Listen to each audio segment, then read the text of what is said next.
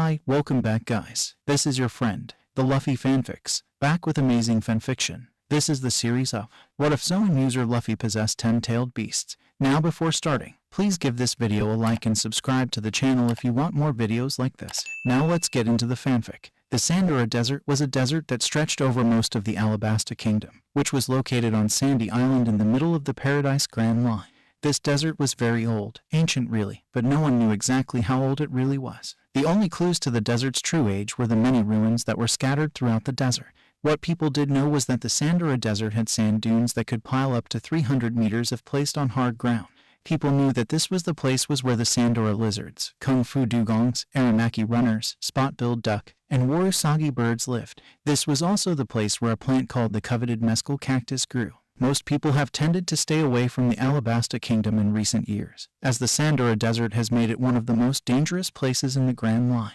If someone that didn't know how to cross this desert, or didn't have someone with him, or that did know with them, then they would surely die from the many dangers that were indigenous to it. However, the Sandora Desert wasn't the only factor that played into this. There was another reason why people stayed away from the Alabasta Kingdom, one that was not indigenous to the desert.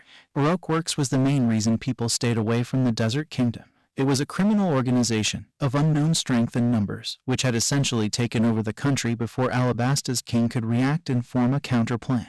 The man known as Sir Crocodile had created Baroque works to fulfill his own insane goals. After the man had left the Shichibukai, he had traveled around the Grand Line looking for the perfect island to make his own. Eventually he set his sights on Alabasta. He initially gathered over 20 people, the majority of them having eaten devil fruits, and made them the commanders of Baroque works. Crocodile himself had allowed his minions to go forth and gather other criminals, and once he had enough men, they began their subtle takeover of Alabasta. With the power of his devil fruit, the Suna fruit, and the vast resources of his criminal organization, he planned to overthrow Alabasta's government and royal family. He would then remake Alabasta into his own personal kingdom, and kill anyone that would dare to defy him. This was his plan until a certain, unusual band of pirates came to the shores of Alabasta, with the princess of Alabasta under their protection. Crocodile had sent his commanders out to eliminate the princess, as she could prove troublesome to his plans, but miraculously his commanders were defeated one after another by the pirates protecting her.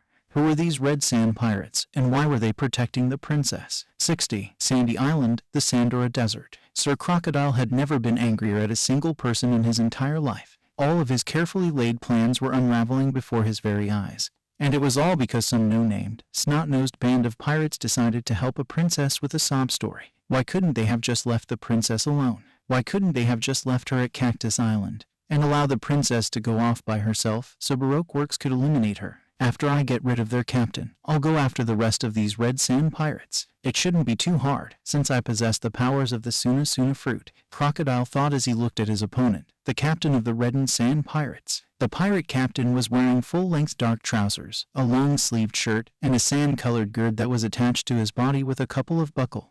He was also wearing a straw hat on his head, and a small pouch strapped to his hip. This was Monkey D. Luffy, captain of the Red Sand Pirates. He was also known as Straw Hat Luffy, and Luffy of the Bloody Sands, for reasons that were currently unknown to Crocodile. Luffy was currently standing in an almost relaxed stance, with his arms crossed in front of him, glaring at Crocodile. His eyes were a pale, seafoam green that were encircled by black rings. Oddly enough, this seemed to make him look like a raccoon. I must admit, Bloody Sands, you are quite the nuisance for someone of your age, Sir Crocodile admitted with a sneer. I do not care what your opinion of me is, Luffy stated in a flat, monotone voice. All that matters is that I defeat you, here and now. That statement sent Sir Crocodile off the deep end. How dare that no-named, snot-nosed boy think that he could defeat him, a former member of the Shichibukai? It was inconceivable. How dare you, you arrogant little gnat, Crocodile shouted, his face twisting with rage. Do you have any conceivable idea of whom you're talking to? I am Sir Crocodile, a former member of the Shichibukai.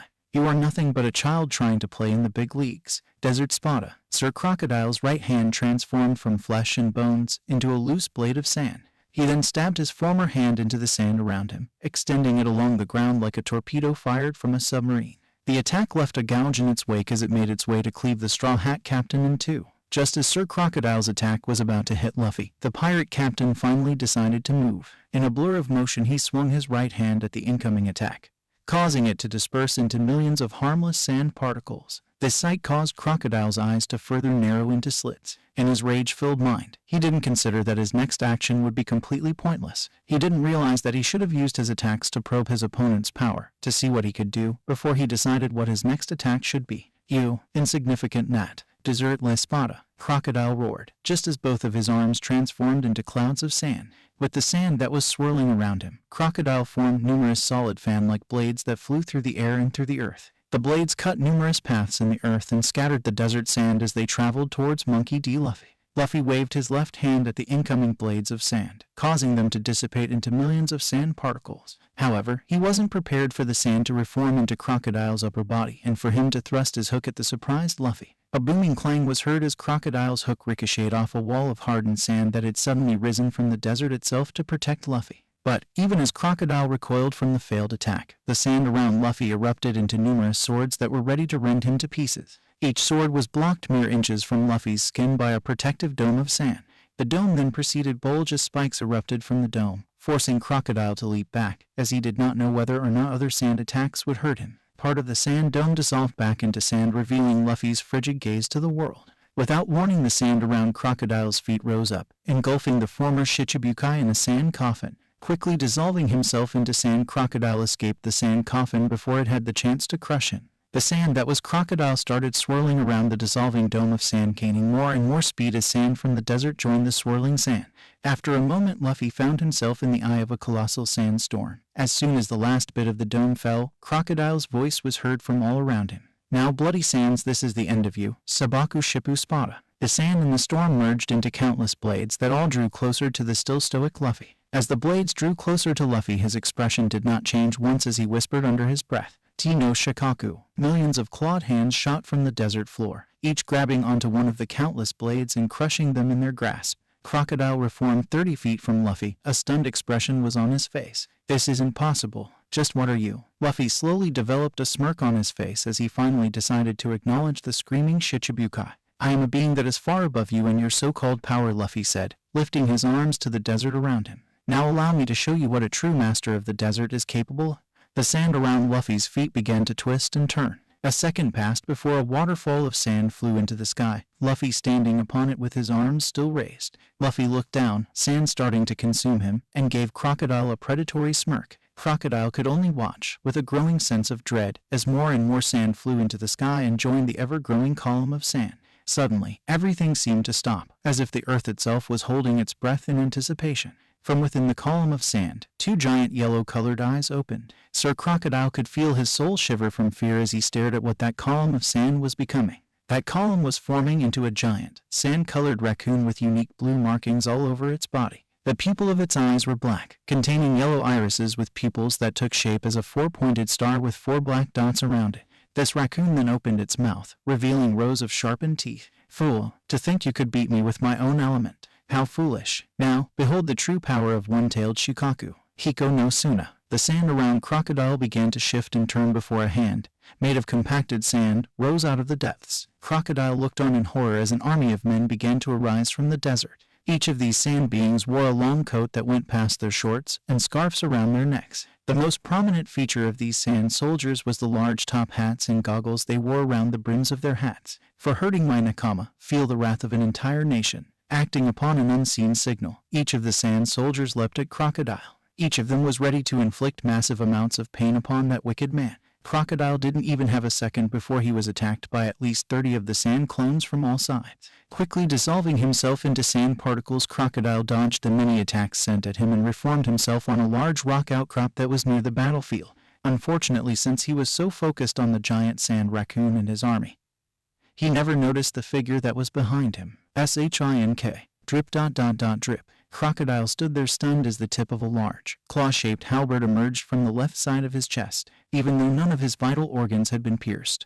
Crocodile was astounded that he had gotten hurt in the first place. "How can this be? How could he have bypassed my defense?" Crocodile thought. Turning his head around to face his attacker, Crocodile could see that it was another of Akasuna's sand clones. However, this clone was different than the rest of them. It was fully colored, and if Crocodile didn't know it, he would have thought it was an actual person. In the clone's right hand was a demonic-looking halberd that looked just like one of that demonic raccoon's claws. The tip of the spear was launched deeply within Crocodile's body. In the clone's left hand was a broken canteen, still dripping water onto the desert sands. Damn, beaten by a kid, Crocodile thought. The rest of the clones moved in closer, each of them with demonic-looking halberd. However, moments before the clones would have hit him with their halberds, they stopped before dissolving into sand.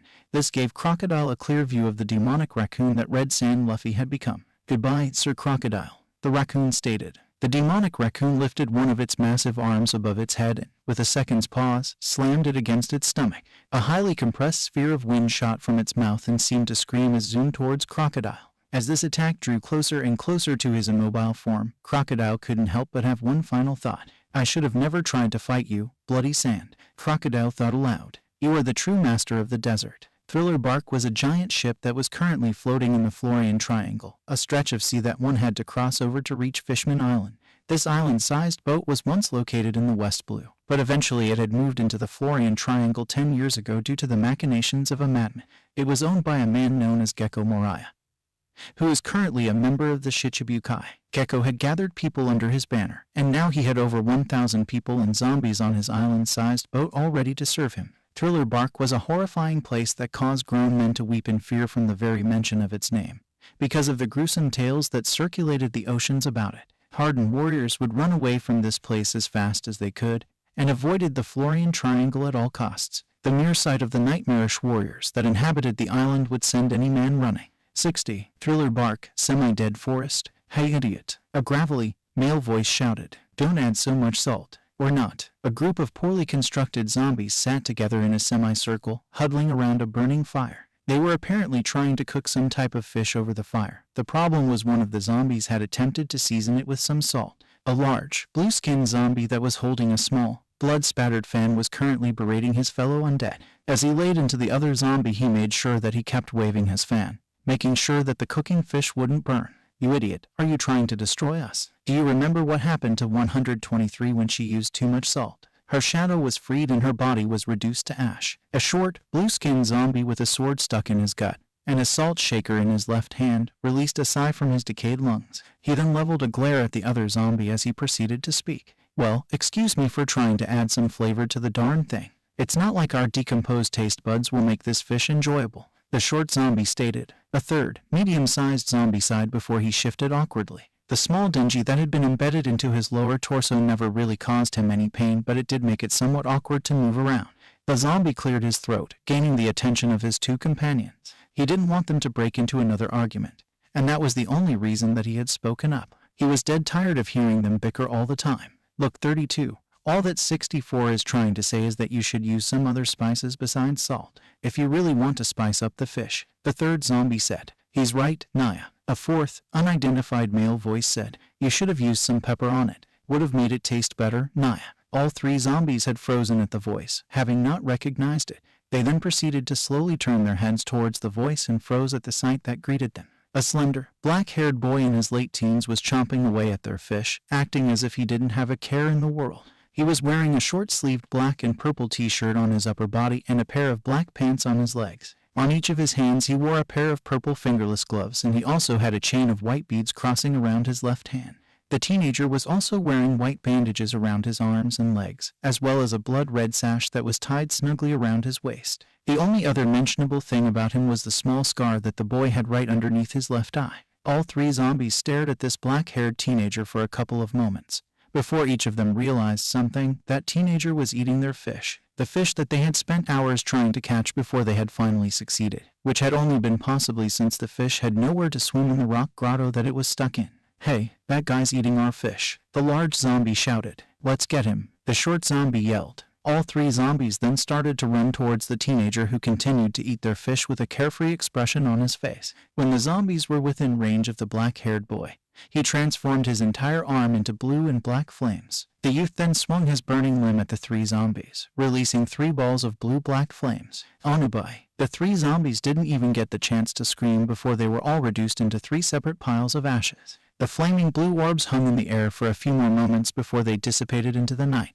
All the while, the black-haired teenager continued to eat the fish until he finished it off completely. "Naya, those guys were so weak. Boring," the teenager complained. "What do you expect, Luffy-sama?" a young, feminine voice asked. "You're just that strong. At the sound of the voice, Luffy turned his head towards the forest as a figure emerged from the gloom. It was a woman with long, pink hair and amber-colored eyes. She was wearing a strapless black dress with ruchings, and a pair of high-heeled boots on her feet. Adorned on her head was a large Elizabethan crown that was adorned with an assortment of precious gems. The woman also had a bat tattoo and a simple watch on her left bicep and wrist, respectively. Luffy smiled at the sight of her and got up from where he had been sitting down. He then walked over to the pink-haired woman and, when he was close enough, pulled her into a passionate embrace. It brought a rosy red blush to her face, which did not go unnoticed by him. "Naya, Perona Heim, what have I told you about calling me Sama when we're alone, Naya?" Luffy asked. Perona's blush deepened, but this time it was out of embarrassment. No matter how times Luffy seemed to tell her, she couldn't seem to stop calling him Sama, even when the two of them were alone.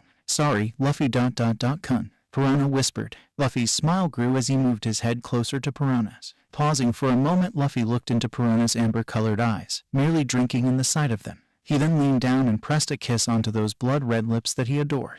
3030, Dawn Island, Windmill Town. A young, 10-year-old Monkey D. Luffy was walking through Windmill Town, bored out of his mind. His grandfather had decided that, in his insane plan on making Luffy into a Marine, Luffy should come with him and watch how he does his job. Unfortunately, today's work was all paperwork, so while his grandfather was busy taking care of important marine business, Luffy was left looking for ways to entertain himself. "Naya, I'm so bored," Luffy whined, kicking a stone into a nearby bush. "I wish something cool would happen. Get out of here, you monster." That yell shook Luffy from his bored state as he quickly looked around, trying to find the source of it. He soon found a small mob of people surrounding something in a loose circle, jeering and shouting insults at whatever was in the middle of it.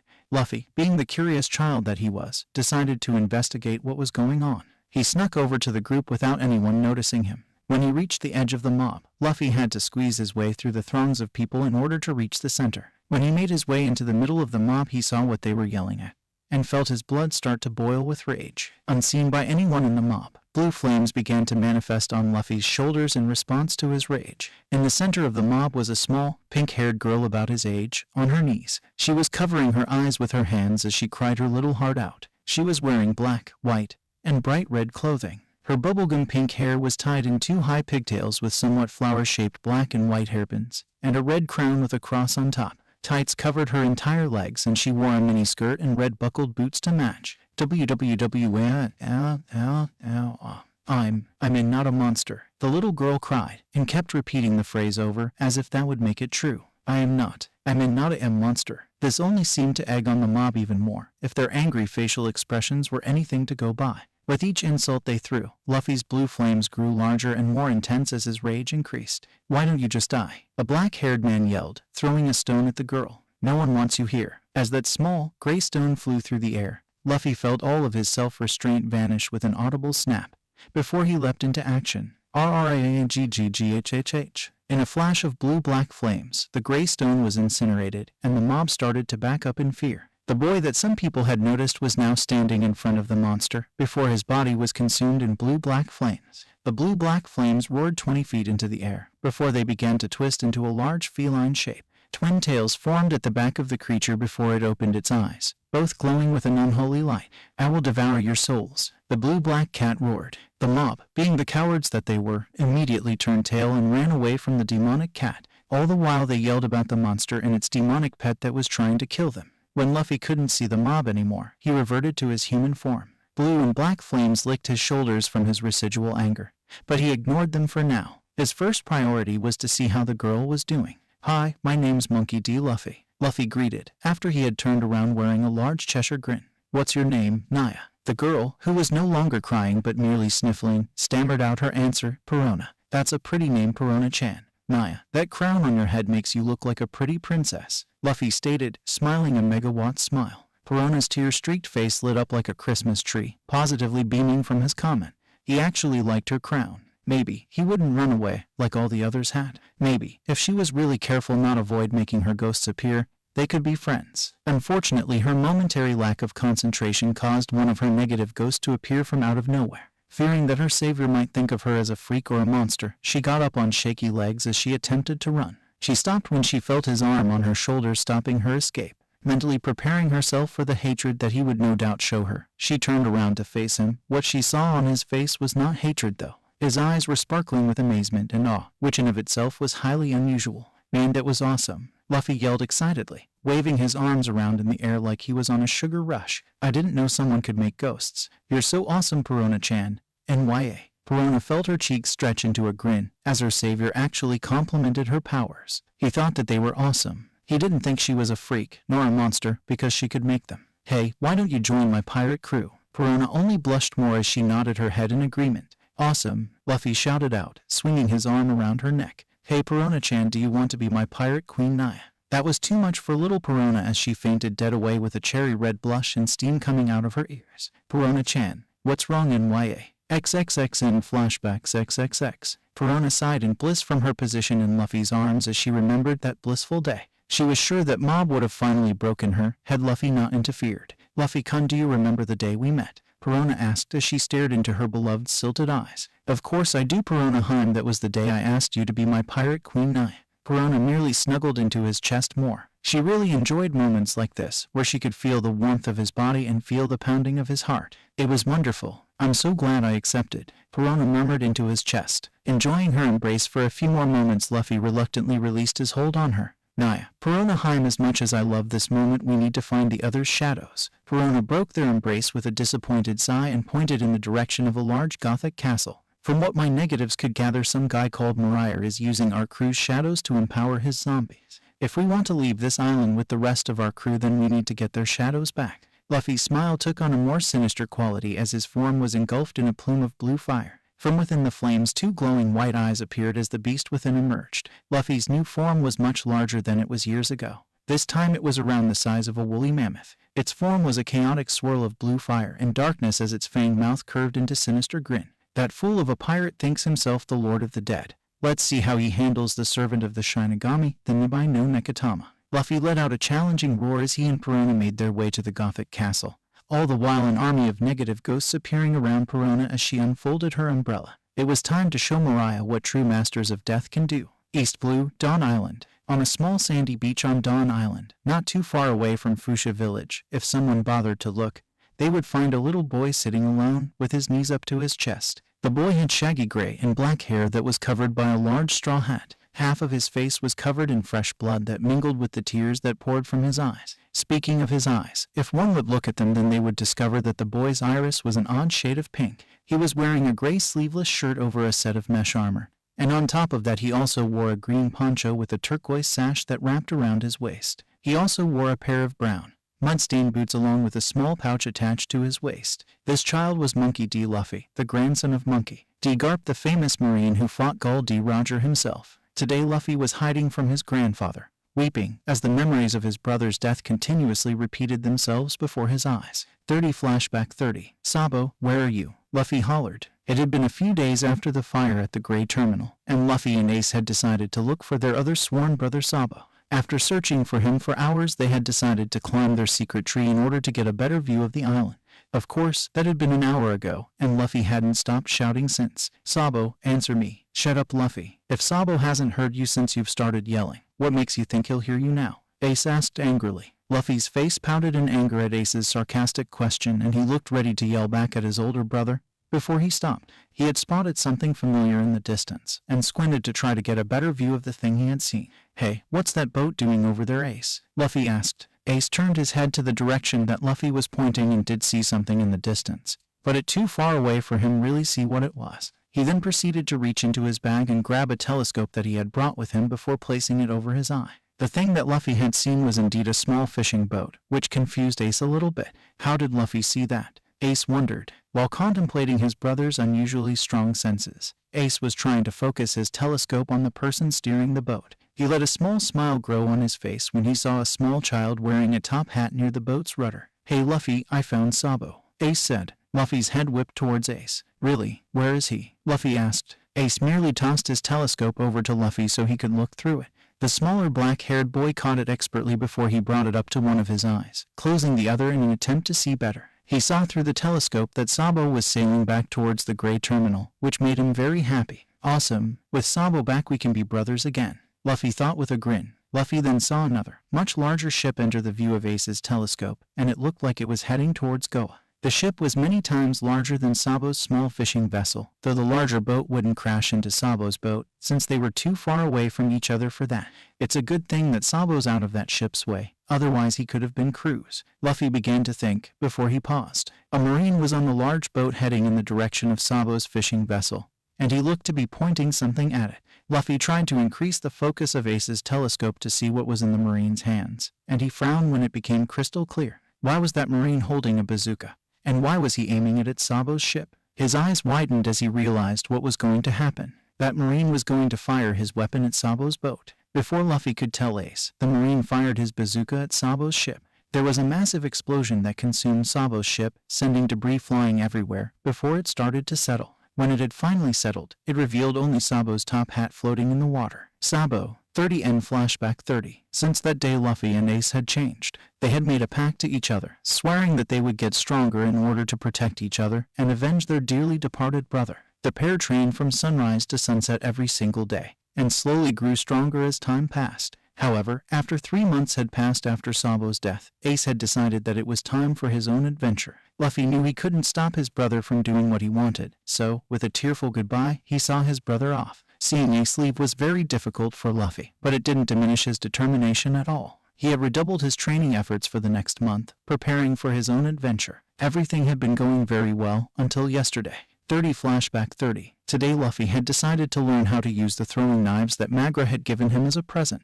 The large, chicken-like man was sitting outside of Daden's hideout, overseeing Luffy's training. Luffy, how many times have I told you to use your wrists when throwing your knives? Magra asked. He had just watched as Luffy threw a throwing knife, hilt first, into the ground, jamming it there. Magra wondered how that was even possible. Luffy, the wrist. Use your wrist. Magra shouted. What do you think I've been trying to do for the last hour? Luffy shouted back as he, unsuccessfully, threw another throwing knife. Hey Luffy, guess who's back? A familiar, deep baritone yelled out from the woods. Luffy immediately turned around and saw the owner of the familiar voice. He ran over to the figure before he wrapped his arms around him in a hug. Grandpa. Monkey D. Garp had returned from his latest marine mission, and he had come back with news that would change how his grandson viewed him forever. So did you learn any new tricks while I was gone? Garp asked. Luffy smiled. He couldn't wait to show off his new skills to his grandpa, and hopefully impress him through his sheer awesomeness. I sure did, Grandpa. Magra here is teaching me how to use throwing knives, Luffy said. Garp eyed the discarded throwing knives that littered the field, taking note on how none of them were even close to any of the targets that Magra had set up for Luffy. I can see that, Luffy, Garp said, before remembering the reason he wanted to see his grandson. Now, Luffy, there's another reason why I came back here to see you. I decided that it's high time you get started on your training to become a great Marine, so I enrolled you into the Marineford Academy. Luffy's face fell at hearing what his grandfather had said. Normally, he would have been annoyed at his grandfather's insistence that he become a Marine, but because of Sabo's death at their hands, his patience with his grandfather had worn through. But Grandpa, I've told you a million times that I don't want to become a Marine. I want to be the Pirate King and find One Piece, Luffy stated. Garp quickly became agitated at hearing his grandson's dream. Why couldn't the boy just accept the fact that he wasn't ever going to become a pirate and that he would be a Marine instead?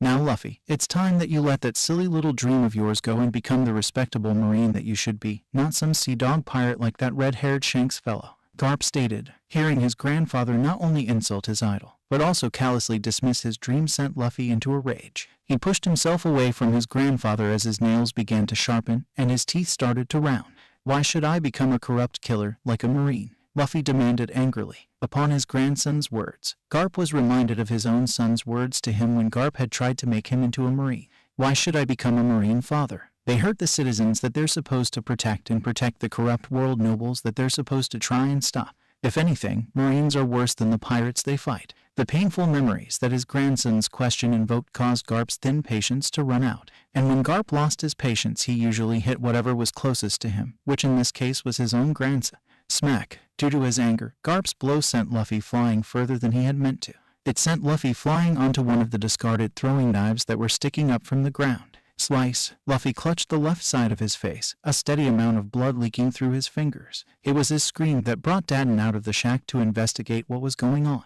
Hey, what's going on out? Oh my KAMI. Luffy. Daden rushed to Luffy's side in order to check his injuries. When she managed to see the injury on Luffy's face that Garp had caused, she turned to him with a malevolent glare in her eyes. Garp, what did you do to Luffy? Dadden demanded. Garp was stunned at what he had just done. He never meant to seriously harm his own grandson. All he wanted to do was to knock some sense into the boy. I didn't mean to, Garp stammered out. Garp's answer only served to make Dadden angrier. You didn't mean to. Look at your grandson, Garp.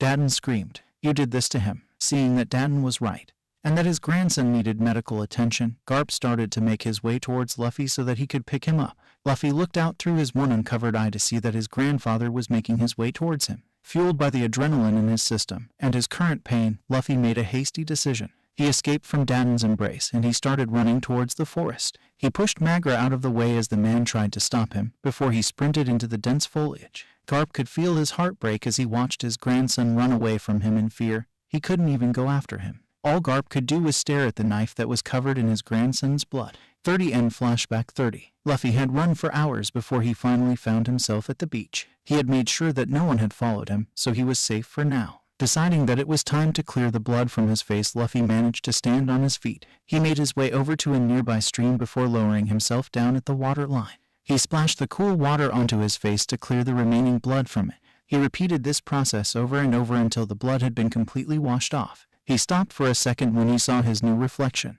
He found himself surprised to see that his injury had already healed over in the small amount of time since he got it. It had formed into another scar that ran from his eye to his jaw, crossing through the other scar that was underneath his left eye. After looking at his new scar for a few seconds, Luffy decided that it was time to move. He made his way back to his feet before he started walking over to a nearby cliff that created the cove for the beach. When he reached the cliff's base, he started hiking up one of the many trails that lead to the summit. When he made it to the top of the cliff, he merely stood at the edge of it and watched as the ocean's waves rolled by. After a while, he made his decision and stepped over the edge, and begins his plunge towards the water. As he fell closer and closer to the churning waves, Luffy remembered a song that Sabo had taught him shortly before he had died. Yo-ho, yo-ho, a pirate's life for me. Splash! Luffy hit the water and almost immediately sank underneath the turbulent waters. Everything was quiet, as it appeared that the future pirate king had jumped to his death. That was until 3 large and armored, shrimp-like tails rose from the depths of the ocean, sending forth sprays of seawater in every direction as they seemed to dance in the air. These tails sank back into the water before a large shape arose from the ocean, revealing to the world what Luffy had become. It had the general shape of a large turtle, but it was twisted and wrong. It was the size of a large elephant, and it had an even larger shell on its back. The shell was odd. It appeared to be made of something similar to a crab's shell. The armor from the shell extended to cover all of its limbs. It had no legs, but it did have 2 large muscular arms that, oddly enough, had a pair of hands with 4 fingers and an opposable thumb on each. Its underbelly was crimson red with black vertical lines that ran across his body from the tip of his tails to the bottom of his jaw. Its head was the most horrifying part of the beast. Its face was coved with spikes that looked like they were made from the sharpest coral. It had one of its eyes closed, but the other one was something straight from a nightmare. The monster's scaler was like the void, draining the very life and hope of anyone who dared look at it, and its iris was as red as freshly drawn blood. It breached the surface for a moment before it began to swim out to sea, all the while humming a soft tune in its demonic voice. Drink up me hearties, yo-ho. 35 weeks later 30. It had been 5 weeks since Luffy had departed from Darn Island, and ever since then he had been training to use the body that his devil fruit gave him. He had learned to swim with it more proficiently as the days passed, but he had not mastered any of the offensive abilities that his new form possessed. To learn how to use his more battle-oriented abilities, Luffy had swum to the calm belt to fight the numerous sea kings that dwelled there. After fighting with creatures that were many times larger than him, Luffy had uncovered what his new form was capable of. During one particularly harsh battle, he discovered that he could control the water of the ocean. At first, he wasn't able to exert any real control over it, but after a few days of practice, he had managed to redirect ocean currents and create new ones, though this exhausted him considerably. Luffy had also discovered that his new body had given him incredible brute strength. In his fights with the Sea Kings, he had been able to send most of them swimming away after a few punches. The only weakness that his form seemed to have was the fact that his form lacked any legs. If he tried to use his full-release form on dry land, then he would be as slow as any other turtle on land. I've spent enough time in the calm belt, Luffy thought as he casually swam next to a large school of Sea Kings, which ignored his presence. Perhaps it's time that I moved on. With that thought in mind, Luffy began his ascent to the ocean's surface, using his shrimp-like tails to propel himself faster. He stopped when he saw something floating directly above him. What is that thing? Luffy thought. Not wanting to alert whatever that thing was to his presence, Luffy swam a couple 100 meters away before his head breached the surface of the water and allowed him to clearly see the thing that was floating. What he saw nearly made him lose control over himself. It was a large ship that bore the flag of a marine vessel, but it was what was emblazoned on that flag that made Luffy's blood boil. It was a hoof print with 3 clawed toes, the sign of the celestial dragons. This was the vessel that had destroyed Sabo's small fishing boat, killing Sabo in the process. Luffy ducked his head back into the water before he dived deeper into the ocean. He then began to swim as fast as he could towards the ship, his mind becoming consumed by an unholy rage. These are the people that killed Sabo.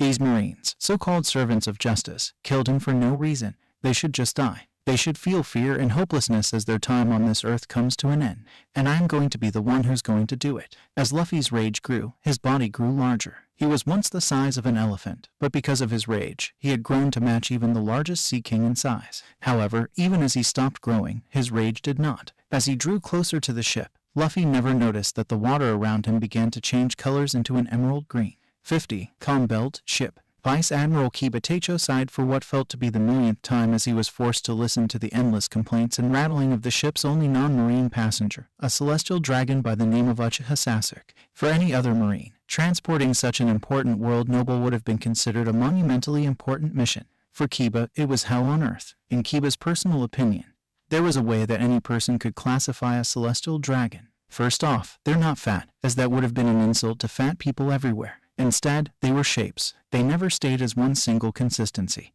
and they were as ugly as stuff found in the sewers. The only way that they can keep their vaguely humanoid appearance by wear something that looks like a colorblind alien threw away. They had personalities that matched their appearance. Honestly, no normal human can act like these people and be considered sane. They act like spoiled, whiny brats who get away with whatever they want because their ancestors were important. It didn't help that the Marines actively encouraged the walking pieces of excrements to do whatever the hell they wanted. You, peasant, make this ship go faster. I wish to return to the Saboti archipelago. There is a sale on fishmen and mermaids there I do not wish to miss, Sasuke demanded. Kiba merely grumbled underneath his breath and blocked out Sasuke's demands as he steered the brat ship. After a few minutes, he started to notice something weird was going on. The water around the ship was turning a brilliant, emerald green color. What the hell? All of a sudden, the ship lurched before it came to a complete stop. This abrupt change sent most of the crew flying into a nearby wall, or any other furniture that might be in the way. What the hell just happened? Kiba marched over to a den mushy and used it to contact the officers on the engineering levels. Kiba to engineering. What the hell happened down there? The small snail opened its eyes and responded to Kiba in the exact voice of the head engineer. Engineering team to bridge. The rudder has been torn off. We aren't aware of what did it, but it had to be something big. That statement stunned Kiba for a few moments before he calmed himself down and began to think. This ship was outfitted with a sea stone bottom, which would deter even the mightiest sea kings from approaching, as it naturally repelled them. So what could have done it then? Unfortunately, the Tenryubito brat that Kiba was guarding chose this moment to remind everyone that he was still alive, and his anger at the current situation. You stupid peasant, do you have any fathomable idea of just who I am? I am a Tenryubito, and as such my blood is that of the 20 kings that created the world government. If you don't get this ship moving, I will have you executed, Sasuke shouted. The Vice Admiral was about to try and calm down the ranting Tenryubito brat, however he never got the chance to. He noticed a thick, green mist was rolling in towards his boat, which confused him. Where had this sudden mist come from? And what was with its strange color? Vice Admiral Kiba, this mist, it's just not natural, sir, a scared Marine exclaimed, his eyes wide. Kiba was about to berate the young officer when he saw something emerge from the thick mist that had consumed his vessel. When this object drew near to the boat, the more inexperienced Marines began to scream out of pure fear. The object was actually a small fishing boat that looked to have been gutted by a cannonball, with a few fires still burning on its surface. However, that was not what had frightened Kiba's Marines. It was the obvious captain of that vessel that did. The being's face was hidden within the shadows of his cloak's hood, though every Marine knew that he was staring at them. As the boat sailed closer, the captain lifted one of his arms. The Marines screamed in fear as the hand came into the dim light, revealing it to be simple white bone. In the thoughts of the Marines, they thought that boat's captain was Death himself. It then spoke in a slow, rattling voice that sent shivers up the Marines' spines. It's time for you all to pay that debt that all men owe. With that simple statement, all hell broke loose. The ship gave another startling lurch, throwing several Marines off of the boat, screaming in pure terror as they did so. Kiba barked out an order for all men to get to their battle stations and to secure themselves down, but he was too late. 3 massive shadows blotted out the dim light, causing some Marines to scream. Kiba turned around and could feel his heart stop as he watched 3 demonic, shrimp-like tails emerge from the ocean. His Marines began to shoot at the three tails, but at no good as the bullets ricocheted off of the tails and sent them into a frenzy. The three tails began to thrash about, crushing anything underneath them. People screamed as their comrades were crushed. Before one tail wrapped around the mast and constricted, Kiba could hear the mast groan underneath the strength of that tail before a massive crack-like sound filled the air. Seconds before the tail released the mast then fell onto the ship, crushing a few Marines that had stood underneath it and sending debris flying into the air. Just as Kiba was about to give up hope, the tails stopped their destructive rampage. They then slithered back into the ocean, leaving the ship alone in the green mist. Not looking a gift horse in the mouth, Kiba began barking orders. He told his crew to scavenge for as much supplies as they would be able to fit onto their lifeboats. They were going to have to abandon the ship and take the lifeboats, as the ship was too damaged to sail now. "No, you're not," Sasuke said, crossing his fat arms. "All of my things are on this ship, so we can't abandon it." Kiba really wanted to smack some sense into the brat, but didn't. It was a crime to hit one of the Tenryubito, though he was feeling tempted to do it anyway. "But Uchiha-sama, if that thing comes back, we'll be sitting ducks. We need to evacuate and get as much distance as possible," Kiba responded. The Tenryubito scoffed, as if such a stupid animal as that would dare harm me. "I have the blood of the 20 kings following inside of me, and as such, I am better than such a mere beast." Kiba was going to punch the self-centered brat when he caught sight of something emerging from the ocean.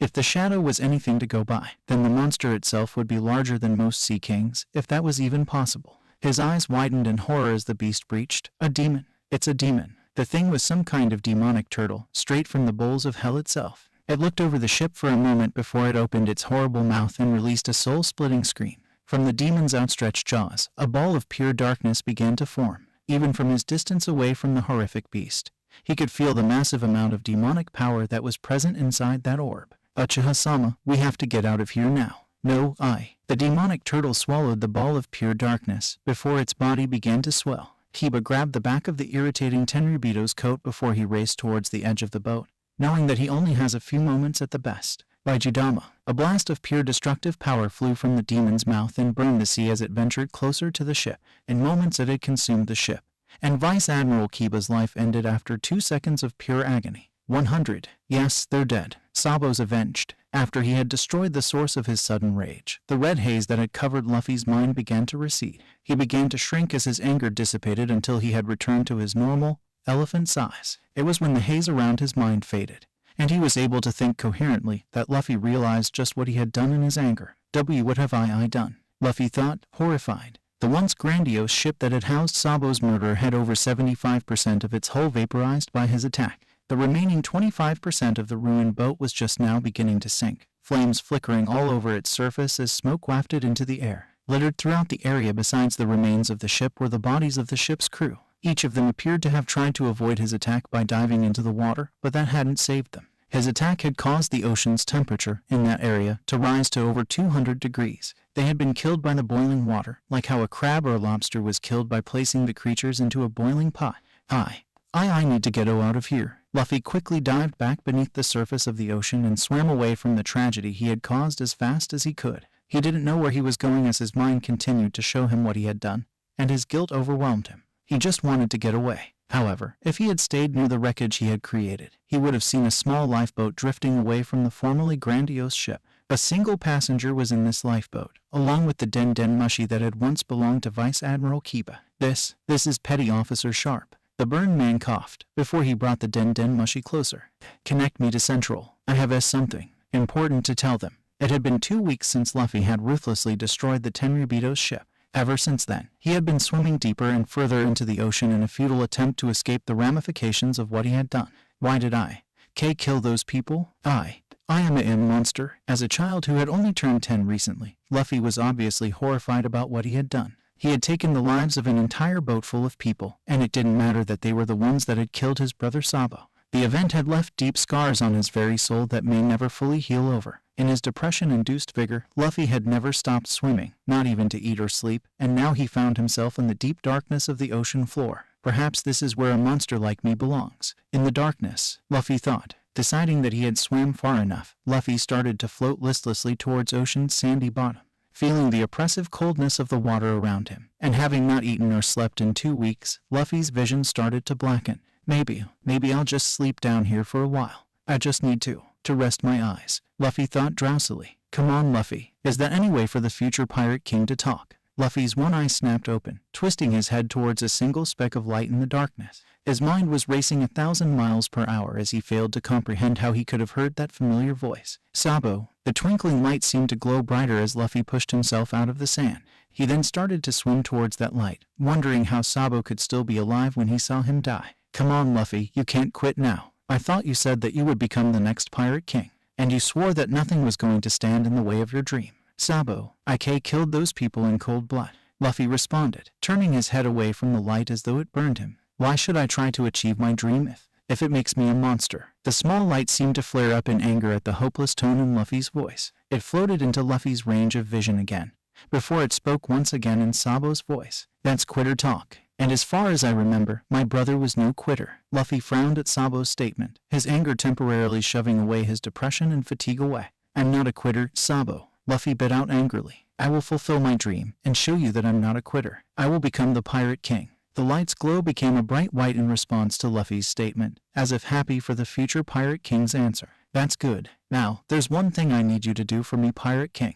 I need you to swim towards the light. And hurry up. You don't have that much time left. Luffy realized that Sabo was correct. His anger was beginning to dissipate, allowing him to realize how tired and hungry he actually was. It felt like his stomach was trying to eat itself, and his body seemed much heavier than it was before. Mustering the strength granted to him by his brother's words, Luffy began moving his tails, propelling him towards the growing light. That's it. Keep going, bro. You're almost there. Luffy put even more of his strength into making it to the light, even as his vision was beginning to darken more rapidly.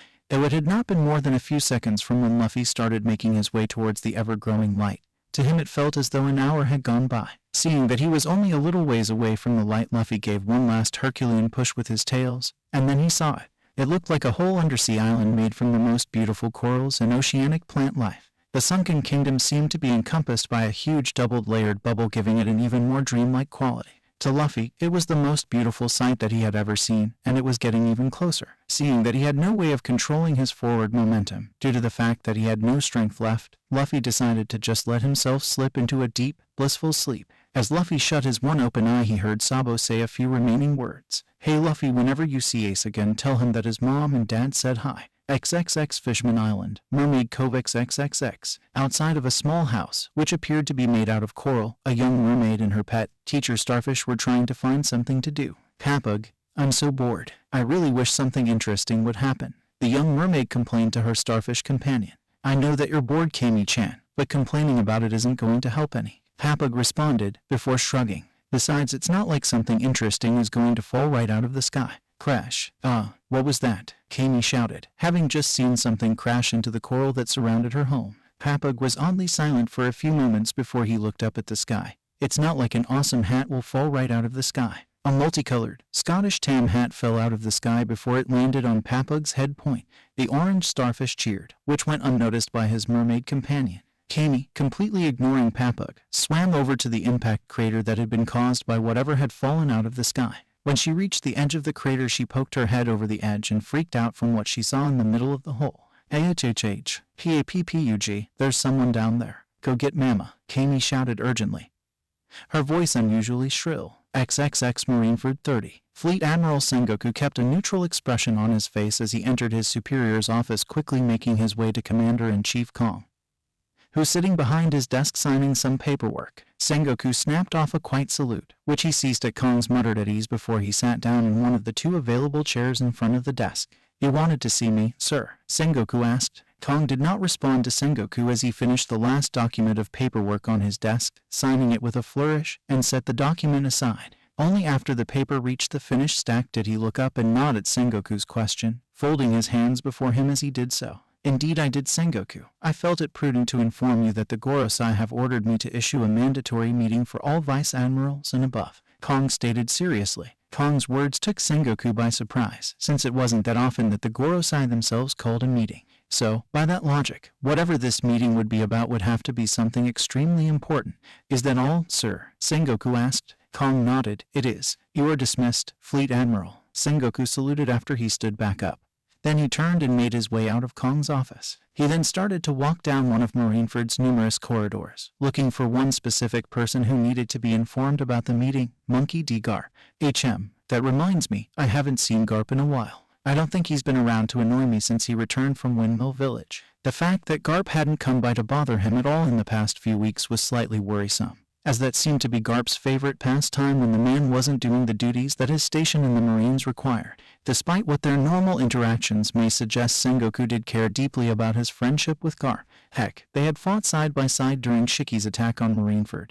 You don't do that unless you have absolute trust in the person that you're fighting with. If I remember correctly, Garp should still be in his quarters. He hasn't left them since he came back, Sengoku thought. As Sengoku made his way to Garp's quarters, he began to wonder what could be troubling his fellow Marine. Nothing ever really seemed to affect the usually jovially scatterbrained man, which made Sengoku worried. Garp was obviously in a funk. The big question was what caused this, and how serious was it? After a few more minutes of walking through the hallways, Sengoku finally found himself standing outside of Garp's quarters. Sengoku knew that his friend wasn't one for formalities, so he just decided to enter his friend's room without announcing himself. What he saw surprised him to no end. The room was in pristine condition. The bed had been made, the furniture looked to have been dusted and then washed. There were no stains on the floor, and the whole room seemed to smell of lemon. Normally when Garp returned to Marineford, his quarters would be a mass of cannonballs, unfinished paperwork, and saliva-covered bones. For his room to be actually clean startled Sengoku, and it also made him realize that the situation might be more serious than he had previously thought. Sengoku walked further into his friend's quarters, trepidation evident in every step he took, before he finally spotted Garp.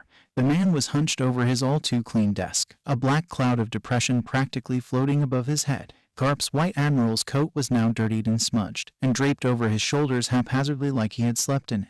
However, that wasn't what made Sengoku worry. The half-empty bottle of scotch next to the empty glass near Garp's head was the source of Sengoku's fear. The reason why this worried him was that he knew that Garp never drank, ever. In fact, the only time Sengoku remembered Garp drinking was when the man's son, Monkey D. Dragon, had joined the Revolutionary Army. Garp raised his head from the desk, having probably heard him coming in, causing Sengoku to wince at the sight of his unshaven face and bloodshot eyes. He watched as Garp opened one of the compartments on the desk and pull out another glass. Garp placed the glass next to the other on and poured some of the scotch into both of the glasses. "Hey Gunchi, pull up a chair, have a drink. I'm just getting some work done." Now Sengoku was really worried. Garp never referred to him by his given name. Whatever was bothering him must have been even more serious than he thought. "Garp, you know that I don't drink. And if I remember correctly, neither do you." Garp merely gave a small sigh before he quickly drank the rest of his own scotch, slamming the now empty glass on the desk. "Well, I decided that it was about time that I do."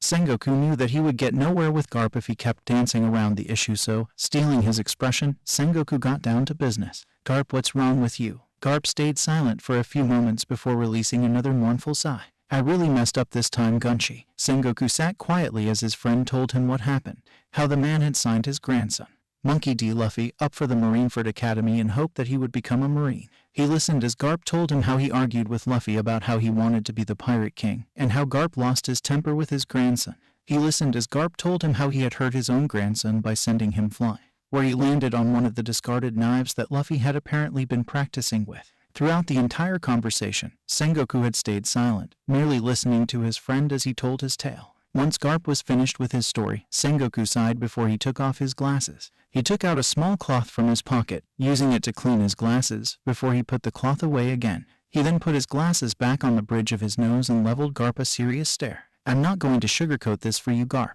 You really messed up this time. Not only did you alienate your grandson even further from you, you also shattered his trust in you with that last bit of physical violence," Sengoku stated. As Garp listened to his friend as the man listed off his regrets, he decided to forego a cup and drink straight from the bottle. Sengoku was faster than him though and grabbed the bottle of scotch before Garp could reach it. "But it's never too late to try and seek forgiveness from him, Garp," Sengoku said. Garp froze for a second, contemplating Sengoku's words, before some of the light returned to his eyes. Sengoku was right. He could always apologize to Luffy, and do everything within his power to make it right again. "Thank you, Sengoku." Sengoku nodded to his friend before he made his way to the door. When he reached it, he hesitated for a moment before he turned back towards Garp. "Before I forget, there's a meeting going on later at 3 o'clock sharp, and I expect you to be there, cleanly dressed, without a hangover, and smelling like you've actually showered." With that stated, Sengoku opened the door and left Garp alone. After waiting for a few moments, making sure that Sengoku wouldn't come back into his quarters, Garp took a key from his pocket and unlocked the top drawer of his desk.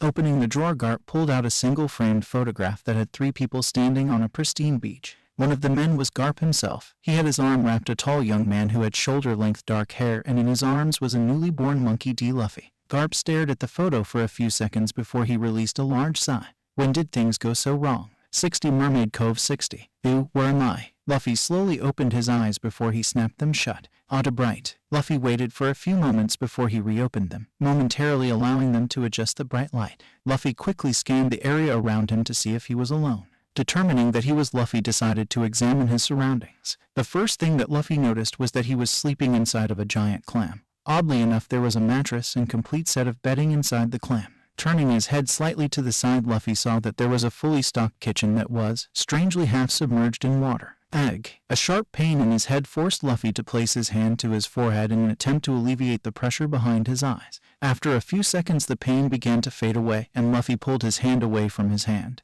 And that's when he noticed something odd. His hand was covered in green and red scales that ran all the way from his now armored shoulder to his pointed claws. Deciding to get a better look at his new features, Luffy crawled over to the edge of the bed and gazed at his reflection in the water. What he saw surprised him. The majority of his upper body now possessed the distinctive red coloring and black lines of his full transformation. His arms were covered in hard, green scales that ran up towards his shoulders, which appeared to have green-scaled shoulder guards on them. What startled him the most, though, was his face. It looked like a strange mix between his full transformation and his human form. The coral spikes that had lined his face had receded, allowing his mouth to be fully exposed. When he opened his mouth, Luffy saw that his teeth had been sharpened into triangular points, perfect for tearing meat apart. Another thing that had changed was his eyes.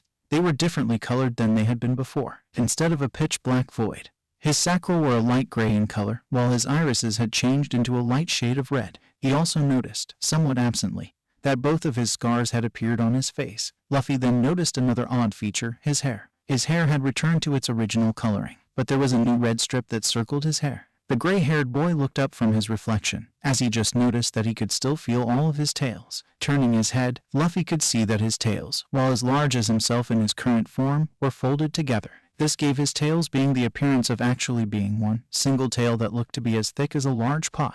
"Ah, you're awake," a feminine voice yelled out. Luffy turned his head to the side to view the person that had just spoken and saw a very pretty mermaid that was a couple of years older than him. "Mama, Dr. Akuto, he's awake," the young mermaid yelled out. 2 more people entered the house after the young mermaid had yelled for them. The first person was a mermaid that looked just like the pretty mermaid he had first seen, except that she didn't have a fish's tail sprouting from her waist. Instead, she possessed 8 slim, black-colored octopus tentacles that connected to her waist. The second figure was much older and obviously male. He was fairly tall and slightly hunched over, with wrinkled, tan-colored skin. He also possessed a thick, bushy beard and mustache combo that reached to the middle of his chest. He was wearing a button-up doctor's uniform, complete with purple gloves. "My goodness, how is it possible that you're awake so soon, young man? You should still be asleep," the older man, who had to be Dr. Akuto, said as he set his doctor's bag down. Luffy titled his head to the side, slightly confused by the doctor's words. "Why shouldn't I be awake?" he asked, frowning. "I feel fine." Luffy's answer only seemed to make the doctor more confused, as he was now looking at Luffy with an increasingly puzzled expression on his face.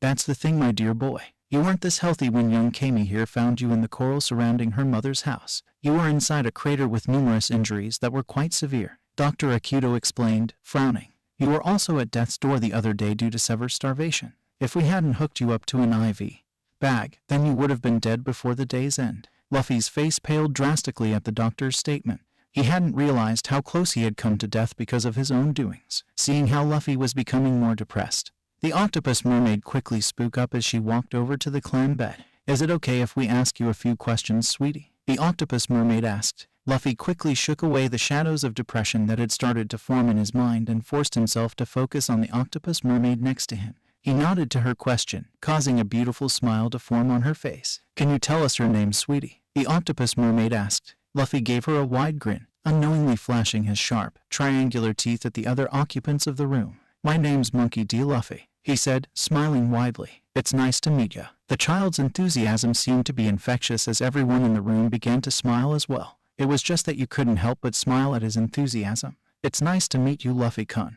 My name is Masuti. I think that you've already figured out that the man over there is Dr. Akuto." Mitsui said, gesturing towards the doctor. And over there is my daughter, Kami, and her friend Papug. They were the ones that found you in the first place. Luffy looked at the pretty mermaid, Kami, and felt grateful to her. He gave her a wide grin, causing her to blush brightly. Wow, thanks Kami-chan. You saved my life, Luffy said. Kami rubbed the back of her head in embarrassment, her blush deepening from the praise that Luffy had given her. She hadn't done that much, so she didn't feel comfortable with him saying that she saved his life. Ah, it was nothing, Luffy-san, Kami stated. Smiling at the heart-touching scene, Dr. Akito spoke up. Kami-chan, why don't you and Luffy-kun go and play outside for a while? Kami visibly brightened at the prospect of making a new friend.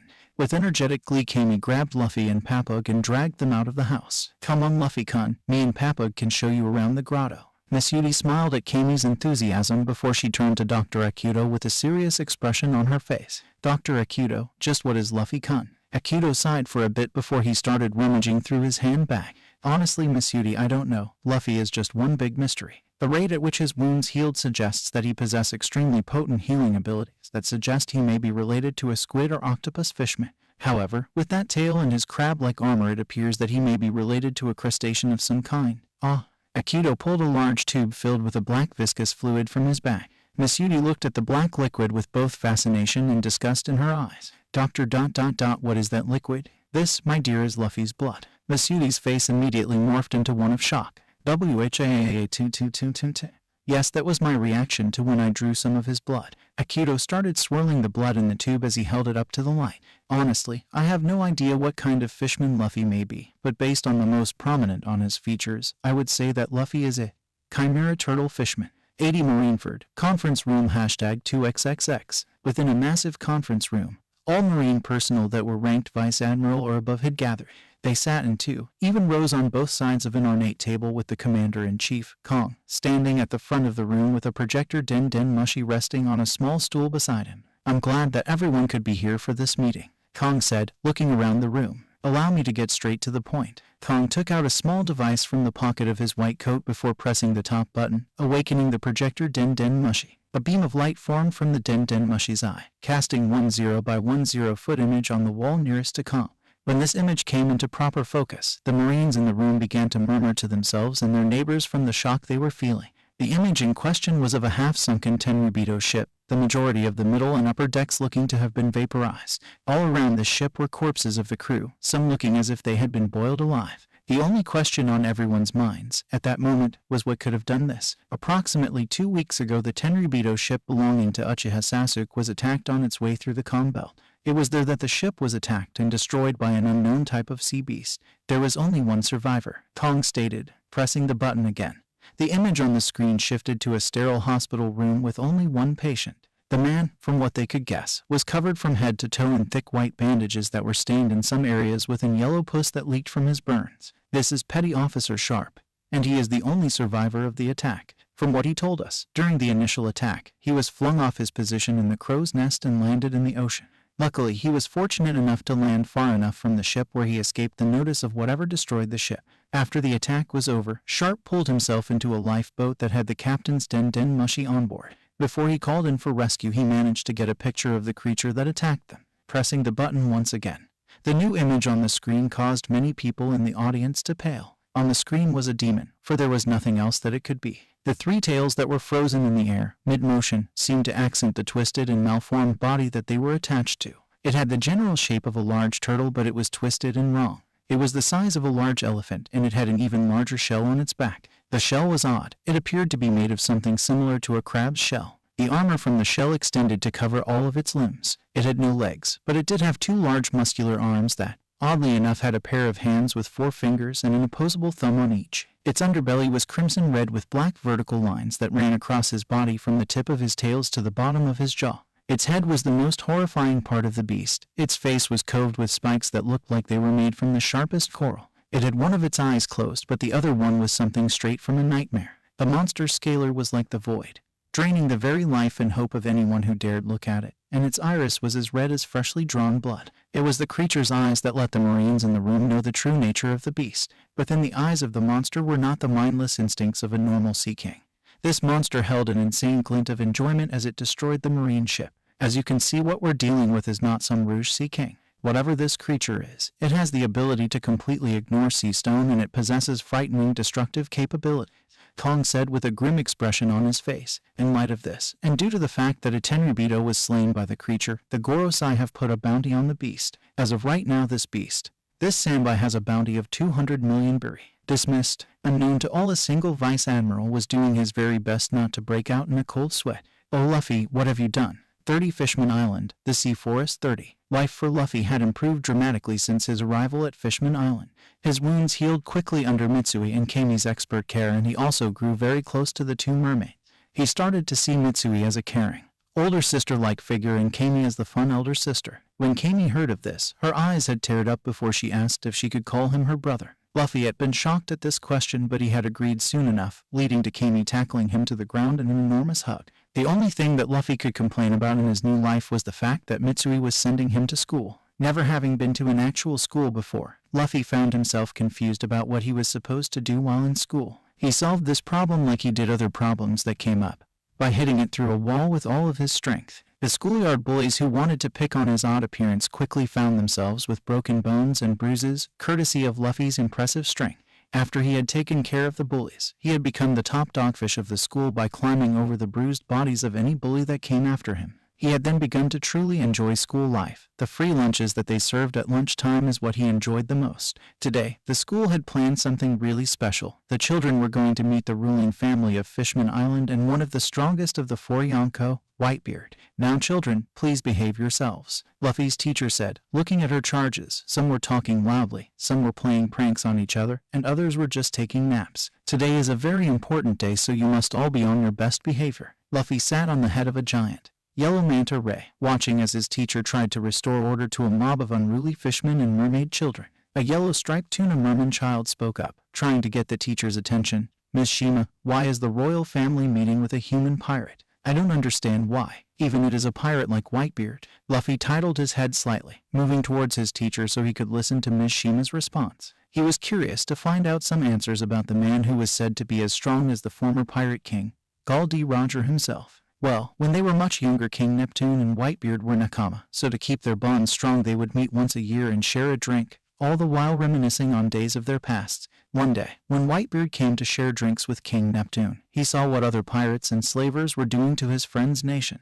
Ms. Shima explained, quieting the entire class. Using his immense power, he immediately cast all other pirates and slavers out of the island and claimed it as his territory. So now even the most powerful pirates stay away from Fishman Island, for fear of invoking Whitebeard's wrath. Most of the school children had looks of amazement on their faces, but Luffy did notice that some of them had looks of disgust on their faces. Luffy himself was only mildly interested in the rest of the story since he really didn't care for the impromptu history lesson.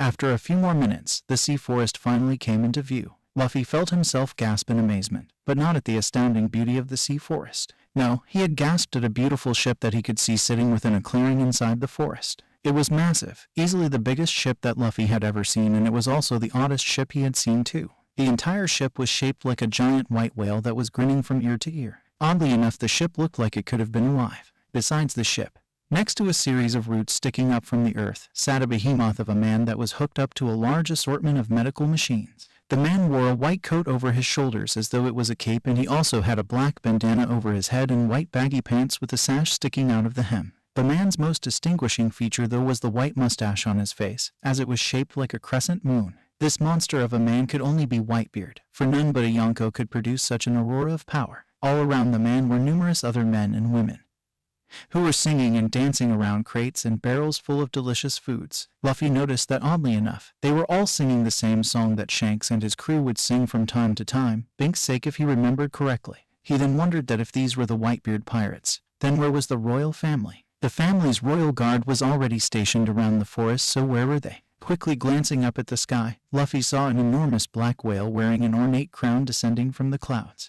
On the whale's back was an enormous merman with a long, magnificent red beard. On top of his head was a brilliant golden crown, obviously signifying his status as king. As the whale touched down onto the ground, 4 more figures became visible. 3 of them appeared to be young mermen around Luffy's age, each of them having their own unique appearance. The first one was very tall and thin merman, the tallest of the 3 mermen. He had wide eyes, long wavy hair, and beaver-like teeth that stuck out from his lips. He was wearing a fancy, robe-like garment with sleeves that were puffed at the shoulders and wrists. The second merman was rotund, stocky and large, with a long polka-dotted tail. He wore a hat with a white strip going across the middle of it, and he also wore a sash across his shoulders, just like the other two mermen. The third and final of the three mermen was large and muscular, with a wide chest and large arms. He had a long face, framed by wavy hair flowing down his shoulders, a sharp and pointy nose, and a dot in the middle of his forehead. He had gills on his massive neck and a polka-dotted tail. This merman wore a dark garment around his waist that was held up by an extremely long sash. To finish off his outfit, the male wore a long band, which passed over his shoulders, drawing a circle around the back of his neck, and fell down to his waist.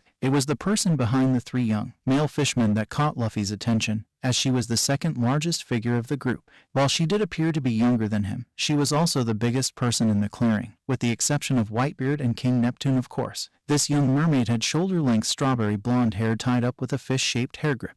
She was wearing a polka-dot crop top with straps that floated behind her head, with her broadly striped tail being larger than Luffy himself. Seeing the royal family arrive, Whitebeard started to detach himself from the medical machines around him, much to the displeasure of the nurses by his side. "Pops, you shouldn't just unplug yourself from your medical equipment so callously," a black-haired nurse exclaimed. "No way am I going to meet my old Nakama hooked up to a bunch of machines. I'm gonna stand tall and proud and greet him with open arms," Whitebeard responded. With that stated, Whitebeard made his way towards the large, red-bearded merman. He grasped the merman's hand in a sign of friendship. "Whitebeard, my old friend, how are you doing these days?" King Neptune asked, looking over Whitebeard's shoulders at the assembled pirate crew. "I see that you adopted a few more kids into your crew." "Gira rah rah rah rah. Yeah, I found a few more sons and daughters on my recent exploits in the New World," Whitebeard responded before he looked towards the four children behind Neptune. "Are these your children then, my old friend?" Neptune began to speak, but this time you could actually hear the smile in his voice as he began to introduce his children. "Indeed, they are my children. Allow me to introduce them. This is my eldest Fukaboshi." The muscular merman child floated forward before he bowed before Whitebeard. "It is an honor to meet you, sir. My second eldest Ruboshi." The thin merchild danced up beside his brother. "It's a pleasure to make your acquaintance. My youngest son Memboshi." The round merchild made his way to stand with his brothers. "Nice to meet ya." And finally my daughter Shirahoshi. The large mermaid child shyly bowed her head to Whitebeard.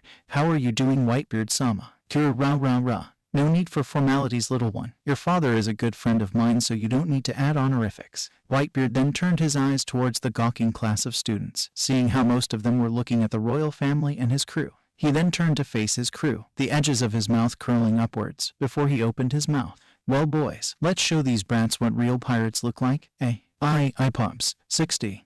"Well, I'm bored," Luffy thought. For the past 5 minutes, Whitebeard's crew had been doing various stunts and tricks to entertain his classmate.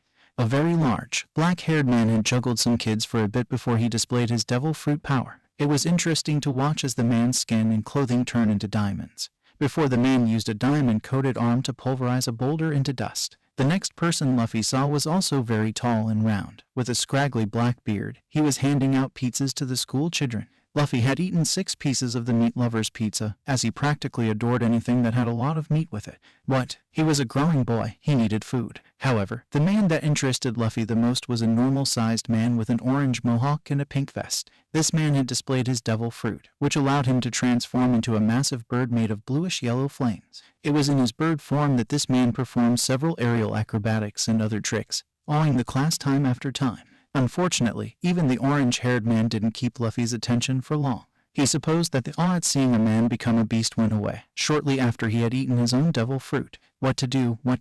Luffy sighed, looking around. "I wish I could train some. Maybe then hello. What's this?" A little ways off from all the merriment sat Princess Shirahoshi. Her brothers weren't with her as they were currently enjoying a tale about the Grand Line from one of Whitebeard's crew members. When Luffy drew close to Princess Shirahoshi, he noticed something very familiar in her eyes. It was the same thing he had noticed in his own eyes when he thought about Sabo, the pain of loss. Those eyes, they're just like mine. Silently slipping away from the crowd of children, Luffy made his way over to the princess without anyone noticing. When he finally reached Princess Shirahoshi, he used his tails to push himself upwards, to be at eye level with the large princess. "Hi, poo-poo." Princess Shirahoshi jumped at the unfamiliar voice behind her, whirling around to see who was there. It was an odd-looking fishman child. The first thing she noticed about him was the fact that the boy's entire body was covered in green scales that ran from his shoulders to his tips of his fingers. She then noticed that he had a couple of scars on his face and bit her lip, absently wondering how he had gotten them. Another odd thing about the odd fishman child was that he had a long tail and a pair of legs. Usually fishmen didn't have any tails, only a pair of webbed feet. Shirahoshi then blushed heavily when she realized that the boy was still staring at her, waiting for her response. Hello. Luffy grinned at the princess's shy response, showing off his sharp, triangular teeth, the strawberry blonde.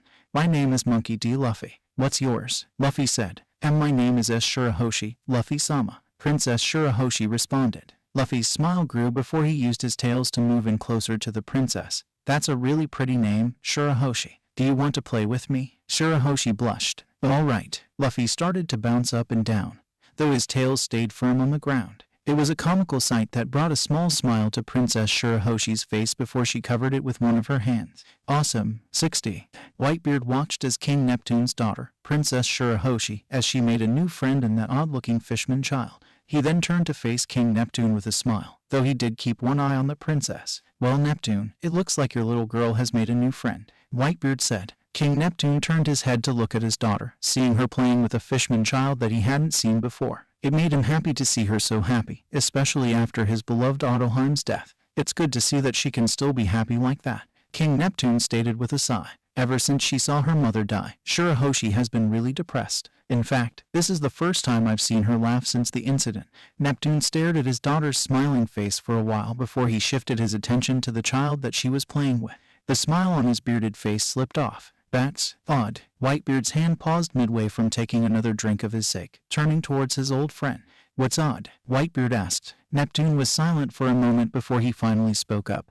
That young fishman that Shirahoshi is playing with. I don't recognize what kind he is. This was surprising to hear, as King Neptune had made it a policy to know most every kind of fishman and merman on Fishman Island.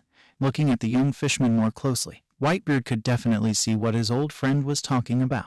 The child looked like he had been made from multiple types of oceanic life that had been fused together into a single being. Whitebeard was about to speak up when something entered his Kenbushoku Haki field.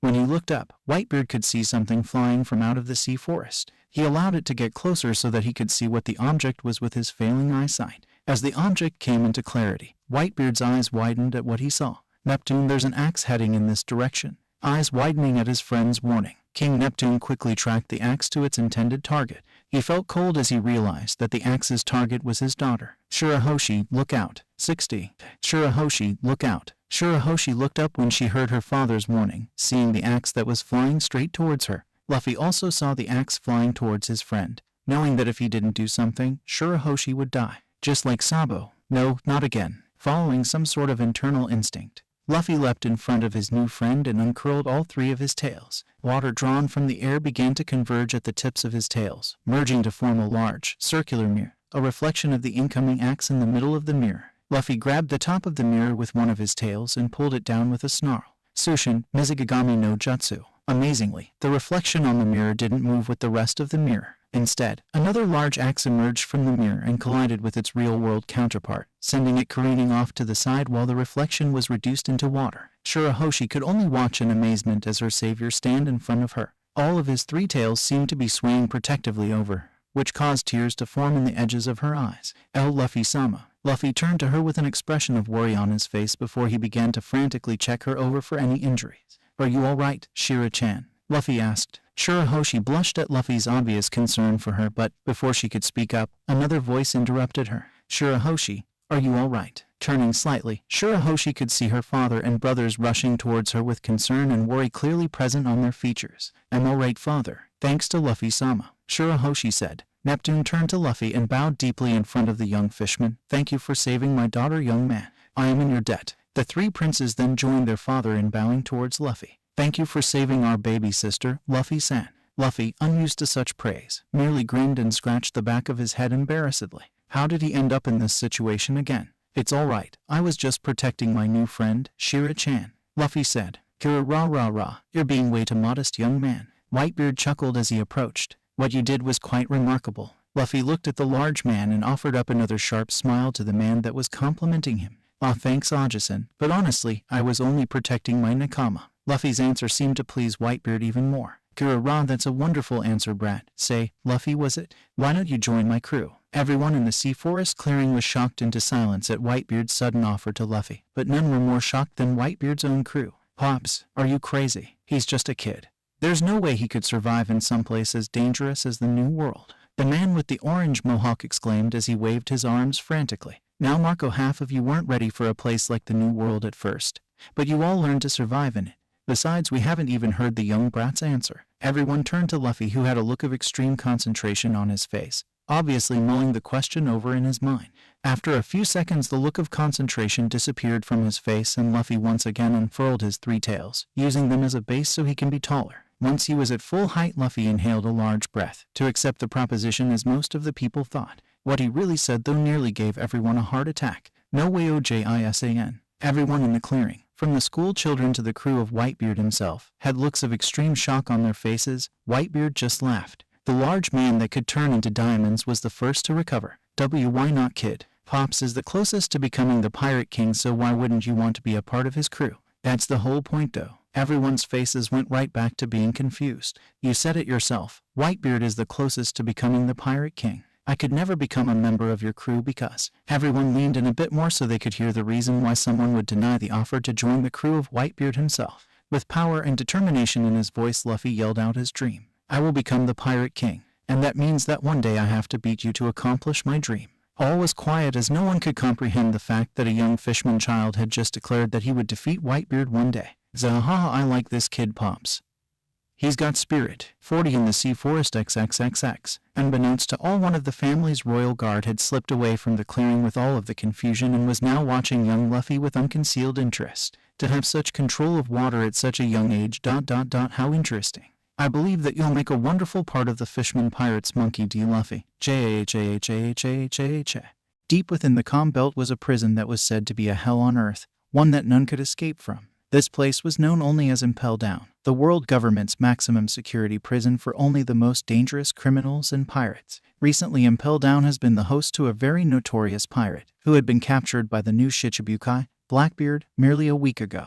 This unfortunate pirate was commander of the Whitebeard Pirates' 2nd Division, a man by the name of Fire Fist Ace. He was an exceptional pirate with the power of the Mira Mira fruit and the training of his grandfather, the famous marine monkey D. Garp. He, like everyone else on Whitebeard's crew, is considered to be a flesh and bone son by Whitebeard himself. Now that the son of Whitebeard was incarcerated at the bottom level of Impel Down, and with his public execution at Marineford only a few days away, there seemed to be no hope for him. Or was there. Unbeknownst to all, it was on this very day that Impel Down shall be besieged by the very person could destroy it with his molten rage. 60. Impel Down, loading docks. Disembarking from a vice admiral's ship was a beauty unlike any other in the entire world. She was much taller than any average woman, standing about 6 feet, 3 inches, but her height only seemed to enhance her exotic beauty, making her seem almost like a looming goddess. Her figure was perfectly balanced with a pair of long legs, a generous bust, and long ebony locks that flowed to her hips. With the face of an angel and eyes of ice, everyone would recognize the woman for her beauty as the pirate Empress Boa Hancock, one of the infamous Shichibukai.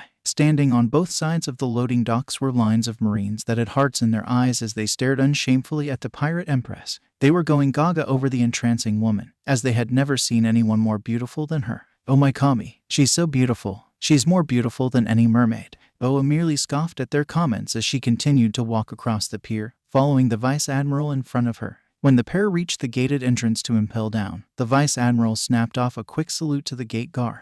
The gate guard saluted back before picking up the receiver for a den mushy that was attached to the wall. This is the guard at the main entrance. Please open the gates. Boa Hancock is here to see Fire Fist Ace. After a garbled response from the other end of the receiver, the gate started to rise. Once it had fully risen, Boa and the Vice Admiral began walking into the one place that could be considered a true hell on earth. This is it, Luffy-kun. 60. Impel Down. The first thing Boa noticed when she entered was that the air was heavier than usual, almost as if the very air was trying to take her breath away. Stepping further into the prison, she soon found herself facing the strangest person that she had ever seen. Welcome to my Impel Down. The man before her was very tall, almost twice the size of the vice admiral that she had been traveling with. Strangely enough, he looked like a devil of some sort with horn-like eyebrow along with a large rectangular chin. He was wearing a black sash around his waist with the symbol of Impel Down emblazed across it and a pair of black dress shoes. He was also wearing an odd-looking headdress that looked as if it had been stolen off a mummy in a museum somewhere. To complete his appearance,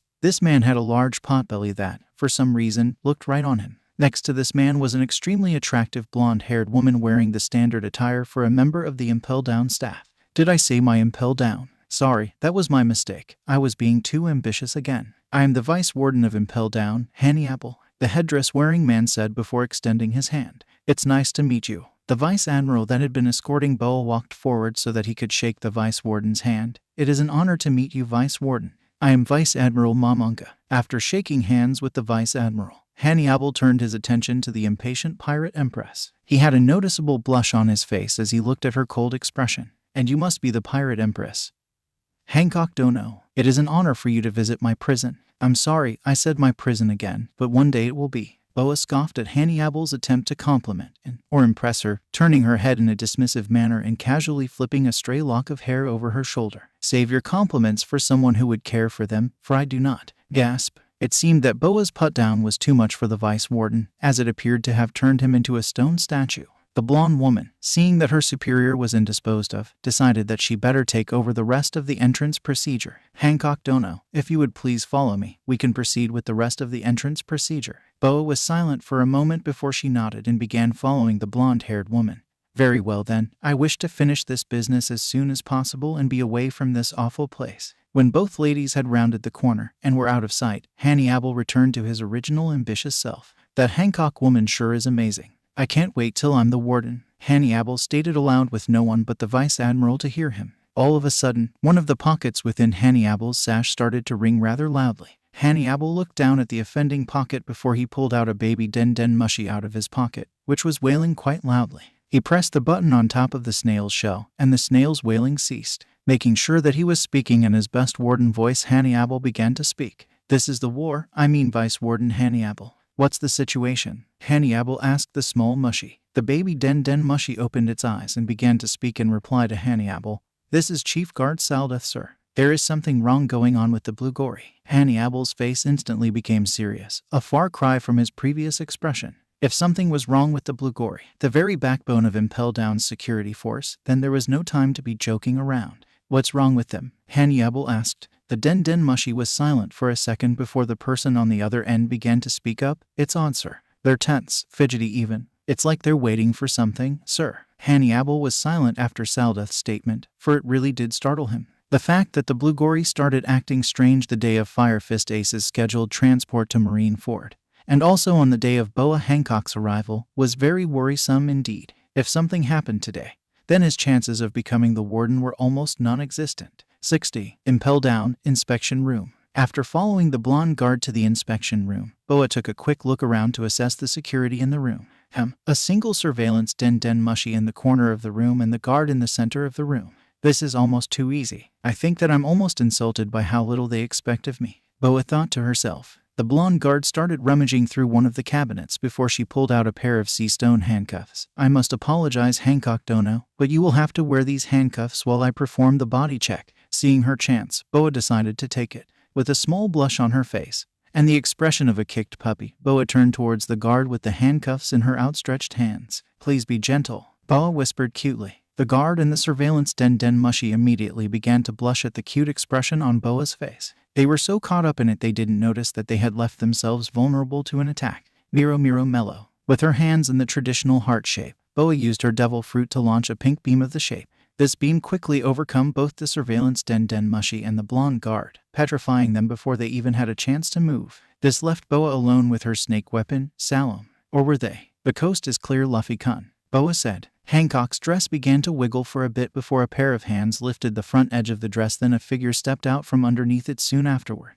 This figure was tall, almost as tall as Hancock herself, with tanned skin and wild and tamed red and black hair. His black eyes sparkled with mischief as he scratched at a scar underneath his left eye, a remnant of a wound that he had inflicted upon himself at a young age. He was wearing a long-sleeved gray undershirt and over that a set of Kevlar armor that had been tattered from multiple battles. He was also wearing a pair of shinobi-style pants that were tied into his steel-toed boots. To complete his outfit, this man wore black fingerless gloves on his hand and a straw hat on his head. This man could only be the legendary Straw Hat Luffy, the man that had destroyed Anai's lobby and had forced a Marine admiral to flee. Man, that sure was close. They would have caught me for sure if you hadn't done that, Boa-chan, Luffy said with a grin on his face. A pink blush appeared on Boa's cheeks as she felt her heartbeat quicken because of Luffy's sign of affection.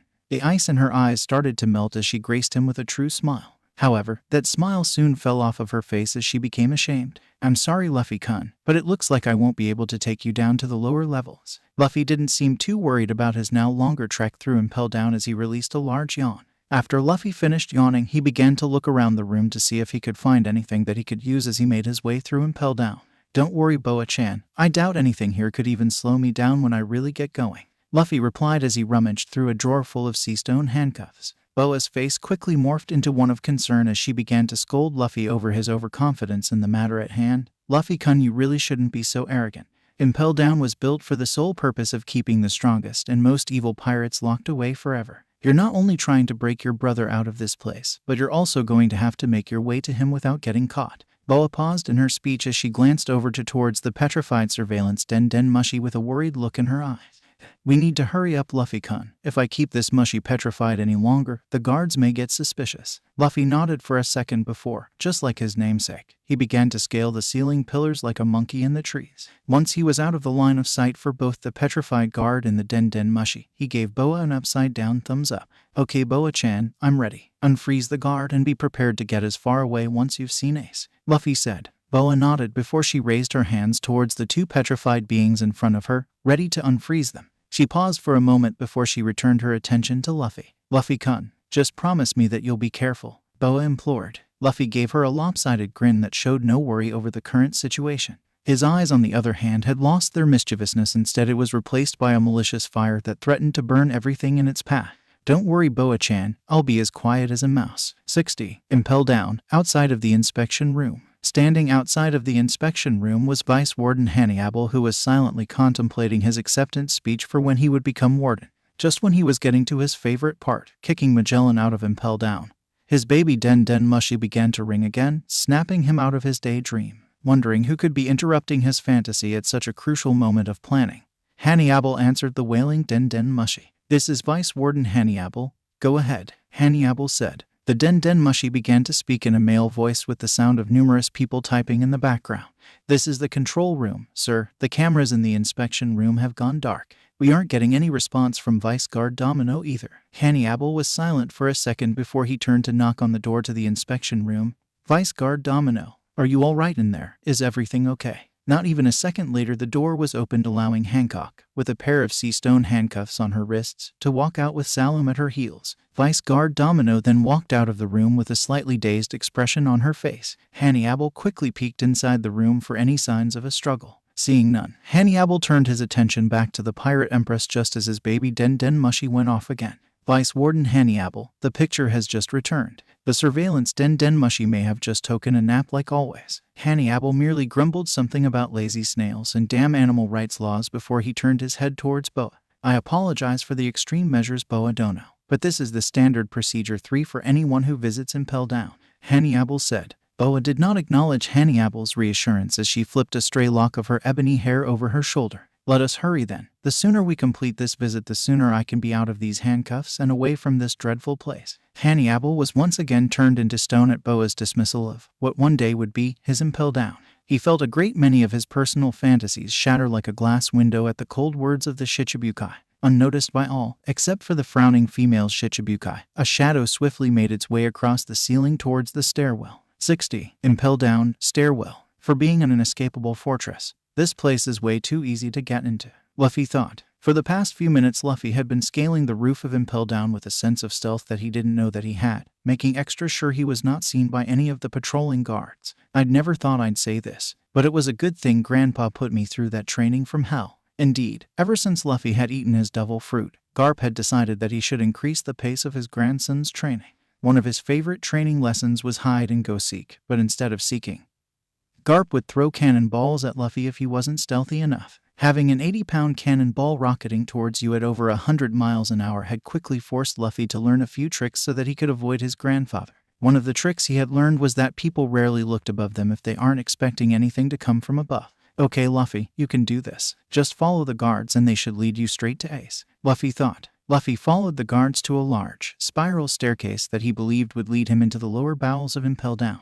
The black-haired pirate increased his pace, determined to get to his brother Ace as soon as he could. Hang on, Ace, I'm coming for you. 60. Impel Down, Level 6. The lowest level of Impel Down was reserved for criminals whose crimes were so monstrous that they were effectively erased from history. However, not all of the prisoners residing there had committed such crimes. Some people were there because the world government just wanted them gone. Porcus D. Ace was an example of a pirate that the world government wanted gone.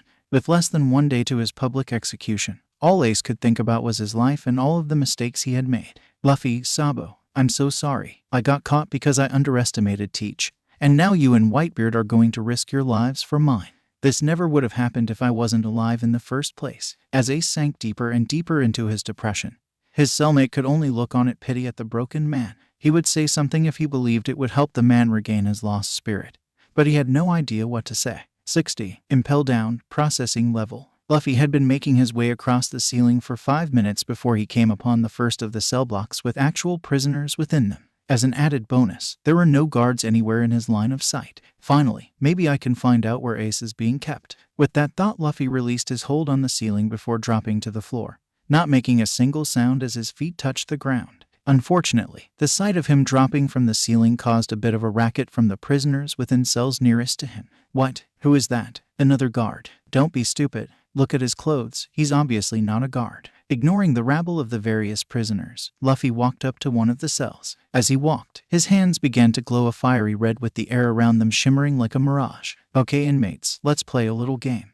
The name of the game is Who Can Tell Me Where Porcus D. Ace is? The prize for the winner is getting out of your cells and 1 step closer to actual freedom. The prisoners inside the cell were somewhat stunned at his bluntness, but that soon faded away. They all began to talk about where they assumed Ace to be, though many of them had no idea who Porcus D. Ace even was. A large man with a scar that stretched across his face stepped forward and gripped the bars of his cell tightly as he answered Luffy, Porcus D. Ace. You mean Fire Fist Ace? Luffy's face took on a small grin as he finally found someone who could give him some information. He could tell all the others were lying or simply shouting out answers, as they wanted out. Yep, that's right. I came here to rescue him, Luffy said. For some reason, the scared prisoner thought that Luffy's statement was funny since he started to laugh in that deep baritone voice of his. You're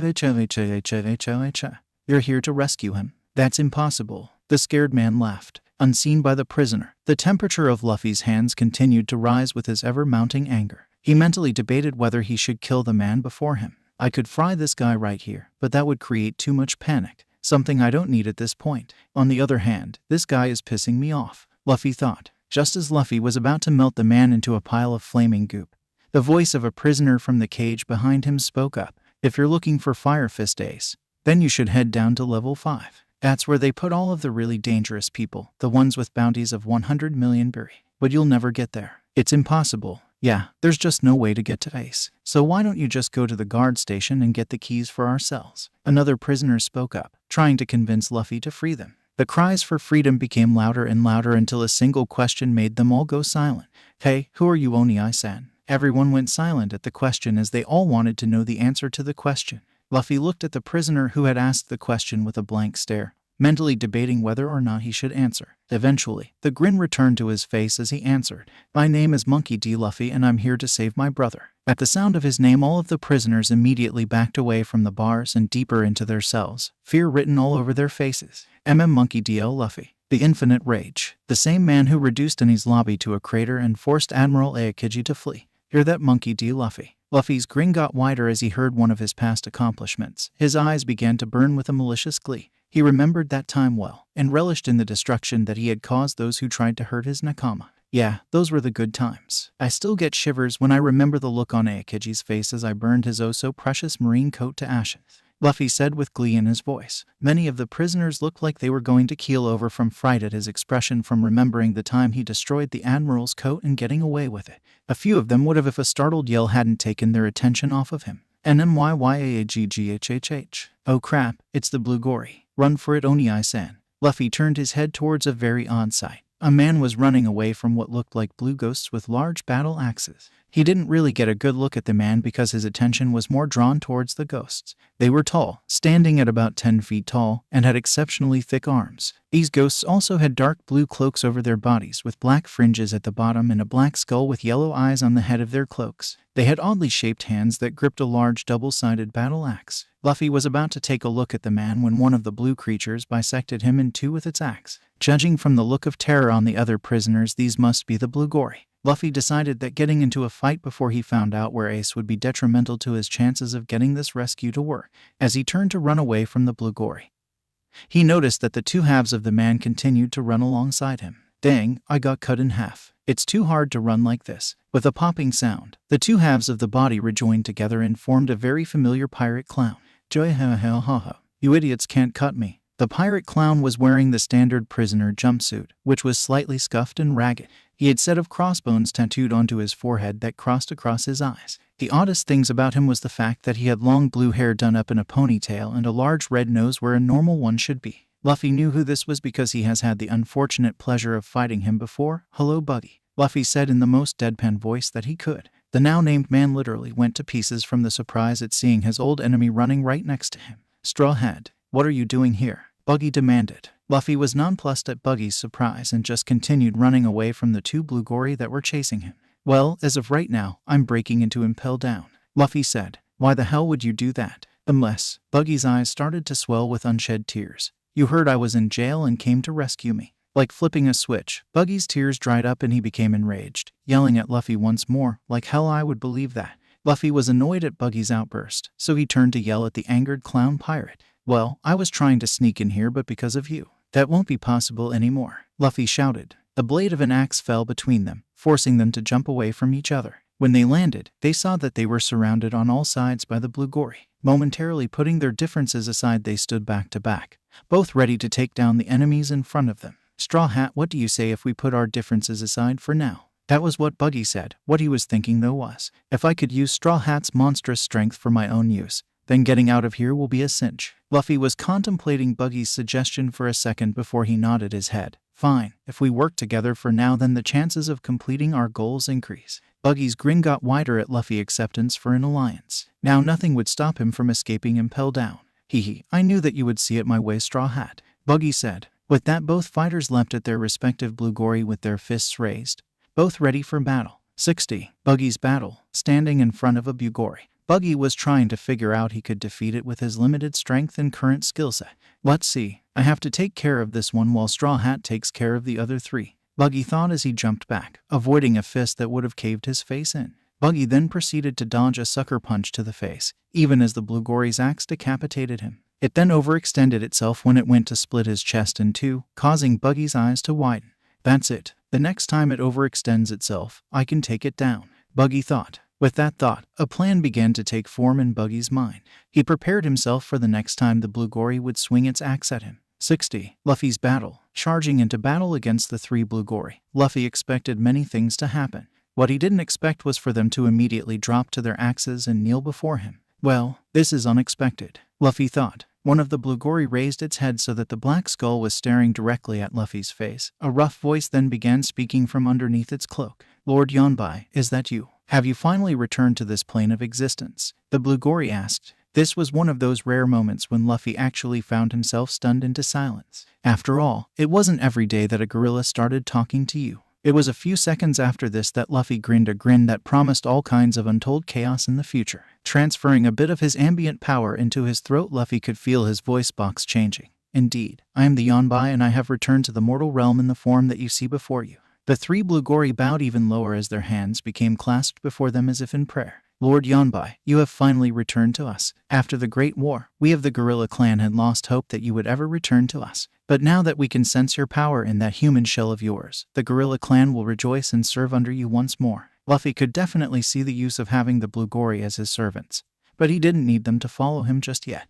They would be more useful if Impel Down's staff didn't know they were working for him, thus allowing him to use them against Impel Down when he broke out Ace. I accept your offer of servitude once more, but I will need you continue with the jobs that the humans have assigned to you. I am to rescue a prisoner here who is being held on the lowest level, Luffy ordered. Once I have freed him from his cell, you shall assist me in getting out of this prison. Until then you must pretend that we are enemies and attack me and my companions." The blue gory seemed to hesitate for a second before they all picked up their axes and charged a smirking Luffy. "Your will be done, Lord Yonbai." Luffy's grin widened as he returned their charge with his own, a light coating of lava covering his fists. He would pull his punches so that he wouldn't kill his new servants.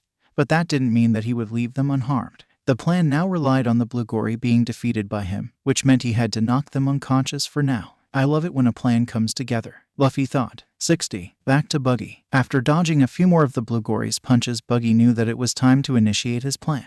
"Hey you big dumb gorilla, why don't you just get lost and go find a banana to chew on?" That seemed to anger the blue gory as it jipped the base of its axe and tried to decapitate Buggy with a Herculean strike.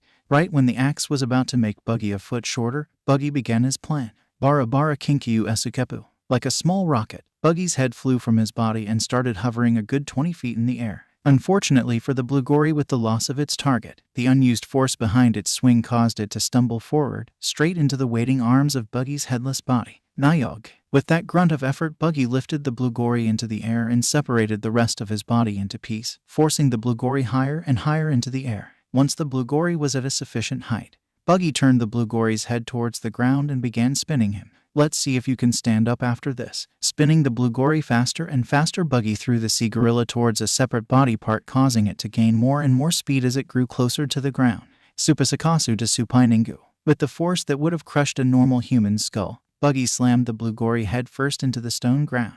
Buggy reformed a few feet away from the down guard and immediately began taunting it. "How do you like that, you stupid sea gorilla?" His bravado evaporated immediately when the blue gory got up from the fall, not even bothered by it in the slightest. "Oh come on, that should have done something to you, you monster." The blue gory was about to charge at Buggy again when a blur rushed past him and ran straight at the charging sea gorilla. Wham! With a sound that was similar to a thunderclap, the blue gory found itself wrapped around the burning fist of Monkey D. Luffy. After a second of absolute silence, the blue gory toppled onto its back, completely dead to the world.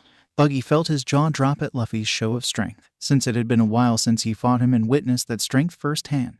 "Why, you took down a blue gory W with a single punch." Turning his floating head slightly, Buggy could see that the 3 other blue gory that Luffy had been fighting were lying on the ground, smoke rising off their unconscious bodies. Seeing the unconscious forms of the blue gory, "Come on Buggy, you've fought with me before, and somehow managed to survive. You should remember what I am capable of," Luffy said as he prodded the downed sea gorilla with his foot. Buggy did indeed remember Luffy's power. How could he not? He had nightmares about it almost every night. Looking at Luffy's turned back, Buggy couldn't help but remember his nightmares. It's always the same nightmare. A tavern sinks into lava while a large 4-tailed monster roars in rage, violently shuddering from the memory of the dream. Buggy came back into reality with a single thought on his decision to work with Luffy. What the hell am I thinking? Near the end of the first half of the Grand Line, there was an island known as Long Island. Like most other places in the Grand Line, this island was a very odd place. Depending on the yearly tide, the island could be a large chain of 10 islands with large grassland plains, or a single circular island with 10 peaks. The island was inhabited by a nomadic tribe of people who moved from peak to peak every 3 years when the tide moved out. Along with the nomads, the island's indigenous animal life lived a comfortable life in the long stretches of plains on the island, which is reflected by how tall they grow compared to normal animals. Today, though, something special was occurring on the island. The Davy Back fight contest between the Foxy Pirates and the Steampunk Pirates was in the final stage of the event, and it was a dead-even tie. The climatic fight between Foxy the Silver Fox and Steampunk Luffy for the future of their crews was about to end, in a semi-predictable outcome. 60. Long Island, Foxy Stadium. Set up near the ocean's edge of Long Island was a massive stadium that was overlooking 2 odd ships and a makeshift harbor. The largest of the ships was shaped like a fox ship fox and had steel paws that were attached to the bow of the ship, right underneath the fox head figurehead. The ship itself could easily hold hundreds of passengers and not be overcrowded in the slightest. Of course, it needed all of that space since the crew of the ship almost numbered in the quadruple digit. The deck of the ship was littered with weapons of all shapes and sizes, ranging from cannons to cutlasses, all across the multiple levels of the deck. This was the ship of the Foxy Pirates, the Sexy Foxy. The second ship was much smaller than the Foxy ship, but it was no less impressive. The hull of the ship had intersected pipes crisscrossing out from within the ship to the air outside. The ends of the pipes would occasionally whistle with exiting steam from the furnace within. Near the rudder of the ship was a single set of paddle wheels for extra speed on the ocean and a backwards-facing cannon, poised to take out any enemy that may try to sneak up behind it. The ship was repaired by someone with basic skills in carpentry, since the only sign of repair were the multiple patches of red steel that littered the hull and mast of the ship. The figurehead of this ship was a ram with a smiley face that was held up by a sheet of red steel wrapped around its neck. This little, but powerful, boat was the pirate ship of the steampunk pirates, the Going Merry. Circling the fox-like ship was a large bird with a thin man and some announcement equipment on its back. The man was wearing the standard uniform of the Foxy Pirates, which explained the biased comments that he was making on the match below. This is amazing, folks. Steampunk Luffy has managed to force Captain Foxy into the bowels of the ship. But can he deal with all the defensive measures that are within it? It's a one-on-one battle to the finish, with Captain Foxy having the home field advantage. Most of the people within the stands started to chant Foxy's name, cheering him on to victory over the rookie Supernova. But, within a small section reserved for the steampunk pirates, another group was cheering for their own captain. "Come on, Luffy, don't lose to that weird guy," a large-nosed youth with sunglasses shouted towards the large ship. This youth was the sharpshooter of the steampunk pirates, the fearless Captain Usopp. The young man did a quick spit take when the tall blonde behind him slapped him in the back of his head. "Oh," Usopp complained, rubbing his now sore head. "Why did you do that, Sanji? That hurt." Sanji's face was the picture of nonchalance as he waved off Usopp's complaint. "You were in my way, Usopp. I couldn't see the ship at all." Next to Sanji there was an orange-haired female and a slightly older woman with long black hair. These two were the navigator and the archaeologist of the steampunk pirates, Nami and Nico Robin. At that moment, Nami had an expression of anger mixed with a small bit of worry on her face as she looked on at the Foxy Pirates ship. The expression was clearly noticeable to the other female in the stands as she spoke up to her crewmate. "What's wrong, Ms. Navigator? You seem tense," Robin asked in her normal tone of voice. Nami released an angry sigh. "I just can't believe Luffy ran into another dangerous situation with no regard to his own safety again." Robin was about to speak up to defend their captain when a loud voice beat her to the punch. "Hey, Anami. Don't talk about my care like he's some sort of weakling, 'cause there's only one thing that Luffy isn't, and that's a weakling." Both ladies turned towards the owner of the voice and found themselves staring at another startling beautiful woman who was helping herself to the food that she had gotten at the Foxy Fair. She was a slim woman with long deep pink hair that reached her large bust and amethyst-colored eyes that had a constant sparkle of annoyance in them. She had an anti-eyebrow below her right eye and an even shade of rose-red lipstick across her lips. She was wearing a revealing white top which exposed part of her stomach and a fair amount of cleavage of her large breasts. She also was wearing a pair of orange and black striped, buckled shorts with long, thin suspenders that reached over her shoulders. She also wore black high-heeled boots that reached up to her calves, with large laces coming from the openings, and a pair of hot pink and dark red stockings with a yellow sun-like motif on them. To complete her outfit wore a green hat that folded over in the middle and a brown lace jacket. She was Jewelry Bonnie, the co-captain of the steampunk pirates, but more importantly, at least to the rest of the crew, she was the long-term girlfriend of their captain, Monkey D. Luffy. No one on the crew, except the two in question themselves, actually knows how the couple got together in the first place. There has been speculation, though, rumors and gossip ranging from one accidentally eating the other's food in a restaurant to a moonlit first impression over a roasting marine base. Luffy-kun isn't so weak that he would lose to some random pirate captain like Foxy the Silver Fox, Bonnie said as she ripped off a large portion of meat from a cooked drumstick before moving on to her pepperoni pizza. "If anything, I should be mad at him for not wasting that foxy little bastard the instant that he saw him." Nami's face hosted myriad of emotions ranging from anger at Bonnie's crude attitude to envy at the woman's ability to eat whatever she wanted and never get fat. Eventually she settled on annoyance. "It's just that Luffy has done this with every enemy we've ever faced so far. Someone catches his eye due to their strength, or they insult him or us in some way, then he goes off into battle with his fists ablaze." Bonnie snorted in a very unladylike manner at Nami's skepticism as she started tearing into a corn dog. "Gee, Sherbert, you gotta have more faith in my care. If he was so weak I would have kicked his ass myself a long time ago." Nami's ire at Bonnie grew as she brushed away her concerns without a care. Her temper was about to pop when a loud sound interrupted her. FWWOOO. A good portion of the deck of the Sexy Foxy was blown away in a blast of steam as a figure was blown into the air a good 50 feet above the ship. The announcer on the bird was close enough to the figure to accurately identify him for the benefit. The shock on the announcer's fact that people in the stands was easily seen by all in the stadium. "I can't believe it, folks. It's Captain Foxy. Captain Foxy has been blown right out of the battlefield," the announcer yelled. The members of the Foxy Pirates all began to shout in denial at the announcer's statement, as they couldn't believe their captain could lose. The steampunks just cheered. "Yeah, Luffy won. That's my KARE. As the unconscious and burnt-up form of Foxy fell from the air, another figure stepped out of the hole in the sexy fox's deck. The figure was very tall, by normal standards, standing at about 6'1" from head to toe. He was wearing exceedingly bright red armor that covered most his body. It was very streamlined red-plated armor that extended to cover the majority of his upper body to his red gauntlets. He also wore a pair of black and the top half of torn sleeveless kimono over the plate armor of his chest. His mouth and nose were obscured by part of his plate armor that extended from the main set of armor, but it did not extend far enough to hide the scar that ran underneath his left eye. The most identifying features of the man were the straw hat and the red furnace that puffed out steam on his back. The hat on his head and the furnace on his back immediately identified him as Monkey D. Luffy, captain of the steampunk pirates. Looking out towards the crowd in the stand, Luffy raised both of his fists towards the air and released a mighty yell. "No one is taking my Nakama away." 70. Long Ring, Long Island Beach. Standing across from each other, with their respective crewmates behind them, were Foxy and Luffy with serious looks on their faces. Foxy had himself wrapped up in white bandages so that his burns were covered from the air, while Luffy, with Bonnie by his side, stood with just a few scratches on his armor. Both captains were silent for a few moments before Foxy spoke up. "In over 900 Davy fightbacks, I've never lost a single match.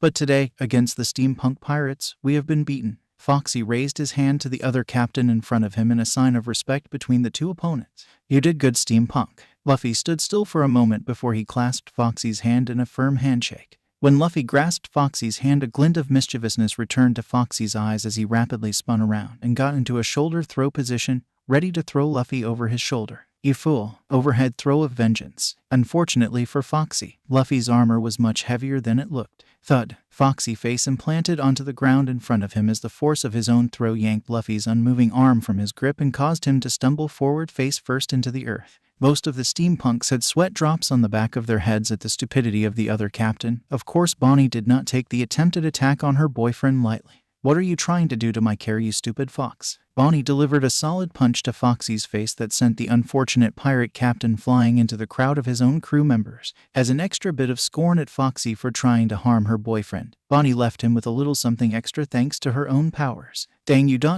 you whippersnapper. I'm old." Indeed, Bonnie had reduced Foxy into a blubbering old man thanks to the powers of her devil fruit. Crack. ARGH, my hip. Captain. 60. 5 minutes later, after the Foxy Pirates doctor had fixed his captain's broken hip, Luffy had managed to convince Bonnie to return Foxy to his original age. To do it, he had promised her a romantic date at the next town that they ported at. Once Foxy was returned to his natural age, he immediately became his usual angry self once again.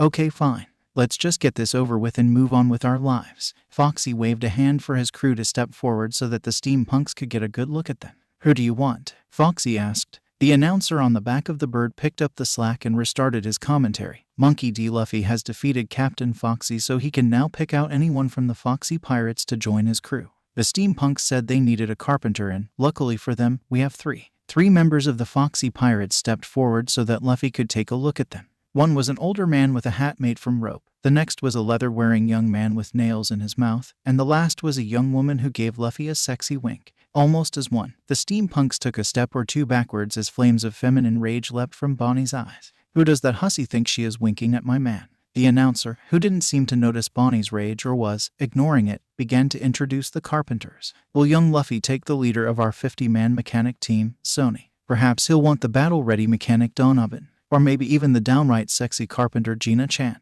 Only the captain can choose, so make your choice, Monkey D. Luffy." Luffy immediately made his answer known to the crowd. "I'll take your flag." "What? Not our flag, you monster." Even some members of the steampunks were unhappy with their captain's decision, with Sanji quickly making his displeasure known. "Wait a minute, Luffy. Let's not make any hasty decisions here. Isn't sexy Gina-chan a much better choice?" Sanji asked, hearts in his eyes as he thought about the beautiful woman. "I mean, we won't get an opportunity like this again." Damn, Sanji would have continued on with his argument if not for the enraged fist that plowed into his face, courtesy of Bonnie. "No way are we letting that hussy onto our ship, you Aro Shefu," Bonnie yelled. Bonnie would have continued on with her triad against the downed chef, but a pair of arms wrapped tenderly around her. Bonnie's look of anger immediately melted away and was replaced by a light blush on her cheeks. Luffy leaned and started nuzzling Bonnie's cheek with his own, all the while whispering soft words into her ear. "My precious jewel, why are you so angry? You know that no one in this world shines brighter in my eyes than you, so you have no reason to be so angry." Bonnie's blush grew brighter at her love's words as she silently leaned back into his armored chest. Unfortunately, the romantic moment between the two was interrupted by the yowl of an angry fox. "You're evil steampunk. You didn't even wait to consider before you decided to take our pride and strand us on this island."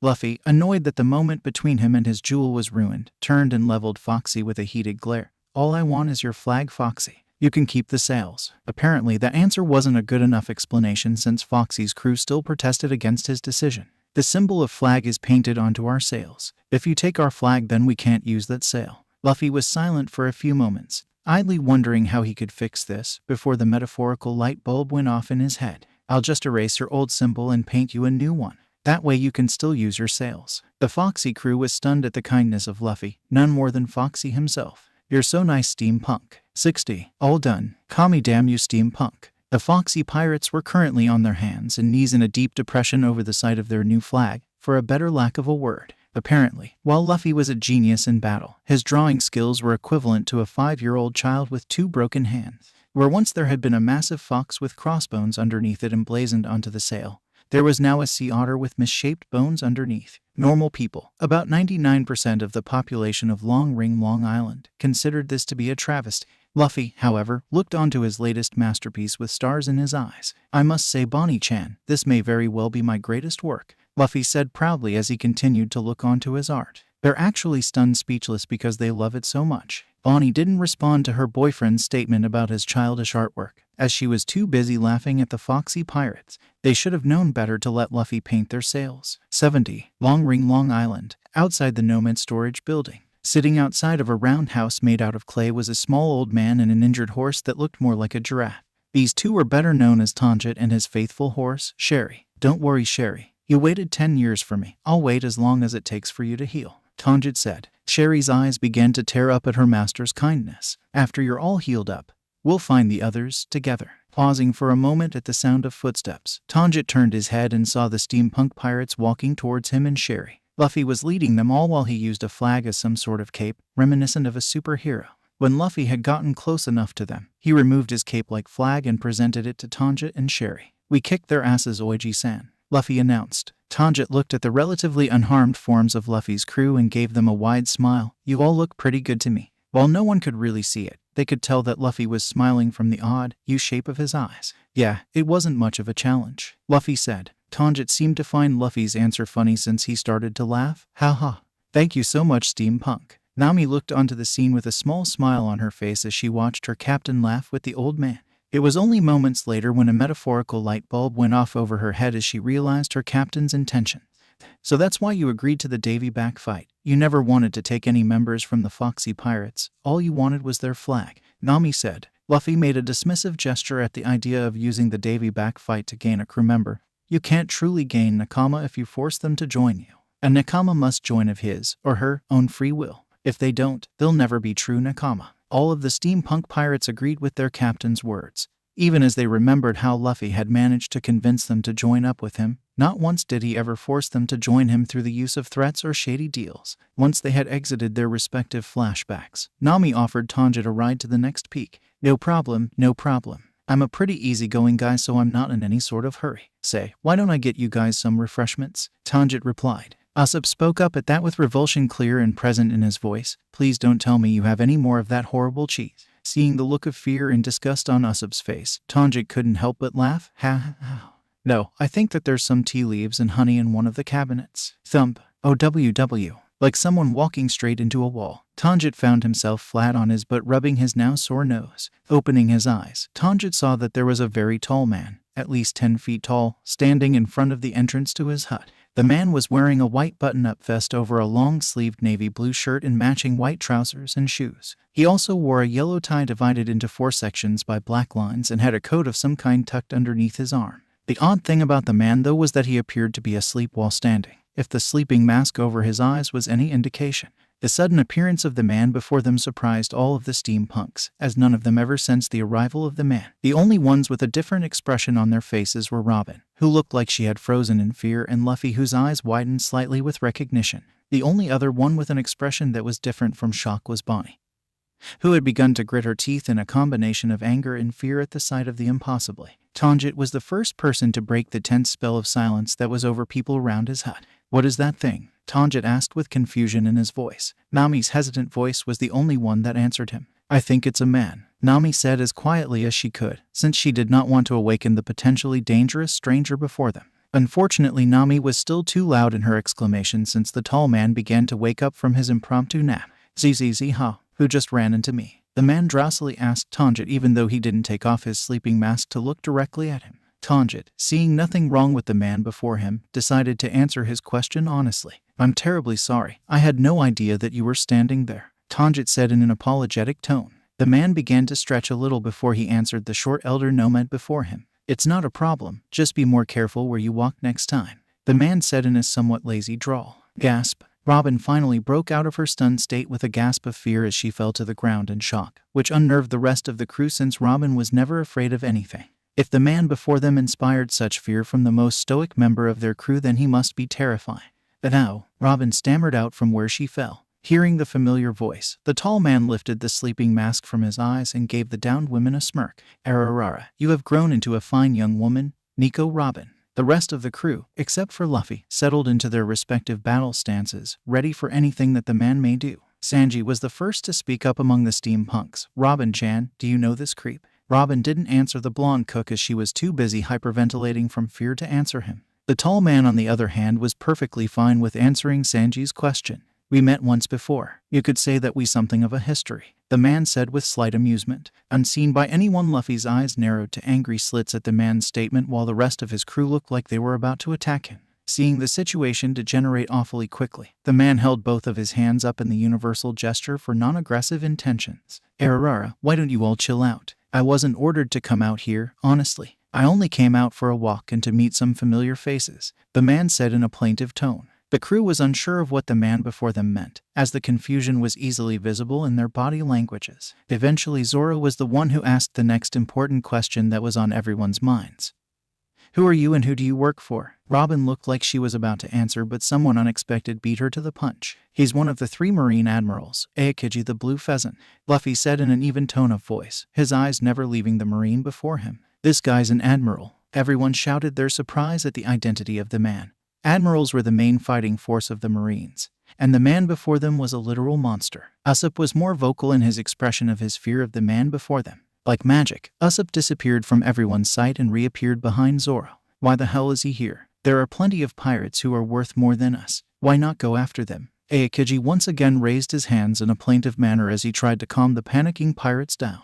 "I already told you guys to chill out. I'm only here to talk a walk," Aokiji said. A snort from Luffy's direction drew everyone's attention to their red-armored captain. He had both of his arms crossed across his chest as he shifted his weight to his left foot. "Stop playing around, Aokiji. We both know that you never just go for a walk. So, what are you really after?" That really confused the steampunks. It sounded like their captain personally knew Aokiji, but that couldn't be possible. Why would a marine admiral associate with a pirate captain? It made no sense whatsoever. Aokiji let a small smile grow on his lips as he carefully regarded Luffy. Now, Luffy, what have I said about addressing me before?" Aokiji said. Steam poured from the furnace on Luffy's back as his emotions began to boil over. "Of course. I apologize, Aokiji-sensei." It was as if time had stopped in that instance as nothing moved. Not the steampunk pirates, not the elder nomad, and not even the wind dared to blow. Eventually time seemed to return to normal and everything degenerated into chaos. "What? He's your teacher? Luffy, when were you a marine?" Robin couldn't even shout out her surprise like the rest of her crewmates. She could only look at her captain with surprise and a slight look of betrayal in her eyes. Luffy stood silently as his crew pelted him with all manner of questions until Bonnie set her foot down. "Shut the hell up." The threat of Bonnie's infamous anger managed to quell her fellow crewmates' questions. The threat of her anger didn't work on Aokiji. Leaning in closer to get a better look at the fiery young woman, Aokiji's eyes took on a slightly angry glint as he examined the woman from head to toe. "So this is the siren that lured my wayward student away from the Marines," Aokiji said. Bonnie ignored the admiral for a second as she reached into one of the pockets of her pants and pulled a clump of red powder. She then held her palm flat in front of her face and blew the red powder into the admiral's face. "Karai Moya. Arg. My eyes." The steampunks looked on with disbelief as Aokiji furiously tried to rub the spicy powder from his eyes, but only succeeded in making it worse. Who knew that spicy powder to the eyes will take down an admiral just like a normal person? Robin, on the other hand, continued to stare at her captain with a disbelieving look in her eyes as everyone else had their attention on the flailing admiral. Luffy, Robin said with an almost whispering tone. Were you really a Marine? Luffy was silent for a second, his furnace churning out steam now more than ever, before he answered the question that everyone wanted to hear. I was never an official Marine, if that's what you're wondering. Chopper was the next one to speak up. But Luffy, if you never were a Marine, then why would an admiral train you? Luffy shrugged his shoulders as he answered Chopper's question. Aokiji owed my grandfather a few favors and he cashed them in. Luffy couldn't help but remember the day his grandfather had first dropped him off with the lazy admiral. 107 years ago, on a small island in the West Blue. Grandpa, why do I have to meet one of your Marine buddies? A young monkey D. Luffy was currently being dragged against his will by his eccentric grandfather, the famous monkey D. Garp. For no reason whatsoever, like most of Garp's actions, Garp had returned to the East Blue and had snatched Luffy right out of Fuchsia Village in the middle of the night, leaving only an explanatory note and major property damage in his wake. Now Luffy, I think that I have finally found a way to make you give up your rebellious pirate ways. Garp answered with a grin. Oh crap, not again, Luffy said under his breath, though not quietly enough so that his grandfather couldn't hear him. Bonk. OWWW. Garp continued walking at an even pace, as though he didn't just smack his grandson over his head. As I was saying, the reason why you keep insisting on following in that redhead's footsteps is because you lack a necessary role model and teacher. Now, I know how awesome I am. Luffy snorted at this, which earned him another wallop to the head, but I can't be around all the time to thoroughly get rid of that pirate's influence on you. So I called in a few favors and got the next best man for the job to agree to look after you. All we're here. Luffy looked on at the clearing that they had entered and found himself severely underwhelmed at what was in the clearing. Off to one side was a rickety old beach shack that looked like it would blow over with one good storm. The only other thing in the clearing was a tree hammock that was tied between a pair of pine trees of all things. There was a man sleeping in the hammock though. He had a sleeping mask over his eyes as he had one of his legs dangled slightly above the ground as he rocked back and forth in the air. Hey Q's and wake your lazy ass up. The hammock stopped swinging as the man audibly groaned from his laid-back position. How many times do you have to be told, Garp? Call me Aokiji. Garp merely laughed away Aokiji's rebuttal as he lifted Luffy up by his shirt and threw him into the hammock with Aokiji.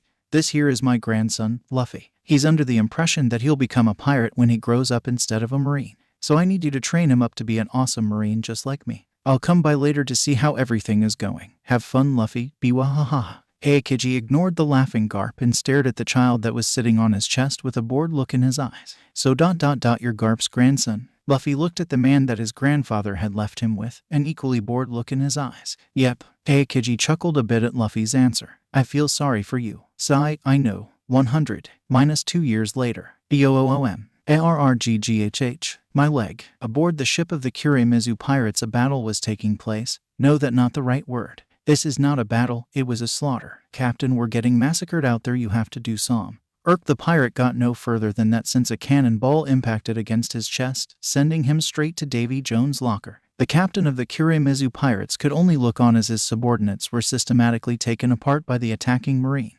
I need to get out of here while the Marines are busy with my crew. Bam! Before he could get any further to the lifeboats, the captain found himself splayed out on the ground, stunned by the force of an armored hand shattering his jaw. As he laid on the ground, a series of iron shackles clamped down on his limbs, immobilizing him. My Akui, you have been a bad boy, a young voice said. Akui turned his head to the direction of the voice and found himself staring at a teenager that was wearing a straw hat and red armored gauntlets. Strangely enough, the teen seemed to be thumbing through a book with the symbols of the Marines on it.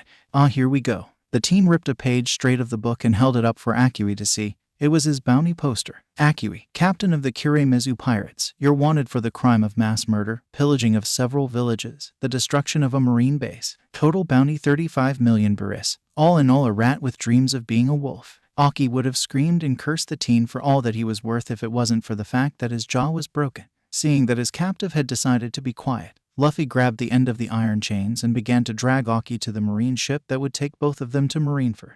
100. Marineford, Aokiji's office. Sigh, what am I going to do with you, Luffy? Aokiji asked as he looked at his wayward student who was sitting across from him on the opposite side of his solid atom wood desk. Luffy merely sat in this chair with a bored expression spread across his face. Obviously he did not want to be there. I still don't see why I'm here, Aokiji-sensei. Aokiji's eyebrow began to twitch at Luffy's casual dismissal. Because honestly, there was a limit to the amount of monkey D that one person could take. People like Fleet Admiral Sengoku passed that point a long time ago.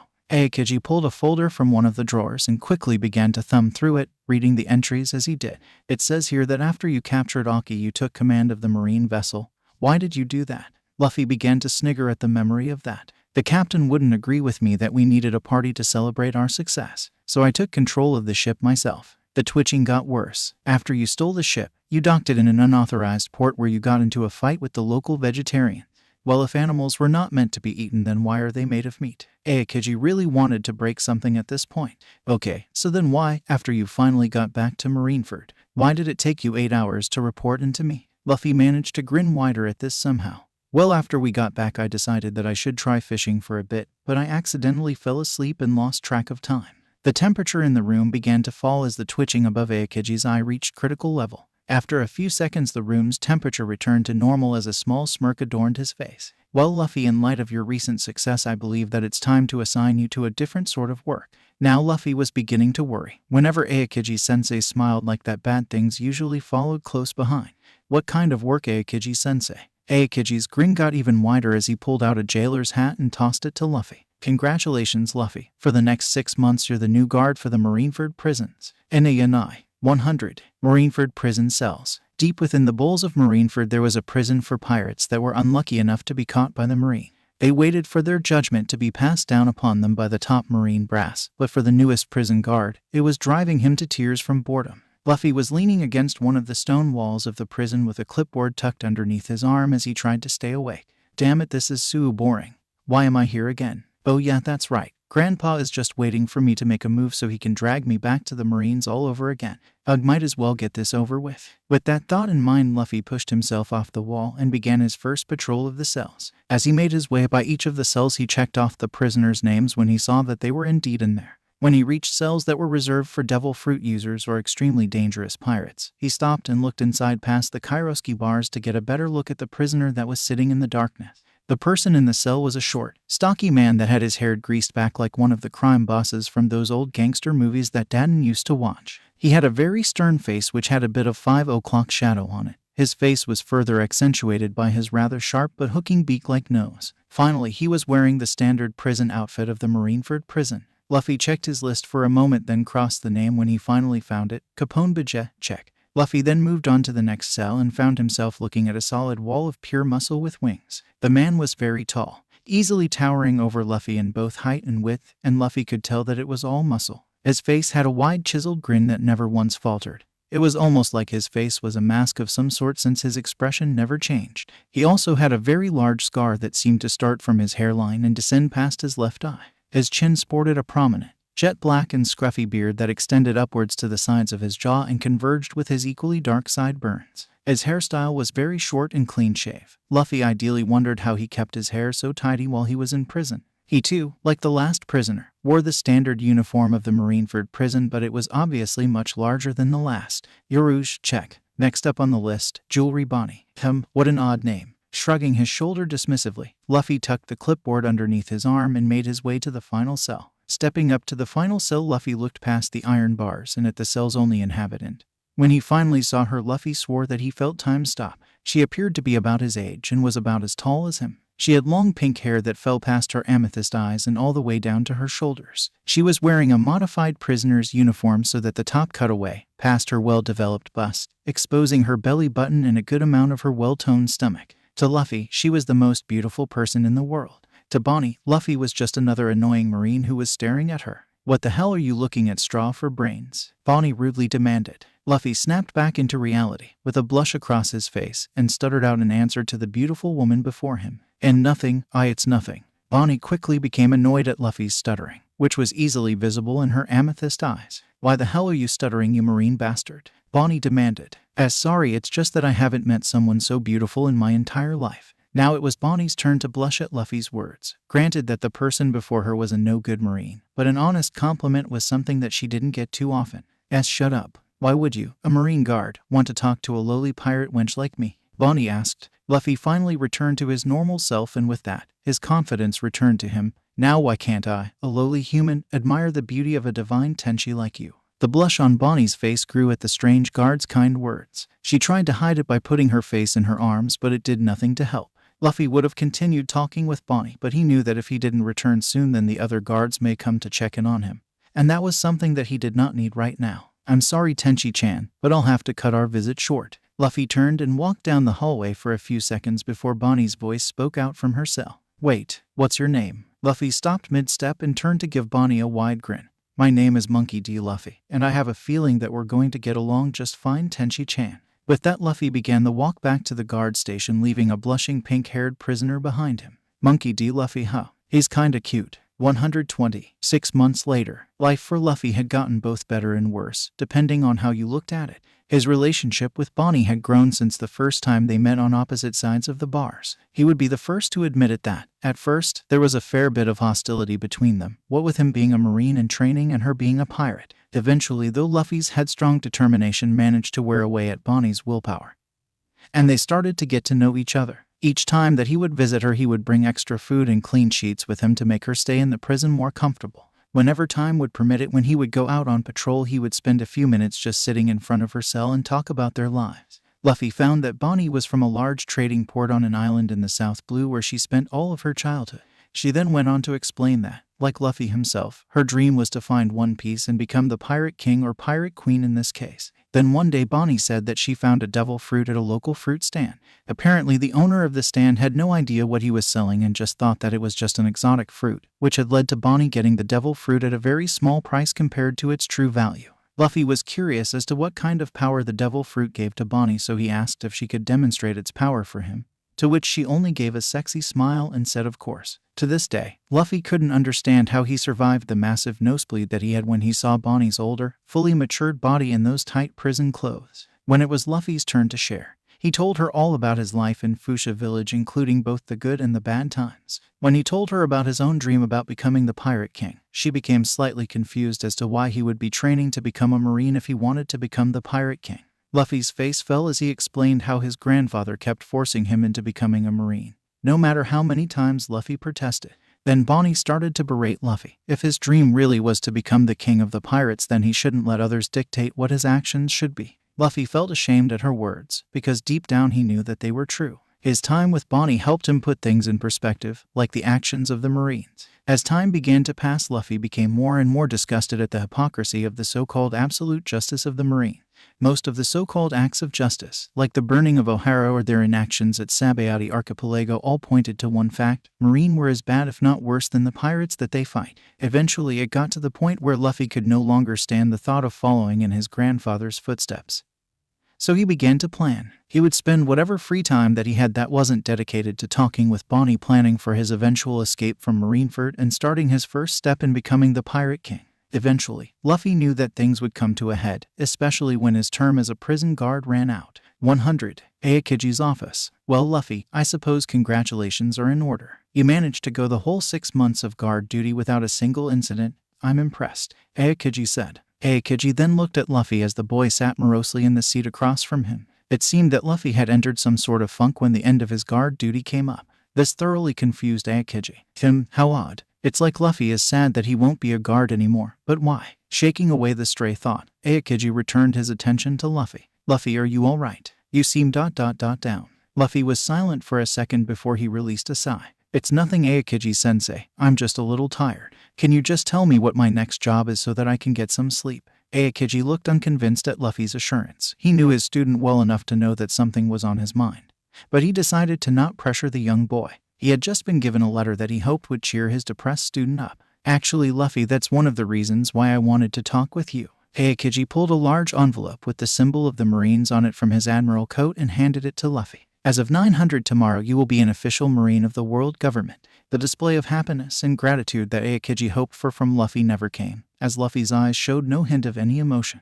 Granted that since you are my student, you will be starting at a much higher position than anybody in your age group, but it shouldn't take too long for people to get used to your advanced position. Luffy still showed no signs of the excitement that Aokiji wanted to see in his eyes, but some signs of life did return to them, though not for the reasons that Aokiji was hoping. Aokiji-sensei, if I may ask, what will happen to Bow Prisoner 642? Aokiji was honestly surprised at Luffy's question. Why would he want to know about that one prisoner? Seeds of doubt began to form in his mind, but he decided to humor the boy one last time before he became an official Marine. Aokiji pulled open one of his drawers and pulled out a seemingly random file from the hundreds that were in there, flipping it open on the desk in front of him so that he could read it out loud, tracing each word with his finger as he did so. Prisoner 642, Jewelry Bonnie. It looks like that the Gorosei have taken an interest in her devil fruit powers and have decided that she is to be sent to Dr. Vegapunk so that it can be studied and possibly replicated.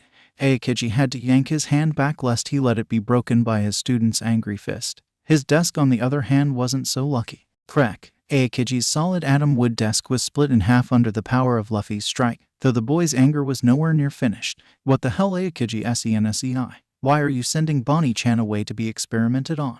Luffy demanded angrily. Aokiji was stunned at his student's outburst, as he had never seen Luffy so angry before. But, after a moment, the Marine Admiral registered what Luffy had screamed out. Bonnie-chan, Aokiji whispered. Suddenly, it all made sense to him. Luffy's sudden excitement about his job as a prison guard, the requests for extra patrol hours, the missing sheets from the prison laundry, and finally the sudden anger at Jewelry Bonnie's fate. Monkey D. Luffy, the grandson of the hero of the Marines, Monkey D. Garp, had fallen in love with a pirate. Aokiji quickly recollected himself. As there was no time to gawk now, he had to do something before Luffy did something stupid. Luffy, tell me right now, do you have feelings for this woman? Aokiji asked. Luffy's silent glare told Aokiji everything that he needed to know. Aokiji sighed heavily as he could feel a migraine coming on. Luffy, you cannot be having feelings for this woman, do you understand me? That was the wrong thing to say since it seemed to set Luffy off more as vapor started to leak from his gauntlet.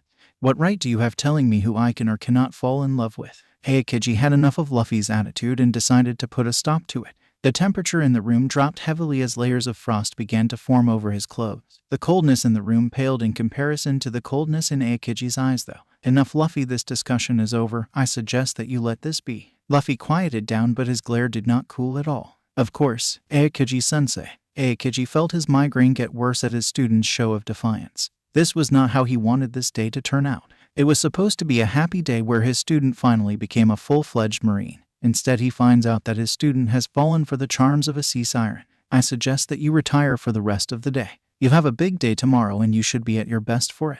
Luffy didn't answer Aokiji as he violently pushed his chair back and made his way to the hallway. Before he could grab the doorknob, Aokiji spoke up to the retreating Luffy. Luffy, that woman is a pirate, and tomorrow you will become a Marine. As long as you're a Marine, she will have no place in your life, do you understand? Luffy didn't say anything for a moment as he stood in front of the door leading to the hallway. Eventually Luffy spoke up. I understand, Aokiji-sensei. With that, Luffy left Aokiji alone in his office. As long as I am a Marine, I cannot be with my jewel. I know what I must do. 130. Marineford Prison. Luffy made his way to the guard station in the prison to begin the first part of his escape plan.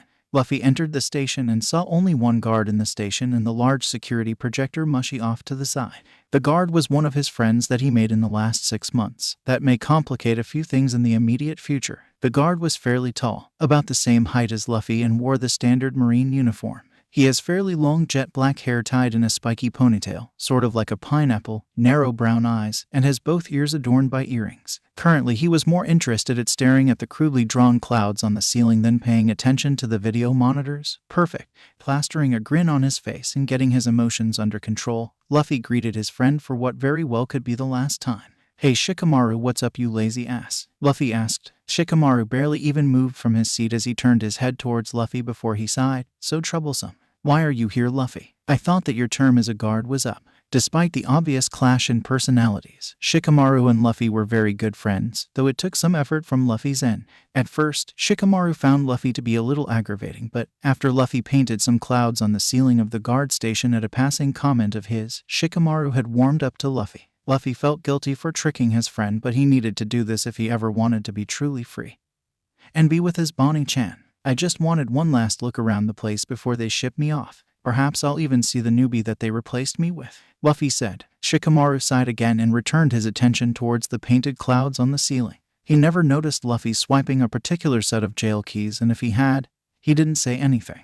They replaced you with a real troublesome guy named Smoker. He's always so serious and complains when I don't watch the monitors, Shikamaru said. Though I suppose that I should pay more attention to what he says, or he may use that Loja power of his on me. That last bit of information really caught Luffy's interest. Loja, huh? That'll be tricky, but thanks to Aokiji-sensei's training, I think I can deal with him. Just have to remember to use Haki. Well, Shika, I guess I should get going. I'll see you around, Luffy said. Luffy turned to leave but was stopped by Shikamaru's voice. Hey Luffy. Luffy was terrified. Did Shikamaru notice the missing keys? Did he know what Luffy was planning to do? If anyone could figure it out, it was Shikamaru. The guy might not look like it, but he was very smart. Luffy wasn't going to take a chance to see if Shikamaru had found out, and was about to turn around and knock his friend unconscious but was stopped at the sound of Shikamaru's voice. Take care of yourself, okay Luffy? Luffy visibly relaxed at his friend's question and he answered with a grin on his face. Don't worry, I will, Shikamaru. With that, Luffy turned and left Shikamaru alone in the room. Shikamaru sat in his chair for a while, quiet as the stones around him, before he let out an audible groan. He then leaned forward and flipped a switch on the security projector Den Mushi that shut down the surveillance system for his sector of the prison. Seeing that his work was done, Shikamaru went back to staring at the painted clouds as a small smile grew on his lips. Luffy, you may be troublesome, but I hope you accomplish that troublesome dream of yours. 120. Luffy walked the rest towards the end of cell block D, where Bonnie and the rest of the dangerous criminals were being kept, while smiling on the inside for how well his plan was going so far. Just 2 more obstacles to go, then me and Bonnie-chan are out of here scot-free. With that thought in mind, Luffy quickened his pace as he turned around another corner in the hallway. After a few more minutes of walking, he came upon the area where Bonnie and the other prisoners were being kept. Quickly scanning the area, Luffy made out the new guard for this sector sitting in a chair with both of his arms in a relaxed crossed position. He must be Smoker. Smoker was a tall, muscular, gray-haired man who seemed to be smoking 2 large cigars at the same time. That couldn't be healthy at all. He was wearing a large, thick white and blue specialist marine jacket that was zipped open and had greenish fur lining the neck, wrists, and hem of the jacket. On his back was a large jut that looked like it had been put through the ringer more than on one occasion. He also was wearing a pair of brown leather gloves, a pair of blue jeans with a brown belt, and a set of large military-issue brown leather boots. Seeing Luffy walk closer to him, Smoker reached back and gripped the handle of his jut, ready to draw it at a moment's notice. Halt! Who are you and what are you doing here? Whoa there, cowboy, I'm the previous guard of this sector, Monkey D. Luffy. Luffy said as he held both of his hands up in a non-threatening manner as he walked towards Smoker. Smoker didn't ease his hand off the jut for a second before his hands returned to their crossed position. Yeah, I heard about you from that sloth at the guard station. Why are you here? I thought that the higher-ups were going to promote you to a full Marine. Luffy managed to produce a believable smile as he sheepishly scratched the back of his head. They are going to promote me to a Marine. He then walked up to Bonnie's cell and looked inside at the confused pirate. The confusion could be easily seen on her face until she saw Luffy give her a discreet wink, which told her that Luffy had a plan of some sort. Smoker scoffed at Luffy's statement as he got off his chair so that he could stand behind Luffy. I don't know why you would bother coming down here to see these scum. They'll be shipped off to Impel Down soon enough. Of course, this is no surprise since that's the fate of all who follow the path of the pirate. Luffy seriously wanted to destroy something at this point. Smoker's bashing of his Bonnie-chan and all pirates in general was wearing away at his already thin temper, but Luffy held himself back. This was not the correct time to strike. He needed Smoker to let his guard down just a little bit more before he could take him out. Smoker seemed to not notice Luffy's tense posture as he walked up behind him and laid a gloved hand across Luffy's shoulder in a sign of congratulations. Hey, Scuttlebutt says that you actually wanted to become a pirate when you were younger. Boy, it's a good thing that you wised up before you became like the scum here. That was enough for Luffy. Okay, that's it. I was going to let you off with a nasty goose egg, but you just bought yourself a ticket to Coma Land. Actually, Smoker said that's not entirely true. Smoker looked down at Luffy with a somewhat puzzled expression on his face. He never did notice the steam leaking out of Luffy's gauntlet. I still want to be the king. With that, Luffy spun around and threw his fist towards Smoker's face. Joki Suryoku. Steam flowed from Luffy's gauntlet at great speeds, causing it to become a red blur that rocketed towards the angry Smoker's face. Luffy's a traitor. I need to take him out as soon as his fist pass. Bam! Smoker clearly expected for Luffy's fist to merely pass through him and was therefore surprised when the gauntlet made contact with his face and sent him flying into a wall, sending up a lot of dust and debris into the air. Luffy waited for the dust to settle so that he could make sure that Smoker was down for the count. He didn't need to worry, for when the dust had settled, Smoker's was laid out in the chair that he was originally sitting in, knocked out cold with an impression of Luffy's fist on his face. The other prisoners started cheering at the sight of the knocked out guard. Way to go, Luffy-kun. Bonnie cheered at the sight of her boyfriend's actions. Indeed, young man, that was quite the show. But please, get us out of here before the other guards show up, Bijah said as he stood behind the bars of his cell. Oh, right, I'm on it. Using the keys that he swiped from Shikamaru's station, Luffy unlocked all 3 of the cells in the sector.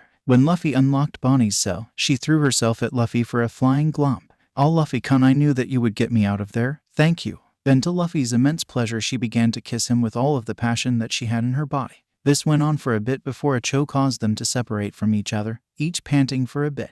I hate to break up a moment between young love, Yuruj said as he looked on at the blushing pair. But while I appreciate you freeing us, how will you get us out of Marineford? Luffy, reluctantly, separated from Bonnie and walked up to the wall at the end of the hallway and placed his hand against it.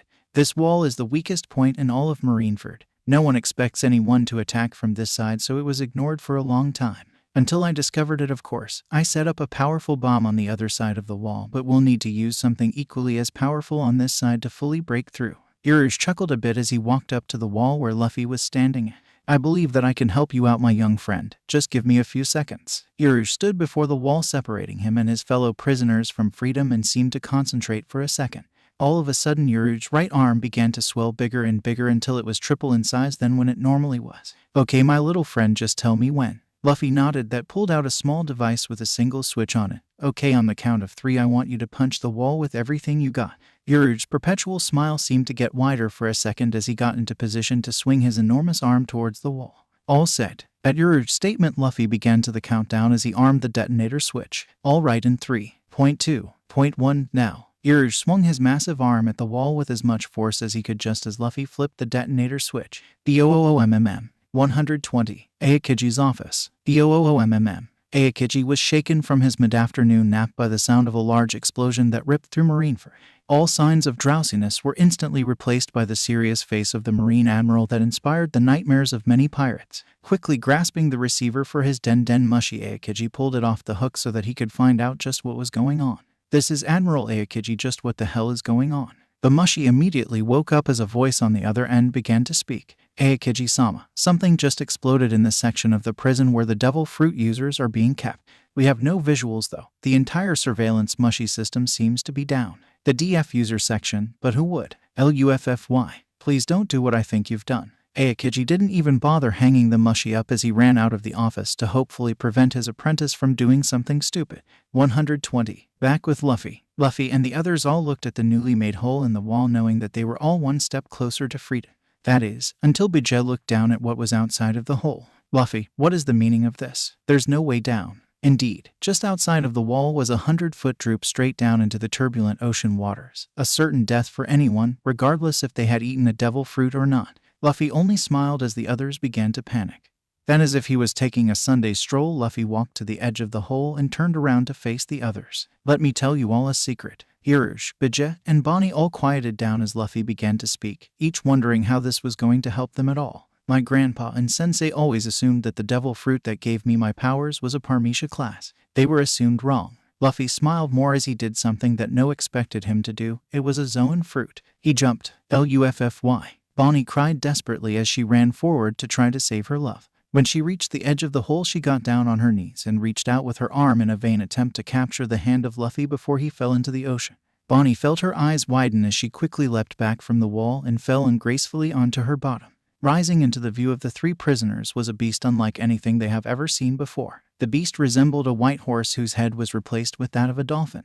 It had 2 long pointed horns on the back of its skull and 3 shorter horns in front of the back ones. Each one was deadly sharp from what they could see. The ends of its horns and hooves had dark brown spots, and its ocean blue eyes had red markings around them like eyeliner. The thing that struck them the most was the 5 long majestic white tails that flowed behind the beast, and the fact that it was walking on the water's surface like it was solid land. All was silence until a deep baritone voice sounded from the 5-tailed beast. What's the matter, Bonnie-chan? You look like you've seen a ghost. Bonnie was stunned at the familiar affectionate tone that the monster used. Only one person ever dared talk to her like that. Luffy-kun ... Is that you? The 5-tailed beast only smiled at her question, unwittingly showing its sharp teeth to the prisoners. Of course it is my jewel, who else would I be? Luffy then got serious again. There's no time to explain. Quickly climb onto my back so that we can get out of here before Sensei comes. Luffy growled as he leaned against the wall underneath the hole. Seeing that there really was no choice in the matter, all 3 of the former prisoners jumped onto Luffy's back and grabbed a few clumps of hair so that they wouldn't fall off in the impending escape. Okay everyone, just hold on tight, this ride may get a little bumpy. With that warning, Luffy started to gallop across the ocean's water with enough speed so that he only appeared as a blur to anyone who may catch a glimpse of him. As they ran further and further away from Marineford, Luffy couldn't help but have one final thought in regard to his former sensei. I'm sorry Aokiji-sensei, but this is my dream. Whacker. Admiral Aokiji. 120. With Aokiji. I hope I'm not too late. Aokiji thought as he raced through Marineford. Thanks to his liberal use of sorrow, Aokiji had managed to enter the prison sector in record time. What he saw did not bode well at all. Smoker was out cold against the wall, and 3 all to familiar cells were wide open. Looking around the cell block further, Aokiji finally noticed the hole in the wall and began to walk towards it. Every clack of his shoes against the stone floor was like thunder to Aokiji's ears as various scenarios rushed through his mind. Had Luffy really betrayed the Marines? Had Luffy been forced to betray them in any way? If so, then by whom? Aokiji finally made it to the hole and merely stood at the edge of the hole, as though he was hoping that the salty sea air would provide him with the answers that he so desperately wanted. Strangely enough, it did. Silently floating from the sky as though it was a leaf was an envelope. Thanks to a small gust of the ocean breeze, the envelope flew towards Aokiji, who plucked it from the air. Looking at the envelope in his hands, Aokiji couldn't help but feel a deep sense of sadness. It was Luffy's Marine acceptance letter. After a second of standing in the ocean breeze, his sadness was crushed beneath the cold, oppressive force of his rage. Jewelry Bonnie, this is your fault. You seduced Luffy away from his future in the Marines. You will pay. I'll make certain of that. 120. Present time. Luffy shook his head to clear away the loose memories as he refocused his attention on his old sensei, who was lying down in the grass. His eyes were still red from the chili powder that the Bonnie blew in his face. The others in the clearing were still looking at him for answers to their when Bonnie spoke up again in Luffy's defense. Listen up, you lot, and listen well. Luffy gave up his possible future as a Marine for me, so if you have a problem with him, then you have a problem with me, Bonnie declared as she held her fist up ready to smack any of them who may have had a problem with Luffy. The rest of the crew looked at each other for a second before they all nodded in agreement. Then as one they all yelled out their answer for Luffy. Bonnie and anyone else that would be able to hear them. Luffy is our captain and we will not abandon him. Luffy couldn't help but feel a great amount of happiness at his crew's faith in him. Even Robin had lost the look of betrayal on her face and had joined in the others in their support of Luffy. Happy feelings aside, Luffy knew that he needed to find out why Aokiji was here. Luffy turned his attention to Aokiji, who finally got the last of the chili pepper out of his eyes. So once again, Aokiji, why are you really here? Luffy asked. Aokiji began to grumble something about disrespectful apprentices before spoke up. I suppose that you wouldn't accept the excuse that I just wanted to see how my former apprentice was doing with his new crew, would you? Not a chance in hell. Luffy snorted dismissively at Aokiji's excuse. I knew that wouldn't cut it. Aokiji's eyes shut as though he was thinking hard. Or he was just tired again. He then pointed to Tanjit, who had been silent throughout the whole conversation. You there? I wasn't fully asleep earlier, so I heard about your problem. You're trying to get to the other islands, correct? Tanjit was a little hesitant to answer the man before him. While Tanjit may have had a great deal of respect for the Marines in general, the Admiral could try to hurt the nice young people who helped him and Sherry since they were pirates. Eventually, the need to see his long-lost family won out against his caution. Yes, I do need to get across the islands. Then I can help you, Aokiji simply said as calmly as someone would who was talking about the weather. Now wait a second, Usopp shouted as he pointed his shaking finger at Aokiji. Just how do you plan to do that? I highly doubt that you're going to swim him over there, and since we didn't see another ships nearby, you can't ferry him over. Surprisingly, it was not Aokiji who answered, it was Robin. No, it's possible, she said quietly, her voice barely a whisper. With his powers, it's entirely possible. The crew, except for Luffy and Bonnie, were all confused at what Robin meant. 120. Aokiji, the steampunk pirates, and Tanjit with Sherry in a cart all walked to the edge of the island where a stone ramp descended into the ocean. Tanjit had packed up all of his belongings onto a cart and safely secured Sherry onto a trolley so that she wouldn't have to move. Seeing that they had arrived at the edge of the island, Aokiji began to walk to the water's edge. So this is the road that only appears at low tide, Aokiji commented as he stood on the stone ramp that led to the other islands. So how exactly are you going to get the old man across the sea? Sanji asked as he continued to glare at the Marine. Are you going to pull him as you swim across? Don't be silly, that's just impossible. Aokiji deadpanned at Sanji's question. Aokiji then crouched before the ocean and dipped his fingertips into the water. Then a look of extreme concentration appeared on his face, as though he was trying to force something to happen. Please step back for a moment. Everyone was silent for a few seconds as they watched the Marine Admiral work. Most were wondering what he was doing, while Luffy, Bonnie, and Robin knew what was going to happen next. Of course, they really didn't expect for the surprise that they got. FWOOSH. GYYYAA. A large sea king breached the surging waves and began to lunge at the still kneeling Admiral, who showed no signs of distress. That didn't stop the others from panicking, though. That's the Sea King that rules these waters, Tanjit screamed hastily. The Sea King then released another mighty roar as it charged in to devour Aokiji whole. Aokiji still did not lose his icy composure and was silent up until the beast was upon him. Ice Age. From Aokiji's submerged fingertips came a wave of ice, the sheer coldness of it freezing everything in its path. Even the mighty Sea King was frozen solid by the oppressive ice, despite the beast's best attempts to get away. The ice now stretched out as far as the eye could see across the ocean's surface. Most of the steampunks couldn't believe what they were seeing. The very weakness that was shared by all bearers of the devil fruit had been subverted and defeated. This is the power to tame the ocean itself, the freezing power of the high no mai. Robin spoke up, breaking the shocked silence that Aokiji's power created. This is the power that belongs to the Marine Admiral of Water. 120. A few minutes later, after a heartfelt goodbye from Tanja and Sherry, Luffy turned around to find that his former sensei was once again sitting on the ground lazily staring at them. With the rest of the crew behind him and Bonnie by his side, Luffy knew he needed to find out Aokiji's true intentions. As he was about to ask his questions, Bonnie beat him to the punch. "What's the deal, old man? I doubt that you came all the way out here just perform your good deed of the day or just see my care. So why don't you just spill it already? Why are you here?" Aokiji seemed to ignore Bonnie, which served to further anger Bonnie, but Luffy could see Aokiji narrowed his eyes slightly from anger. That was odd. Aokiji rarely gets angry, so why is it that Bonnie inspired such anger in Aokiji? Not even bothering to answer Bonnie's question, Aokiji reached into his vest and pulled something out. Then, before anyone could get a good look at what it was, he threw it to Luffy, who deftly caught it in midair due to his trained reflexes. Lowering the object in his hand to eye level, Luffy couldn't hold in his surprise at what it was. Sitting innocently in his hands was a stark white envelope with the insignia of the Gorosei emblazoned on it.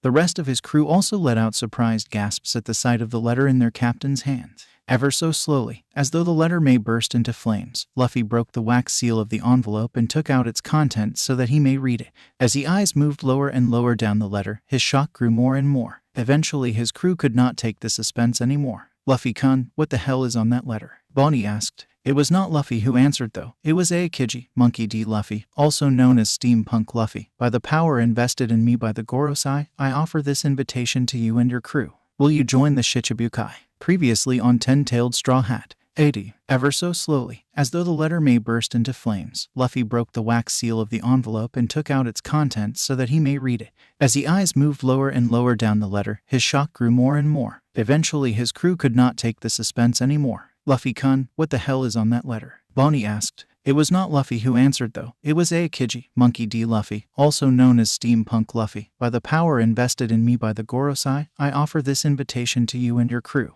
Will you join the Shichibukai?" 80. And now the exciting next episode of Go By. Go By Part 2, Boiling Horse vs. Icy Pheasant. 80. No one in the clearing dared move after the bombshell that Aokiji had just dropped on them. Eventually, what Aokiji was offering them finally registered in their minds and all hell broke loose. WHAATTT. Luffy joining the Shichibukai. This has to be a dream. None of the crew ever dreamed that they would ever be offered this opportunity. After all, most if not all of their encounters with Marines usually degenerated into violence of some kind.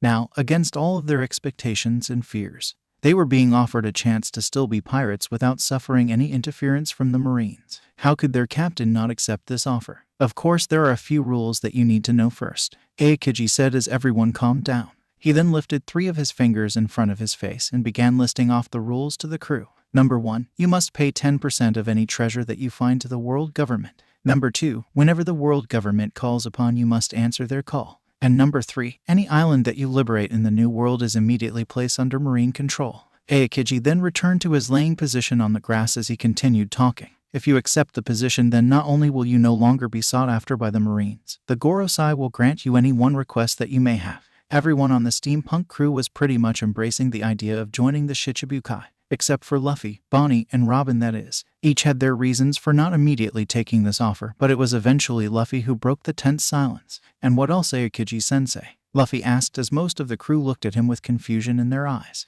Aokiji's eyebrow ticked once at Luffy's question before he replied in his usual relaxed tone. "What do you mean, Luffy? Those are all of the rules. There are no other constrictions besides those." Luffy crossed his arms once again as more steam began to billow from his furnace. "Don't try to play me, Aokiji. There was a reason why you could never beat me in poker. I know all of your signs. So once more, what are the other requirements?" Aokiji's eyebrow ticked twice this time as the grass around him gained a slight layer of frost. After a long moment of silence, Aokiji began to speak in a slow voice to his former student. "There are 2 more conditions for you to fulfill before you can join the Shichibukai." The steampunks all began to feel uneasy at the prospect of 2 mystery conditions, but they wanted to hear them anyways. After all, it wasn't often that the position of Shichibukai was offered to someone. In accordance with the commands of the Gorosei, if Monkey D. Luffy wishes to join the Shichibukai, then he must turn over Nico, Robin, and Jewelry Bonnie for immediate detainment. Everyone erupted with anger at the thought of giving up their friends for personal glory. Did this man think that they were so shallow that they would agree with this insane request? Each member of the crew got into their respective fighting stances, each ready to pummel the admiral into the ground. Seeing that he was quickly losing them, Aokiji tried to make them rethink their decision. Don't be too hasty here. This is a big opportunity that's being presented to you that won't ever happen again. Aokiji then turned his attention back to Luffy in an attempt to persuade him. Besides, you don't want those women on your crew, Luffy. Nico Robin is a curse to whoever is in her company. Every organization that she has associated with eventually ends up destroyed with her as the sole survivor. And now she has joined your group. Robin looked ashamed at Aokiji's accusations but said nothing in her own defense. Then there's Sea Siren that you broke out of Marine Ford. Luffy's eyes narrowed slightly at Aokiji's words as steam began to leak from the creases of his armor. Bonnie wasn't holding it together as well as Luffy, as her face was already glowing red from anger at the Admiral's words. Don't you think it's almost too convenient that you fell for her just as she was going to be shipped out of Marineford? What are you trying to say, Aokiji? Luffy quietly hissed out. I'm saying that Jewelry Bonnie knew that she was to be shipped out to Impel Down, and then she saw you. She took advantage of you, fed you lie after lie until she had you under her spell. And then she used you to break out of jail so she wouldn't face justice. Aokiji stated even as Bonnie grew red with rage and Luffy's furnace began to pour out steam at a steady rate, creating a low whistling sound similar to when a tea kettle whistles. The only reason she continues to act as if she loves you is because you ate one of the most powerful devil fruits out there. She is using you and your power to further her own plans. That was too much for Bonnie to bear and released an angry shriek as all of her pent-up anger at the Admiral burst out of her like a breaking dam. How dare you? What gives you the right to question my love for Luffy? I love him, unconditionally and unselfishly, and if you ever dare suggest that my love for him is false, then I'll shove fists so far down your throat that you'll... Bonnie would have continued her angry rant, but Luffy stepped in front of her and moved to stand in front of Aokiji. Luffy-kun. Aokiji smirked slightly since he thought that Luffy was going to agree to the offer. But then he began to speak. Aokiji, not only do you come here and insult my nakama, you actually believe that I will give up a member of my crew and my love for personal gain. Aokiji's smirk fell from his face as the members of the steampunks looked at their captain with happiness in their eyes and expressions. Then you have the absolute gall to question the love that Bonnie-chan and I have for each other. That was the last straw. Luffy then gripped the Gorosei in his hands and ripped it to shreds. When the deed was done, Luffy threw the torn scraps at the grass in front of Aokiji like it was party confetti. Consider this my way of saying hell no, Luffy said as the rest of his crew cheered him on. 100 different emotions flew in Aokiji's eyes as he stared at the shredded remains of the Shichibukai invitation letter. Eventually, the emotions in his eyes settled on cold resignation. I really wish you hadn't done that, Luffy. Aokiji sighed. The majority of the steampunks looked at Aokiji with confusion while Luffy merely stared at his former sensei. The Gorosei gave me a secondary set of orders. If you rejected the offer of joining the Shichibukai, then I am to eliminate you and your entire crew. With that, Aokiji disappeared from everyone's view and reappeared in front of Luffy with his hand gripping his one student's face. Ice time. Luffy's widened eyes were the only indication of surprise before he was frozen completely solid in a thick layer of ice and frost. Luffy. The steampunks cried out in alarm at how easily their captain was taken out. It didn't seem realistic that their captain could have been caught off guard like that. The idea that he could be so easily defeated by a single person was something that no one thought would ever happen. However, they remembered that this was no ordinary man before them.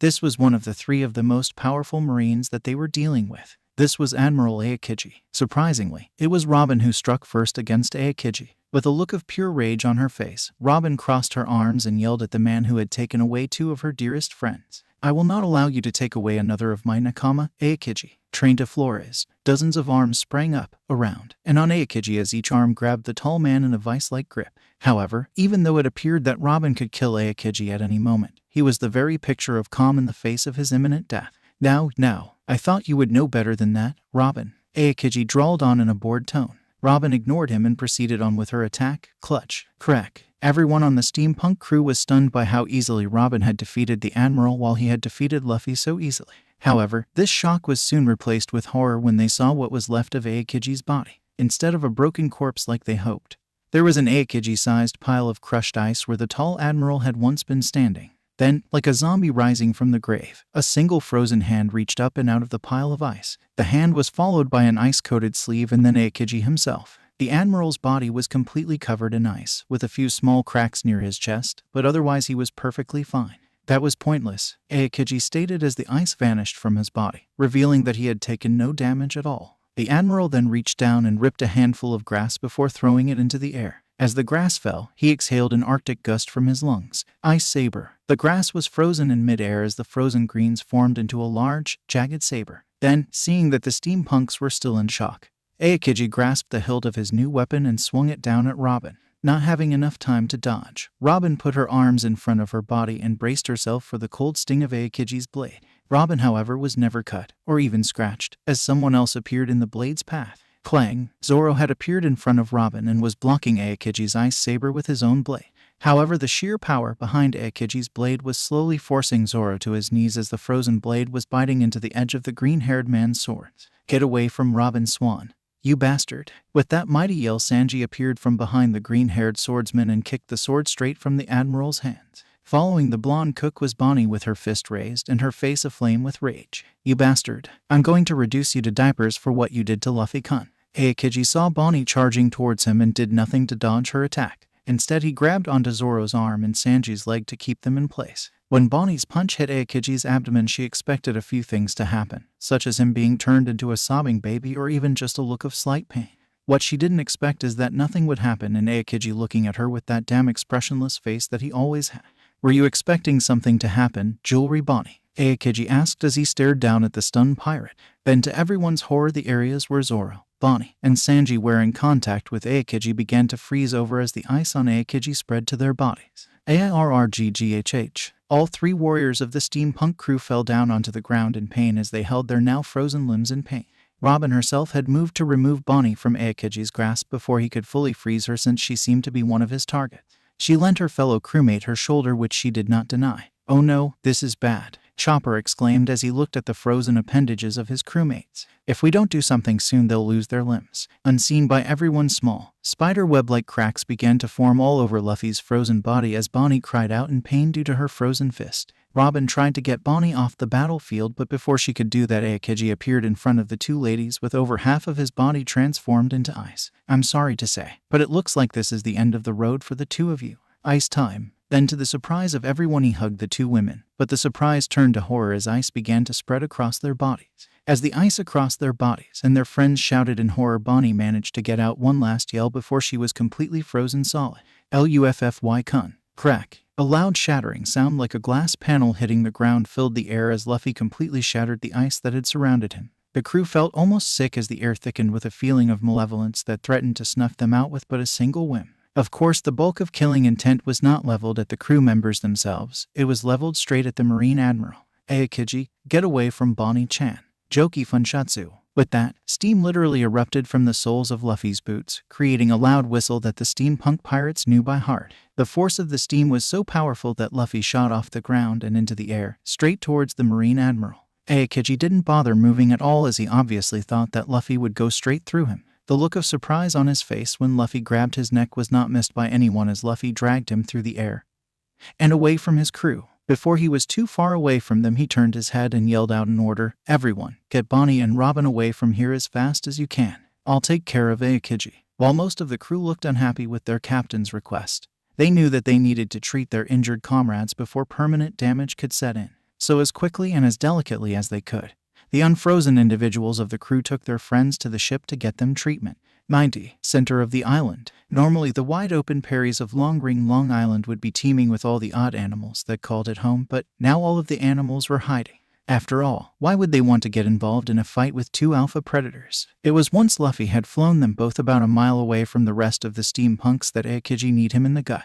This action forced Luffy to let go of the Marine Admiral, who quickly descended to the ground, followed by Luffy. Now student and teacher face off against each other in a battle to shake the ages. I suppose I should thank you before we start this off, Aokiji, Luffy said as he slowly fell into his fighting stance. Both of his arms were raised in front of him like a boxer as his feet stood shoulder-width apart. Though, and why would you thank me, Luffy? Aokiji asked as he gently rubbed the developing bruise on his throat. Come now, Aokiji, don't play dumb, Luffy responded. I know that you could have escaped at any time, but you allowed me to take you out this far. Aokiji was silent for a bit before he fell in his own respective fighting stance. Does it really matter at this point?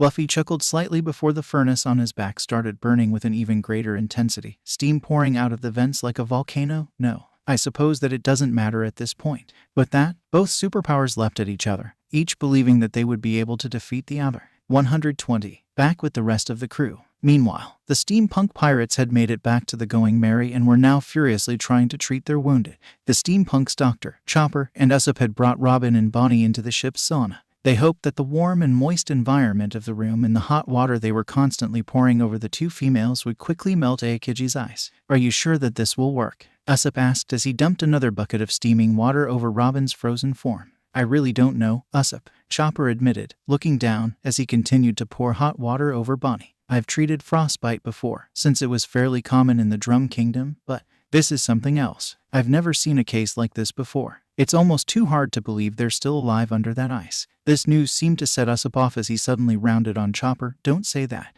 You're our doctor, and if you can't treat them. Usopp trailed off, with his angry expression dimming somewhat. Then they're as good as dead. You think I don't know that? Chopper snapped. I know what will happen if I can't treat them in time, Usopp. I'm just saying is that I've never dealt with this. I don't think anybody's dealt with this before. So just be quiet and keep pouring the water over them. Usopp gritted his teeth together but said nothing, knowing it would only infuriate Chopper more, before hollering for another bucket of water. Nami quickly handed him a bucket before she poured her own bucket of water over Robin's face. 120. Back in the clearing. The clearing was filled with the sounds of smacking fists, as the two opponents traded blows with one another. They hadn't bothered using their devil fruit abilities and were quite content with testing the other's defenses, but that was about to change. A straight punch from Luffy, that would have easily been dodged normally, got into Aokiji's guard. And that's exactly what the Admiral wanted. Based on the fact that Luffy can actually land a blow on me without activating my defense means that he's mastered his haki. That's easy enough to counter. With that, Aokiji projected his haki field and waited for the fist to pass right through him. Wham! With the force of a rampaging bull, Aokiji was thrown into the air and away from Luffy. Luffy did not let this opportunity go by, so with a blast of steam Luffy quickly caught up with Aokiji and delivered a viscous axe kick to the Admiral's gut and creating a crater in the ground where the Admiral landed. Spittle flew out of Aokiji's mouth as his defense once again failed to protect him. Luffy had leaped back a bit and was merely waiting for, what the hell is going on? I was sure that I cancelled out his haki, so how can he still hurt me? Ever so slowly Aokiji got to his knees and stared at Luffy, trying to decipher how he had hurt him. Then he noticed something when G gripped the area where Luffy had hit him. It was warm. What is this? It's warm. Could it be? Aokiji's attention was drawn to the furnace on his former apprentice's back. No longer was steam pumping out of it, but for some reason the fires within it was still going strong. It all came together when he saw some steam leak from the gauntlets that Luffy wore. So, Luffy's voice broke Aokiji from his contemplation. Did you figure it out yet? Aokiji chuckled a bit as he stood to his full height and looked down at his student. It's so simple. The answer, I mean, that I'm almost insulted. The reason why you can hurt me is because of the steam, correct? You force it into your armor and heat it up to the point where it cancels out my ice form. There was silence in the field for a bit before Luffy started laughing. Ha ha ha ha. I figured that you would be the one to figure this trick out, Aokiji-sensei. But I am not limited to just heating up my armor with my steam. Luffy raised his right hand into the air and cupped it as if he was gripping a round object. Then from the creases of his gauntlets came a steady stream of steam. Only this time it did not float away from Luffy. The steam began to swirl above his palm. The steam began to spin faster and faster until a ball of violently churning steam hovered just above his palm. I admit that I created this next attack just to piss off Grandpa, but it still packs a punch. Luffy then pulled his arm back and got into familiar stance that made Aokiji's eyes widen. No way ... he isn't crazy enough to copy his moves ... is he? Jokey Ryusei. Luffy lobbed the ball of steam like it was a baseball. But it moved much faster than any normal projectile. Unfortunately, it was still not fast enough to hit an admiral. Aokiji nimbly dodged to the side and watched as the attack tear up a good portion of the ground where it hit. Aokiji looked at the damage that the attack left before he turned his attention back to Luffy. You do know that when your grandfather hears about this, he's going to come after you himself, right? Though Aokiji couldn't see it, he knew that Luffy was grinning underneath his mask as he formed two more of the steam cannon balls. And what makes you think that worries me? Aokiji just shrugged his shoulders slightly before he fell back in his lazy stance. I just wanted to let you know that your actions have consequences. Aokiji then swung his hand out in front of him as he shouted out his next attack. Ice spikes. The area in front of Aokiji was quickly engulfed in ice as hundreds of frozen jagged spikes raced towards Luffy, intent on skewering him. Luffy wasted no time and threw the steam balls in his hands at the approaching ices. Though they did stop the advancing ice for a few seconds, the gained ground was overcome by the ice behind it. Luffy quickly forced some steam through his boots as he flew off to the side to avoid the most of incoming ice. Unfortunately, before Luffy could return to the offensive, Aokiji appeared behind him in a burst of sorrow and tried to bisect him with an ice sword that he had created. Normally, Luffy wouldn't have bothered trying to block a bladed attack, but something told him that he shouldn't let that blade hit his torso. Trusting his instincts, Luffy brought both of his forearms, where his armor was the sturdiest, up in defense just as the blade made contact with them. The sound of screeching metal filled the air as Luffy jumped back from Aokiji and inspected the damages to his armor. What he saw shocked him. Right where the sword met his armor were a series of deep scratches and gouges in the normally pristine armor. Before Luffy could contemplate what Aokiji had done to his armor, his ex-sensei's voice rang out through the field. "Ice partisan." Luffy looked up and saw a pair of long spears made of ice flying towards him at impressive speeds. Deciding it was time that he quit dodging, Luffy raised both of his arms into the air and pointed them at the projectiles. Atsuryoku Kainen. Two compressed streams of steam shot from Luffy's hands and impacted against the partisans, both attacks canceling each other out in a cloud of steam and ice. Luffy stared at Aokiji for a second after their attacks met before he allowed his eyes to flicker to the ice saber still in his enemy's hands. Unlike most of Aokiji's hastily made ice weapons, this one seemed specially designed to take down armored opponents. All along the edge of the blade were small teeth, like those on a saw blade. Each one was as sharp as a normal sword and could have easily cut through regular armor. Now it makes sense. That sword of his is the reason that he can damage my armor, Luffy thought in realization. Every time he slashes my armor, it's like someone is running a saw blade over it. His eyes narrowed. I can't allow it to touch me again. With that thought in mind, Luffy decided on his next course of action. He quickly fired off another Atsuryoku Kainen at Aokiji while dashing to the left. Aokiji leaped into the air and transformed his arm into its icy counterpart. He then swung his open, icy fist towards Luffy. Hundreds of shards broke off from Aokiji's arm, flying towards Luffy at speeds that them little more than blurs.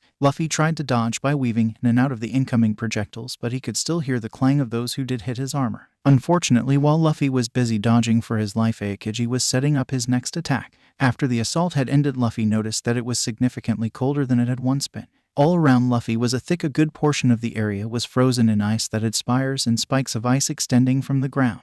Aokiji was a good 30 feet away from Luffy, on his knee, with both hands pressed against the ground as thick layers of ice spread from them. Everything was quiet for a moment before all icy hell broke loose. Ice eruption, dozens if not hundreds of razor-sharp spikes erupted around Luffy and closed in on him from all sides, leaving no chance to escape. Seeing that he couldn't dodge this attack, Luffy decided to get rid of it. Luffy planted both feet into the ground to better support and crossed his arms in front of his chest. As Luffy began to concentrate, the furnace on his back began to grow hotter and hotter as its owner fed his energy into it. Subit no sauna Maori nai. Right as the lances of ice were about to impale him, a thick fog of steam escaped from all the creases of his armor and melted all of the ice spikes. Not only did the steam melt the spikes, it extended a good 40 feet in all directions, encasing everything in a thick fog. Luffy merely looked into the sauna that he created and tried to find the admiral. And this is why I hate using that attack. I can never see through my own damn steam afterwards. Luffy then extended his sense and his haki field into the steam in an attempt to locate Aokiji. All was silent as Luffy tried to locate Aokiji, and it seemed that his old sensei had left the battlefield until Luffy's eyes flew open as he turned his head around just in time to see Aokiji appear behind him. Aokiji had his drawn back ready for a punch, but unlike a normal punch, he converted his fist into ice. Now, normally trying to punch someone while your fist is made out of a fragile material is a bad idea, but this time was different. Instead of the clear white ice that he usually turned into, his fist took on a deep blue color that was reminiscent of his namesake. Also, it was unbelievably cold. The very air around his fist actually began to freeze. With a quick motion, Aokiji thrust his hand into Luffy's furnace, seeming to ignore the roaring fires burning within. Sub-Zero punch. With something akin to horror and shock, Luffy watched as not only the flames of his furnace suddenly went out, large chunks of ice began to grow and climb out from the dead hearth. Luffy spun around and threw a right hook at Aokiji, trying to get his hand away from the furnace. Unfortunately, Aokiji merely leaped away from Luffy, satisfied with his work. "It's over, Luffy," Aokiji said as he watched Luffy try and break his furnace out of the ice. "Without that furnace of yours, you have no way of generating the steam you need for your attacks. Give up now and I will ignore that little outburst of rebellion earlier." Then Luffy did something that Aokiji truly did not see coming. Smash! With no hesitation whatsoever, Luffy reached behind his back and shattered his frozen furnace with a well-placed punch. "You know, Aokiji," Luffy began as though he didn't just destroy his own weapon. You always assumed that you knew my limits, but you know what? This battle is just getting started." With that, Luffy held his hands together in an odd gesture and muttered a single word underneath his breath. Katsu. Boom. With a loud explosion of sound and steam, Luffy's armor jettisoned itself off the young teen and into the air. Aokiji merely let the pieces that flew at him pass through his body, only to notice how each piece of armor sunk into the ground due to their heavy weight. After a second or two, the leftover steam finally dissipated and Aokiji finally got a better look at his wayward student without the armor hiding his view. Luffy was extremely pale, which made sense considering how long that he must have kept that armor of his on. However, despite what his armor might suggest, Luffy had a lithe structure as all of Luffy's muscles were compact and spry. Luffy wore a chainmail vest over his torso and a pair of hakama pants that had silver clouds and wisps stitched on it. His black hair hung down to his shoulders, but none seemed to get into his eyes. And now it's time to get this party started right. With that, a thick, red-colored miasma surged from Luffy and obscured the boy from view. Aokiji knew that whatever Luffy was planning wouldn't be good, so he charged at the steam with the intent of knocking Luffy out of it.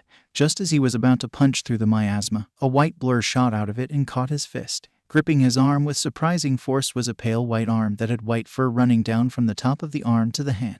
Oddly enough, the fingernails belonging to this hand were ebony black, but it wasn't nail polish. It was as if that was the nail's natural color. Aokiji tore his eyes away from the arm and looked into the rest of his student as the miasma finally dissipated. Staring at him squarely in the eyes was Luffy, but he was radically different. Luffy was now as tall as Aokiji himself, looking him eye to eye, which allowed Aokiji to notice the red eyeliner that surrounded his former pupil's eyes. Luffy also possessed a pair of white horns on his head, which extended way past the boy's ears. Luffy's lower body appeared to have been replaced with a pair of horse legs. These legs, and Luffy's arms, were covered in soft white fur. To complete his look, Luffy possessed 5 long, thin tails that waved behind him slightly, steam slowly rising off of them. Now Aokiji-sensei. The newly transformed Luffy as he actually managed to lift Aokiji off of the ground. "Let's try this again, shall we?" "Oh crap," Aokiji thought as Luffy's transformed fist flew towards his head. Techniques. Ice time. Kyuzen touches his opponent's body, then freezes them into a human ice statue.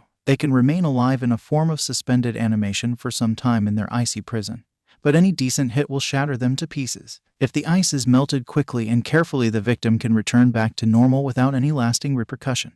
Train to Flores. Robin sprouts 30 arms. This number of arms being used as a name technique was first seen being used to choke several Marines that were blocking her way to the Alabasta tomb. Ice saber. Kyuzen picks up several thin objects, such as blades of grass, and throws them into the air. He then blows on them with an icy breath that freezes them into a large, jagged sword of ice. During the Whitebeard War, Kyuzen did not need to pick up objects to freeze the blade as seen when he stabbed Luffy. Joki Funshutsu. Using the steam that the furnace on his back created, Luffy forces it out in great volume and speed from a hole in the bottom of his boots. The force from this action is enough to send Luffy into the air. Joki Ryusei. One of Luffy's most used attacks. Luffy created this move off one of his grandfather's attacks. Using a combination of Haki and his DF power, Luffy forms steam orbs which he can lob at enemies at high velocity. Thanks to the Haki shell around it, the orb can deliver bludgeoning damage to the enemy before it releases its hot contents. Ice spikes. One of Aokiji's standard attacks. He sends out a wave of ice that eventually splits up to form sharp spikes. Ice partisan. Kyuzen creates spears of ice and then hurls them at the enemy. Atsuryoku Kaianen. Using his special armor, Luffy can shoot out a stream of stem out at high speed. Ice eruption. Aokiji surrounds his opponent in a thick field of ice. After the ice is thick enough, he uses it as a base to launch hundreds of icy projectiles at an opponent. Subit no Sana Maori Nai.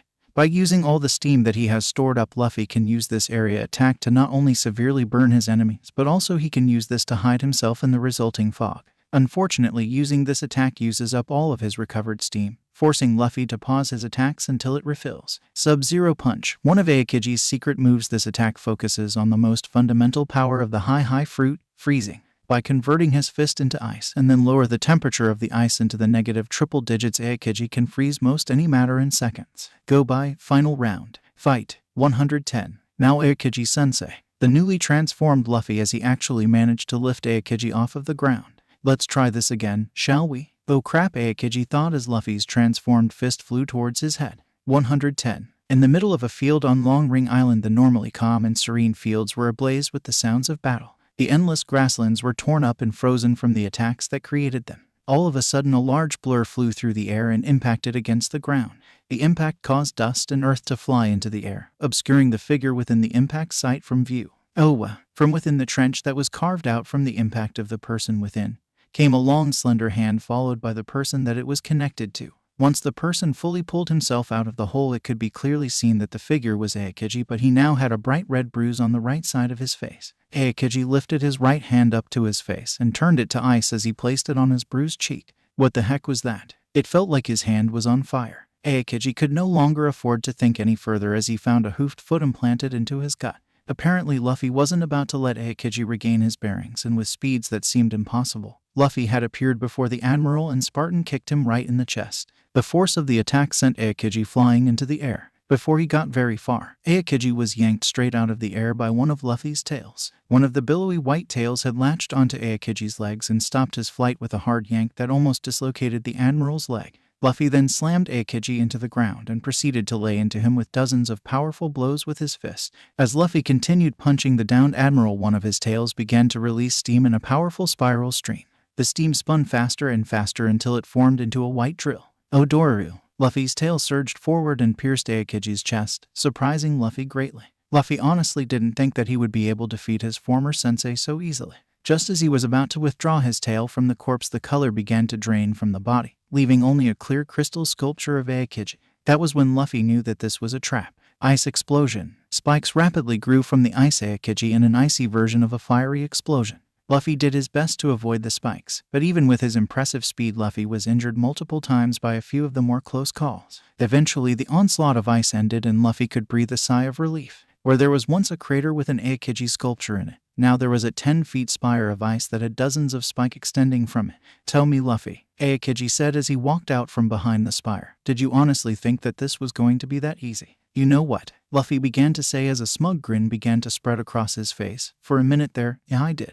With that, Luffy leapt at Aokiji, ready to defeat him once and for all. 30 back on the ship. 30. On the deck of the Going Merry, a veritable cloud of depression surrounded the normally joyful deck. 3 of the steampunks, Zoro, Nami, and Sanji, were waiting for the news that they both hoped and feared for, whether or not their nakama survived. Nami was pacing back and forth in front across the deck of the ship, but would occasionally stop and take a quick look at the infirmary door before she returned to her pacing. Zoro merely sat on one of the rails and stared out at the fields while Sanji was sitting against the mast, listlessly smoking his 5th cigarette in the last few minutes. While Nami was consumed with worry for her friends, Zoro and Sanji were taking this predicament especially hard. They both felt that it was their fault that their friends were hurt, that they were too weak, and because of that their nakama were hurt. Damn it, Zoro thought as he stared out at the island awaiting the sign of any hint that his captain was alright. Am I still that weak? Was all of my training for nothing? Zoro would have gripped Kuina's blade for comfort, but he could not do that now. His arm, still reeling from the state that the admiral had put it in, was unable to grasp his friend's precious memento. Twice now I have beaten like a child. Twice now I have failed to uphold my promise. How can I call myself the greatest swordsman if I can't even protect my friends? Zoro tried to banish away the negative thoughts, but they only buried further into his mind. Sanji wasn't that better off than Zoro was. Like Zoro, he was reflecting on the loss that Admiral Aokiji had dealt them and how they couldn't protect Bonnie and Robin. The guilt that he felt from his thoughts was unbearable, so he resolved to stare at the door that led to Chopper's infirmary. My dearest Bonnie Swan, Robin Swan, I'm so sorry. I couldn't even touch that guy. It was like fighting the force of winter itself, simply impossible. And now, Sanji released a breath, the strands of smoke of his cigarette curling around his face. We've left Fluffy to deal with that monster alone. His teeth clenched against his cigarette, biting through the paper that held the tobacco together, as another wave of icy pain washed through his leg. Damn it all. The sound of an opening door drew all 3 of the steampunks' attention away from their own thoughts and towards the door to Chopper's infirmary. Stepping out of the door with his head down was Usopp with a half-filled bucket of water in his hands. The fact that they couldn't make out Usopp's expression started to fill the rest of the crew's hearts with dread, since they assumed that the worst had happened. The next person that came out of the room put Nami, Zoro, and Sanji's minds at ease. It was Chopper, and he had an enormous grin on his face. It was a difficult case to treat, but Chopper made the peace sign with his hooves. They're okay. Only a couple moments later, Bonnie and Robin walked out of the infirmary to the joy of their nakama. While both had heavy blankets on and were soaking wet, they appeared to be the picture of perfect health. So, why are you sisses standing around and crying so much? Bonnie demanded through chattering teeth. You're making me feel as if we're at some funeral. Geez. The steampunks couldn't help but laugh at Bonnie's all too familiar lack of manners. It was good to see that she didn't let the near-death experience change her. After a few moments, the steampunks managed to pull themselves together. However, it was then that Usopp noticed something, or rather someone, was amiss. "Hey, where's Luffy at?" Usopp asked, curious. Didn't he escape from that ice prison by himself, or is he in the lower decks? The good mood that had descended upon the crew evaporated at his question. Solemn faces replaced ones that had once been filled with joy as no one made a sound. Usopp took notice of the uncomfortable silence before he looked around and saw the sorrowful expression on his nakama's faces. The gears finally began turning in his mind as he put the puzzle pieces together, and just a few agonizing seconds later he erupted with rage. "He isn't back yet. Why the hell haven't you gone after him then?" Usopp grabbed onto Sanji's arm before he began to shake him back and forth angrily. "I know that Luffy is strong, but how the hell can you leave to fight that monster all by himself?" Sanji slapped Usopp's hands away from him as his expression shifted angrily. "You think that we want to stand aside while Luffy risks his life? Usopp, do you know how much this is hurting us right now? To know that we can do nothing against that monster while our captain fights for us." Bam! Both would have continued arguing if it wasn't for the well-placed fist to their heads thanks to an irate Bonnie. "Shut the hell up. You make it sound like Luffy-kun has no chance against this guy." She then yanked both men to their feet and glared straight into their eyes. "If you ever lose faith like that again, then I'll kick you off the ship myself." The crew was stunned. To be threatened with expulsion from the crew was one of the most damning punishments that they could think of. Before they could try and talk Bonnie out of her rage, something truly terrifying happened. Out in the horizon, two gigantic attacks, both hundreds of feet in height, met on the field. One was a gigantic glacier of the coldest temperature, the other a tornado of the hottest steam. The resulting clash between the two attacks produced shock waves that were felt all the way at the ship. "Luffy-kun," Bonnie thought as she stared out into the grasslands, "please be okay." XXX back in the battlefield. XXX. The battlefield in which Admiral Aokiji and Luffy had been reduced to something seen during a war. Most of the field was covered in a thick sheet of ice, making the normally endless grassland a barren, frozen wasteland. That was not the true extent of the damage, however, as hanging throughout the entire field was a thick blanket of steam. It hovered in the air just above the ice, as if trying to erase the existence of the thing that dared defy it. Standing in between a pair of curved ice spires was Admiral Aokiji. The Admiral's arms were raised, and he was breathing heavily from the exertion of his previously attacks. His normally pristine suit was torn and scuffed from the prolonged battle. The Admiral's normally calm expression had been replaced with something entirely different. His eyes were like ice, chipped straight off from the coldest and oldest of the world's glaciers. His usual lax face was now the very essence of icy cold determination. No longer was this man Kyuzen, the dutiful sensei to Monkey D. Luffy. That man had been suppressed as the fighting began anew. He was now the pinnacle of strength and discipline of the Marines. He was Admiral Aokiji, the Blue Pheasant. Standing right before Admiral Aokiji, right where the steam was the thickest, was Luffy. Like the Admiral, he had not come out of their prolonged battle unscathed. His body was riddled with dozens of cuts that bled black ichor-like blood and bruises from when he wasn't able to dodge Aokiji's ice. Luffy's arms were held up in front of him in a cross-guard position, the fur that adorned them covered in flecks of ice and, in some places, matted down with his own blood. However, despite this, Luffy couldn't help but grin at the current circumstances. Unlike his normal grins, though, this grin was one of someone who truly enjoyed combat, the pounding of fists against one another as two equals met on the field of war. Also, the fact that the man standing before him was his former sensei sparked a new determination in Luffy. He wanted to surpass the man that stood before him, to rise above his infamous sensei and prove how strong he really was. It was also exhilarating. How long has it been? How long has it been since someone has pushed me this far? The thrill of a fight that you can't predict the outcome of. There is no greater feeling than that. "So," Luffy began, breaking out of his inner monologue, "you're finally taking me seriously then?" Aokiji features did not waver at Luffy's question, but he did answer him. "I see now that you are resolute in your decision to not return to the Marines, and to ask again would be an insult to you. The only thing I can do for you now is make your death as painless as possible." With that, Aokiji threw his hand into the air as if he were tossing something underhanded. Ice geyser. From the ice below Luffy's feet, a frozen geyser leapt up at the Hanyo captain as it tried to encompass him. Luffy did not stand idle while the attack tried to consume him, though. With a mighty leap that was aided by the force of his tail smashing into the ground, Luffy dodged the attack and flew towards Aokiji. As Luffy flew through the air, he held his hand out to his side, readying his next attack. Steam seeped from his skin as it began to violently twist around in his palm. But unlike the Joki Ryusei, this attack almost seemed like it is contained within a shell of light as the torrential motions that made up its insides rotated in countless directions. Rasen Joki. Luffy thrusted his attack into Aokiji's abdomen, sending the man 40 feet away from him before his attack expanded into a huge, swirling dome. He then watched as Aokiji was suspended in midair before twisters of boiling steam violently restrained the man's limbs and lapped at his skin. Normally, hitting an enemy with one of his strongest attacks would have brought satisfaction to Luffy's face, but the surprising lack of screaming from Aokiji worried him. His Rasenjoki was a complicated move that expanded once it hit a target, quickly restraining said target, before the steam that made it up burned it to death. Obviously, this caused a lot of pain for the victim, yet Aokiji was as cool as a cucumber. If he didn't know any better, Luffy would have thought that. Oh crap. Luffy took a quick look around in his surroundings that confirmed his suspicions. All around him, like Mad Ice Sculptor's gallery, were dozens of ice statues, all in various poses, all acting in a sloth-like manner. Aokiji then shimmered into existence a dozen yards away from Luffy with his hand raised and his fingers ready to snap them. That was the one thing that you never could learn, Luffy. Sometimes you have to use deception to win a battle, or a cluster grenade. Each ice clone returned to its original glassy color and exploded in a blizzard of shards that were sharper than any blade. Thousands of the shards flew through the air towards Luffy with the intent to maul him. Luffy knew that dodging this attack would do more harm than good, so he did the only thing that was available to him.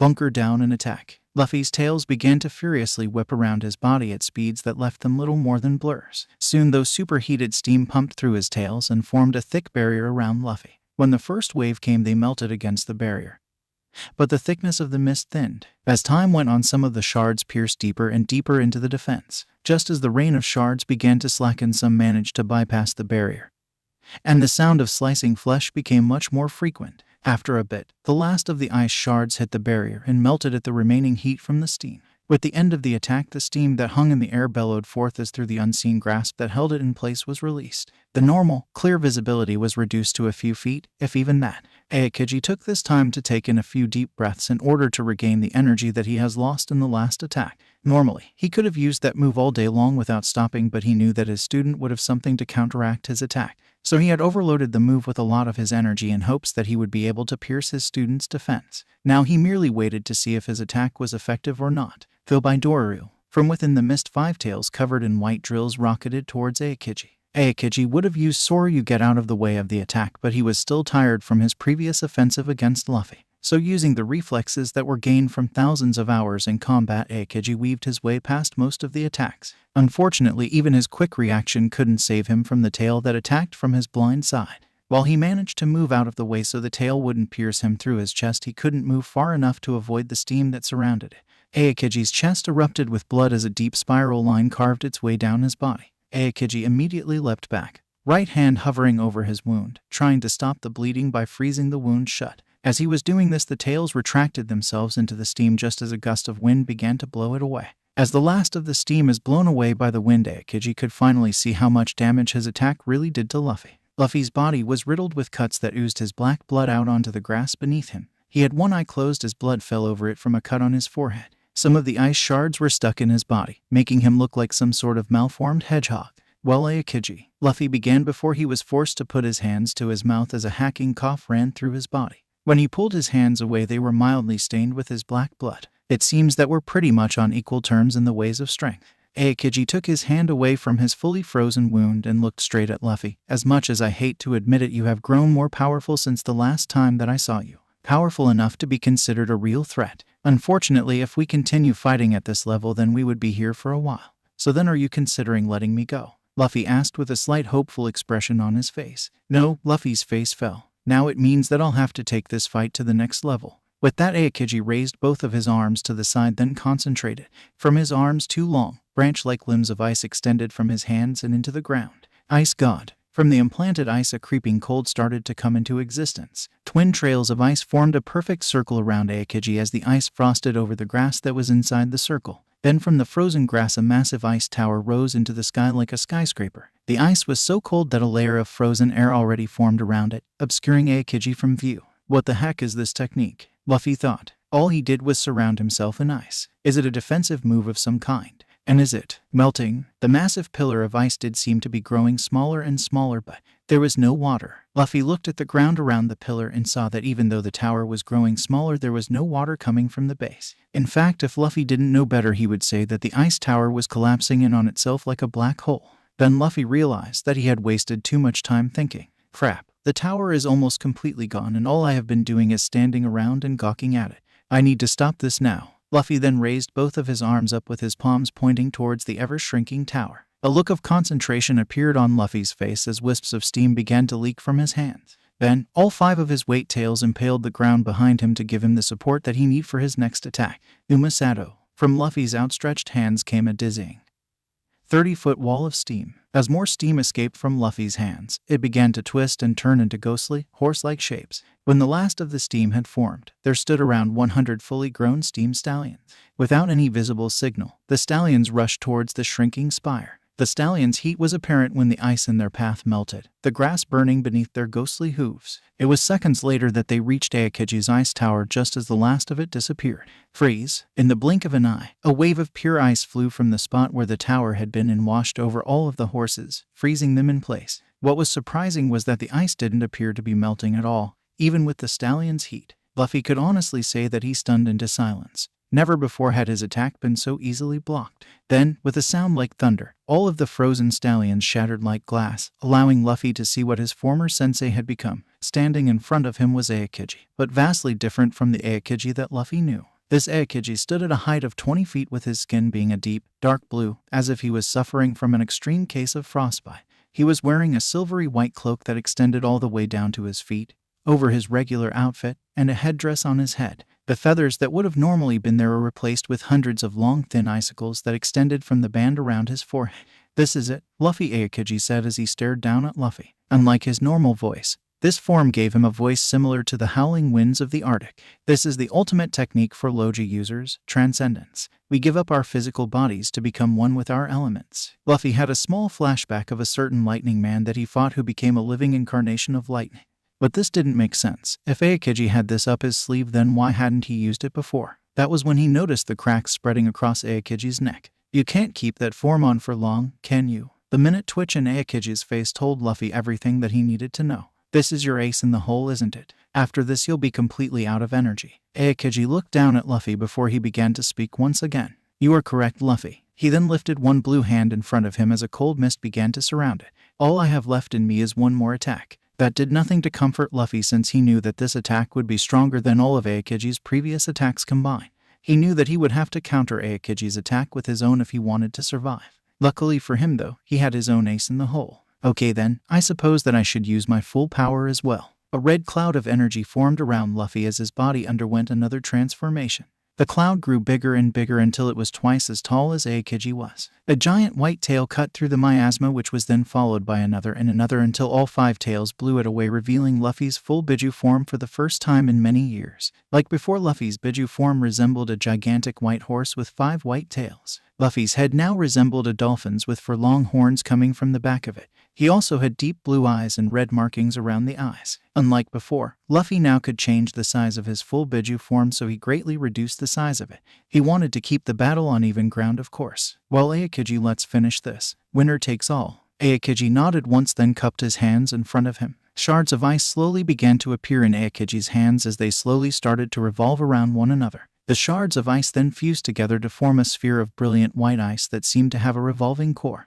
Luffy was not idle during this time as his tail released hundreds of black and white balls of pure energy around himself. His tails then curved around his body until each one had its tip pointing at a single point in front of his mouth. Then the balls of energy began to rush towards that single point and fuse with one another to form a single huge ball of energy. The ball then collapsed in on itself, making a much smaller and denser attack while creating a massive crater around Luffy. Then Luffy cracked open his jaws and swallowed the orb. Immediately Luffy's body expanded as though he was an overinflated balloon. A bright white escaped from Luffy's enclosed mouth along with steam as the compressed energy tried to escape from his body. All was silent for a second before both juggernauts released both of their attacks. By Judama, Emperor Pheasant Beak. Luffy opened his jaws and released a massive beam of pure destruction that obliterated anything that was in its way. Aokiji, on the other hand, released the ball of ice, where it immediately twisted into the shape of a massive elegant pheasant that flew straight towards Luffy's attack. The bird was so cold that towers of frozen air actually formed in the wake of its path.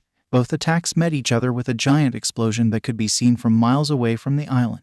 After the attacks were finished, all that was left of the once beautiful field was a massive crater and a thick fog of steam. Then from within the steam a tall figure arose over one that was lying on the ground. A sudden gust of wind began to blow away the stem, revealing the figure to be the Sabo archipelago. Was one of the most popular and dangerous islands in all of the Grand Line. However, despite being called an archipelago, the island is actually a giant mangrove forest that was growing out in the middle of the ocean. The intertwining roots of the forest served as a stable ground for the island's inhabitants without fear of plunging into the ocean below. Due to the island's close proximity to the part of the Red Line that bordered the end of the first half of the Grand Line and the beginning of the New World, it was a highly visited rest stop for all sorts of travelers to prepare for their journey into the New World. Unfortunately, not all of the people that docked at Sabo come to take in the sights or stock up on basic supplies. No, they came because, despite the ordinary appearance that the islander tried to portray, the Sabo was one of the most lawless areas of the Grand Line. The island was divided into multiple sections, called groves, ranging from the lawless areas where pirates and bandits frequented to the tourist areas where the more law-abiding citizens lived. Many pirates who were preparing for the New World made it a policy to stop by the lawless areas where they could buy illegal goods without worry of being caught by any pesky marines. That wasn't the worst of it, though. The Sabo archipelago was also the home of the most heinous of acts and was actively protected by the Marines.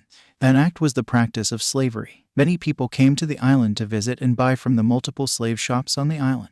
This was not limited to humans, however, as mermaids, giants, dwarves, and members of various tribes from around the world were enslaved and sold here as well. Normally, businesses such as these would have been shut down a long time ago by the Marines, but two important factors kept them open. 1. Most if not all of the buildings that were home to these businesses were owned by Don Quixote da Flamingo, one of the 7 Shichibukai. As part of his terms for joining the Shichibukai, da Flamingo had been allowed to keep his slave businesses on the archipelago running as a legal business. Not that many people actually knew he owned more than one of them, though. The other reason was because the Tenryubito demanded that it be left open, and whatever the Tenryubito wanted they got from the world government. It was because of them that hundreds of people were captured, enslaved, and then sold to the highest paying bidder. The sad truth was that no one ever stood up to stop this obviously wrong act for fear of their lives. Until today, that is. 120. Located within Grove 1 of Sabo Archipelago was the Human Auction House, Public Security Employment Offices. If you're a Marine who's looking the other way, the oldest of all the slave houses on the Sabo Archipelago. Usually things ran pretty smoothly. A shipment of slaves were delivered. People bid on the slaves. They sold the slaves and repeat the process next week. Today was not usual by any means. Today the Human Auction House was hosting to 3 groups of very special people: Kid Pirates, the Heart Pirates, and the Seiken Pirates. Eustace Captain Kidd, leader of the Kid Pirates, was one of the 11 supernovas, a group of pirates from one generation whose bounties exceeded 100 million balai. Kidd was a pale, muscular man with bright red hair that greatly resembled flames. He has black circles around his dark red eyes and dark purple lips. His nose had a particular shape, being quite pointed and having little protrusions on both sides. He has dark-colored fingernails and no eyebrows above his eyes. He was dressed in extravagant attire consisting of black and yellow lizard print pants with a red fringe, motorcycle boots, and a blue sash under a green belt fastened by a large circular buckle with a 4-leaf clover-like pattern in the middle. He was also wearing a pair of studded, square-shaped goggles on his forehead, and a large fur captain's coat chest. The collar of the coat was extremely flared and wide as though it belonged to some type of royalty. Kidd was known far and wide for his brutal methods and not being shy about civilian casualties, which is why he had the second highest bounty amongst the supernovas. A few rows away from Kidd was another one of the supernovas, Trafalgar Law. Law was a slim man of average height. He had faint shadows under both of his gray eyes, and a faint smirk on his lips. He has black hair, but a majority of it was obscured, save for his sideburns and small black goatee, by the northern-style fur hat that he wore. He was wearing a black-sleeved yellow hoodie with a smiley face within a gear on the front of his chest, and the sleeves of the shirt were rolled up. Law also sported a pair of jeans with odd markings on both the knee and ankles and a pair of dark, pointed shoes. Finally, he was wearing a pair of earrings on each ear. He had tribal-style tattoos engraved on his arms, and on his left hand were the letters D, E, A, T, and H tattooed in black each on the back of his fingers. Law was the captain of the Heart Pirates, and while not as feared as Kidd, his epitaph of the Surgeon of Death did strike fear in the hearts of many. However, it was the third group that was most interesting. They were the Seiken Pirates, a relatively new group of pirates that had made some big waves in the world. Since the Seiken Pirates had formed less than a year ago, they had been involved in events that would have sent a normal pirate crew running for their lives. Not only had they been involved in the downfall of the Shichibukai Crocodile and the freeing of the Alabasta kingdom no matter what the Marines had said, but they were also responsible for the destruction of Anai's lobby and the defeat of the world government CP9. However, only 4 members of the infamous rookie crew were currently within the auction house. They were Black-Leg Sanji, Cat Burglar Nami, Cyborg Frankie, and Cotton Candy Eater Chopper. The odd thing about the pirates was that none of them looked like they wanted to be in the auction house at all. With each new person that was bought and sold, the more the looks of disgust grew on all of their faces. How much longer do we have to sit through this? Chopper, in his heavy point form, asked with a small scowl on his face. Nami frowned at Chopper's question but started talking nonetheless. We just need to stay here until they bring out Kami and get her out of here. The reason that the Seiken pirates were here was because of their newest friend, Kami the mermaid. She had been captured by a local gang and then sold to the human auction house for an obscene amount of money. Normally, the Seiken pirates would have just destroyed the place, but as Sabo was very close to Marineford, they had decided that discretion was the better part of valor. This isn't right, Frankie muttered. We should just bust Mermaid Sis out of here before they even put her on stage. No, a man to Frankie's right stated. If you do that, you'll call down the entire navy on our heads. It's better to rescue Kami this way. The man who had just spoken to Frankie was a very odd-looking fellow. He had a face that resembled an octopus of some kind, and he had 2 rows of long, blue spiky hair. He wore a jacket that seemed to bulge around the center and a bandage over his forehead. This man was Hatcheye, and he was an octopus fishman, though you couldn't tell thanks to his disguise. Hatcheye was originally an enemy to the Seiken pirates, more specifically to Nami herself. But after a series of events, his past sins were forgiven and he could now call himself a friend to them. And that was the reason why he was trying to keep them from making too much of a scene. With them being this close to Marineford, it wouldn't be a surprise if the Marines sent an admiral after them because of Luffy's notoriety. After all, Hatcheye did hear the rumors about what their captain did to NA's lobby when their crewmate Robin was taken captive, and he believed them all since he saw firsthand what Luffy would do if anyone hurt a member of his Nakama. Hatcheye still had nightmares about what Luffy did to Arlong after he learned about what he did to Nami. While the present members of the Seiken pirates might not have liked it, they knew that Hatcheye was right, even with their captain's awesome strength and the recent, unwanted additions to their crew's roster. There was no way that they were coming out of a fight against the entire Marine force unscratched, so they all bit their tongues as another slave was led away. And the next one appeared on stage. 100. At the moment, one could find the deck of the Thousand Sunny littered with the unconscious bodies of bandits that had tried to hijack the ship. Obviously, they had never considered the prospect that the Seiken crew would have left a guard behind. Why the hell did I get stuck with guard duty? A cloaked man asked as he dropped another body to the floor. I know I drew the short straw, but why couldn't it have been that stupid cat? The man's tirade against the perceived injustices against him was cut off by a subtle vibration that came from his wrist. The man extended one of his arms from the cloak to reveal a small vibrating wristwatch-type device that was clasped to his tanned arm. The man then flipped the watch open, revealing a black Den mushie that immediately began talking. Wolf, this is Bull, can you read me? The man then pushed a button that was on the side of the Den watch and began to speak. This is Wolf, what's the problem? Did Leopard fall in some water? No, we just received word from the captain. Apparently he wants us to be prepared in case of a marine attack. He found out where the slavers took Kami and he's heading over there immediately. He said to expect some fireworks soon. With that, the black Den mushy went back to sleep, leaving the man to grin at what he just heard. While he and his teammates may have been new members of the Seiken Prates and former enemies of the same group, he knew that whenever there was chaos, their captain Luffy wouldn't be that far behind. Julian, I knew that joining this crew was a great idea. There's always some sort of fight right around the corner. 120. The Seiken pirates were literally vibrating with anger as they watched a would-be slave bite off his own tongue instead of being sold off. This was just the last of a long line of horrible things they had seen, and their anger was beginning to show. Frankie's normally joyful expression had long since fled as every so often his hands would twitch towards one of the many hidden weapons that were honor in his body. Just one wrong move from the snooty nobles around him and he would release all of his pent-up rage onto them. Chopper was gritting his teeth together as he watched people be lead off into lives of turmoil and suffering. The doctor inside of him was up in arms over not being able to do anything to help them, but he restrained himself. Nami had long since broken out in a cold sweat as she watched a girl her age be bought by a man that was twice her age who had obviously less than pure intentions planned for her. What made it worse was the very thought that it could have been her up there if she had been the one who had been captured instead of Kami. Sanji was much better at hiding his inner struggle, but the fact that he was on his 5th cigarette showed how agitated he was. The butts of his other cigarettes littered the ground around his seat while he was crushing the empty cigarette carton within his clenched grip. The only thing that kept the Seiken pirates' rage in check was the thought of getting their friend back without a fight. But even with that thought, it was obvious that they were barely restraining themselves from losing control of their emotions and attacking. As the group waited for their friend to be brought on stage, a trio of Tenryubito, Saint Rosewald and his 2 children, entered the human auction house in their usual fat obtrusive way and begun waiting to see if anyone of interest would be put up for sale. The manager of the human auction house walked out on stage and addressed the crowd. Ladies and gentlemen, we have reached the final product on today's auction. He grinned as he continued talking. The rarity of this item should be enough to completely blast all other items out of the water. So pull out your wallets and prepare yourselves. A couple of the house workers then wheeled a large object that was covered under a tarp onto the stage. A bright light was then shown from beneath the tarp, revealing the outline of a mermaid. The crowd began to murmur to each other excitedly as the announcer continued talking. And now, ladies and gentlemen, feast your eyes upon the beast that many try to capture but few succeed. Ladies and gentlemen, I present to you straight from Merman Island, it's the mermaid Kami. With that, the tarp wad pulled away from the object, revealing it to be a large fish tank with Kami chained inside of it.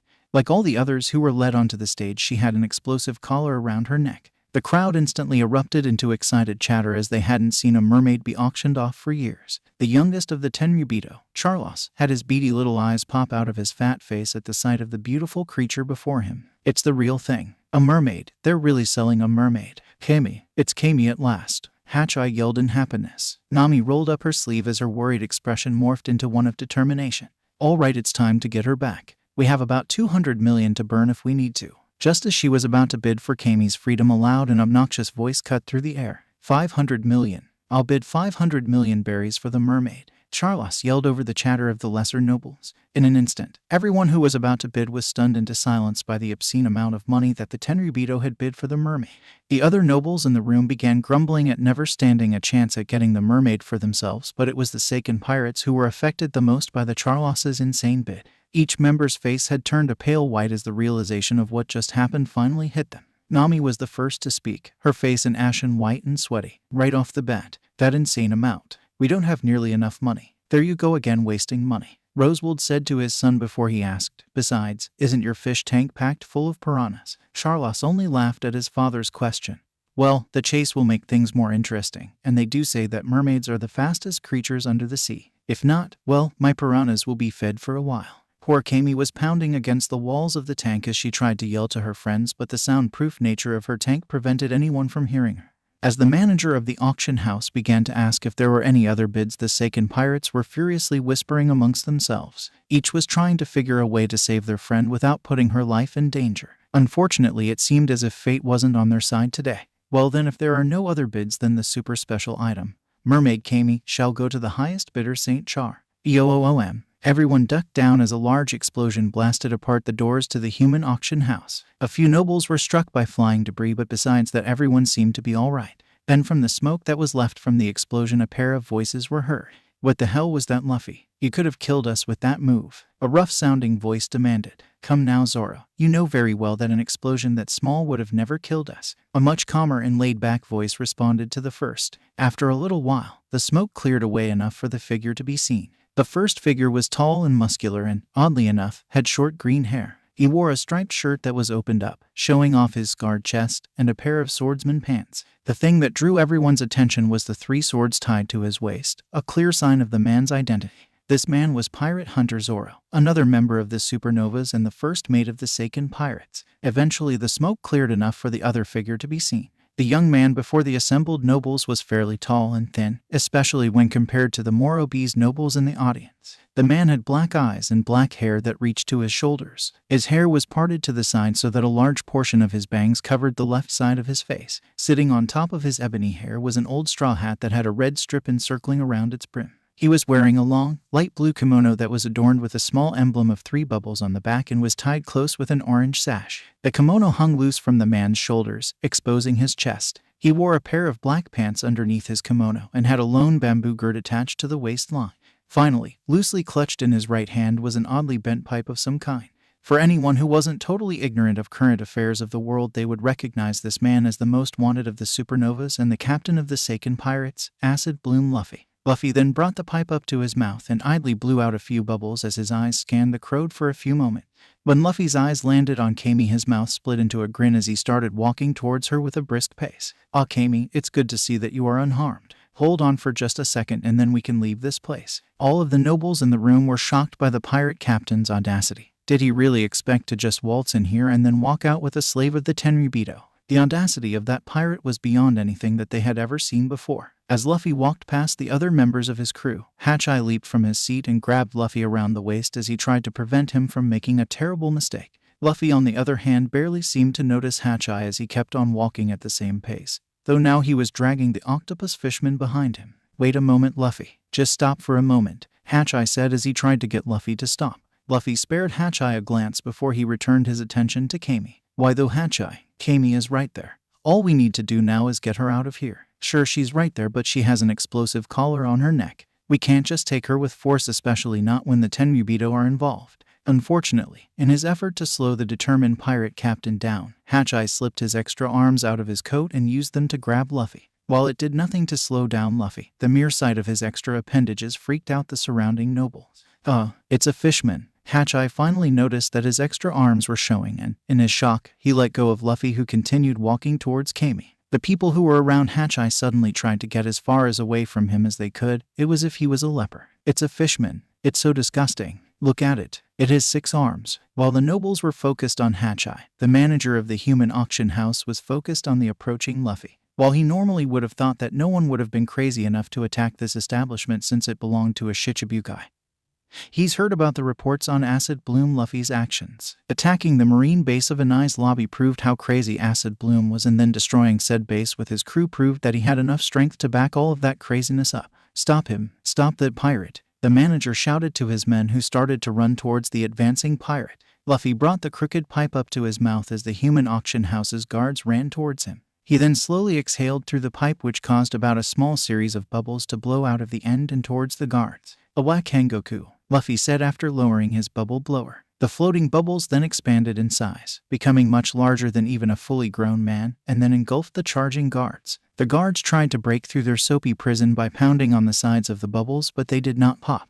While Luffy was dealing with the guards, the situation for Hachai was growing steadily worse. The nobles had finally gotten over their fear and begun throwing hateful words and hurling objects at Hachai. Come on, Nami said as she got up from her seat and began to move towards Hachai. Robin was right. Fishmen are discriminated against here. We need to get Hachai out of here before this situation gets worse. The other members of the Seiken pirates nodded or responded in the affirmative before they got up as well. They then rushed off towards Hachai, dimly aware of the 2 pirate captains looking at them and what was now going on with amusement.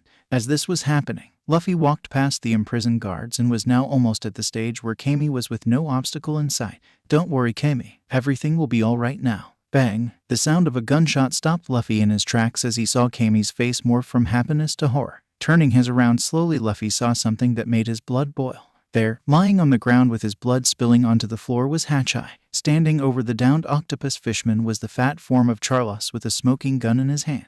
Ha ha ha ha ha. Charlos laughed as he started to dance around Hachai's bleeding body. I got the fish man. I sure sorted him out. Hachi. Nami screamed in horror at the sight of her injured friend. Kami was no better than Nami as she pounded against the walls of the tank, the salt water hiding her tears. Aw, thank goodness that St. Charlos shot that beast. The nobles around Luffy began to snicker and sneer to each other. If it got any closer, we may have got something from it. Luffy's pupils narrowed into slits, a clear indication of the rage that was hidden within his body. Luffy then began to walk up to his downed friend and the dancing noble. Father, look at me, Charlos said as he continued to dance around Hachai. I caught me a fishman for free. Now that's a value. A fishman slave for nothing. Now that's a deal. Luffy's black eyes slowly changed to an acid green color as a haze of malice seemed to exude from him. As Luffy began to walk past Hachai, the injured fishman reached up and weakly grasped the end of his kimono. Wait, Luffy, Hachai began as Luffy turned his eyes down towards his friend. You can't. This was all my fault. Hachai then paused as a set of coughs stained his mouth red. You promised me that even if someone was shot right before your eyes, you mustn't go against the Tenryubito. The rest of Luffy's crew stood in silence and listened to Hachai's words. Though their anger was threatening to boil over, they kept it in check out of respect for Hachai. Luffy himself had turned away from the annoying noble and knelt down next to Hachai and placed his hand on the bullet wound to try and stem the bleeding. I was a pirate in the first place. I've done so many terrible things. This is my just desserts. Here his voice began to crack a bit. I'm so sorry. I never meant for things to get this bad. I just wanted to make things up to Nami, if even only for a little bit. Nami was on the verge of tears at Hachai's admission of guilt for what he had done. She had already forgiven him, so he shouldn't have to carry this guilt around. But it's no good. Hachai continued on as his breathing got heavier. No matter what I do, I'm always messing up somehow. I'm always just getting in everyone's way. Hachai finished as tears poured forth from his eyes. You stupid fish. Charlos apparently had enough of Hachai and Luffy's insolence and raised his gun in preparation for another shot. You keep on blathering on even though I shot you. You really are getting on my nerves." Just as the spoiled child of a noble was about to pull the trigger of his gun for another shot, Luffy whispered something softly before blowing into his pipe. The Wadamu. The lone bubble that came from Luffy's pipe quickly expanded in size as it engulfed both Luffy and Hachai. The bubble then gained a shiny sheen just as the bullet left the muzzle of Charlos's gun. The nobles fully expected the bullet to pierce the bubble barrier that Acid Bloom Luffy had erected, so it was a shock to them all when the bullets bounced off the bubble, hitting a few members of the crowd. The angry Tenryubito didn't seem to notice, or more likely didn't care, that he was basically shooting the crowd as he kept unloading his gun at the one person who dared defy him. "And you, how dare an insignificant pirate like you stand up to someone like me? I am a Tenryubito and I command you to die like the trash you and damn crew are," Charlos shouted. His face reddened when he thought that Luffy wasn't listening to his commands. "Once I'm done with you, I'll have the rest of your pathetic crew executed." All of the assembled members of the Seiken Pirates winced at the near-audible snap that came with the breaking of their captain's self-control. They watched as he stood up from his kneeling position and walked towards Charlos, dispelling his barrier as Charlos had no more ammo. Luffy then dipped his bubble pipe in his bamboo gourd and brought it back to his mouth. In Kuawa, Charlos didn't have the time to blink as he was surrounded by an Inkai black bubble that blocked everyone from seeing inside of it. Luffy then raised his free hand so that it hung in front of his chest. His index and middle finger remained straight, but his ring and pinky finger curled to form an O with his thumb. Katsu. With that, the bubble suddenly popped, allowing the ink-black liquid inside of it to slosh to the floor. What surprised everyone was the fact that St. Charlos was nowhere to be seen, though his half-melted gun was. But even as people stared at the spot where Charlos once stood, the half-melted gun began to dissolve in the liquid, bringing everyone to come to one conclusion: Acid Bloom Luffy had just killed a Tenryubito. 110. The Human Emporium, located within Grove 2 of the Saboti Archipelago, was not the newest or the most well-known of its kind, but it did generate a few well-known contacts with those of the higher society. It was with those connections that the manager of the Emporium, a small fat man who went by the name of Gato, always thought that he would have protection from even the most foolhardy of pirates. It turns out that this was not the case. Gato was currently hog-tied and beaten bloody, staring up weakly at the two large men who did this to him. The day had started out so well too. He had received a large order of slaves from one of his better clients that would have sent him straight into prosperity for the next few months. Besides those odd pirates who were looking for a mermaid of all things, it seemed as if his day was looking up. And then they had come. After those other pirates had left the Human Emporium, a pair of tall cloaked figures had come from seemingly out of nowhere. They had then proceeded to lay down a brutal beating on him and all of his employees. Then, after they had been beaten, the two men tied them all up like they were the slaves. While both figures were wearing cloaks that obscured their features, but Gato was able to discern a few things about his mysterious attackers. Both were tall, one more so than the other, and they had some odd hair. The taller of the two had long pale pink hair that extended from the shadows of his hood, and he carried a ringed staff. The other figure, a man if his voice was any indication, had two horns that seemed to keep his hood up, but it still somehow managed to keep his face hidden. When he and his employees were fully immobilized, the two figures went to work. The one with the horns went behind the Human Emporium's counter and started to rummage around through the drawers until he picked up the key ring for the entire place. The man with the pink hair started to bring in large barrels of some kind from the back area of the Human Emporium and placed them in a pile in the center of the room. As the large pink-haired figure continued to bring barrels in, the horned one went over to the display cases and started to free all of the stock of slaves. "Thank you so much," one of the newly freed slaves said with tears in his eyes. "What are your names, so we can thank you?" The man with the staff then struck a pose as he put down the last of the barrels, making a grand total of 10 barrels stacked up in the middle of his store. Then, with his voice going from deep to high falsetto, the man began to recite a haiku of all things. "Yo, no need to thank us. Our great Captain Luffy told us to give you your lives back." Despite the oddness of the man, the now freed slaves couldn't be any happier since they had just been given their freedom back.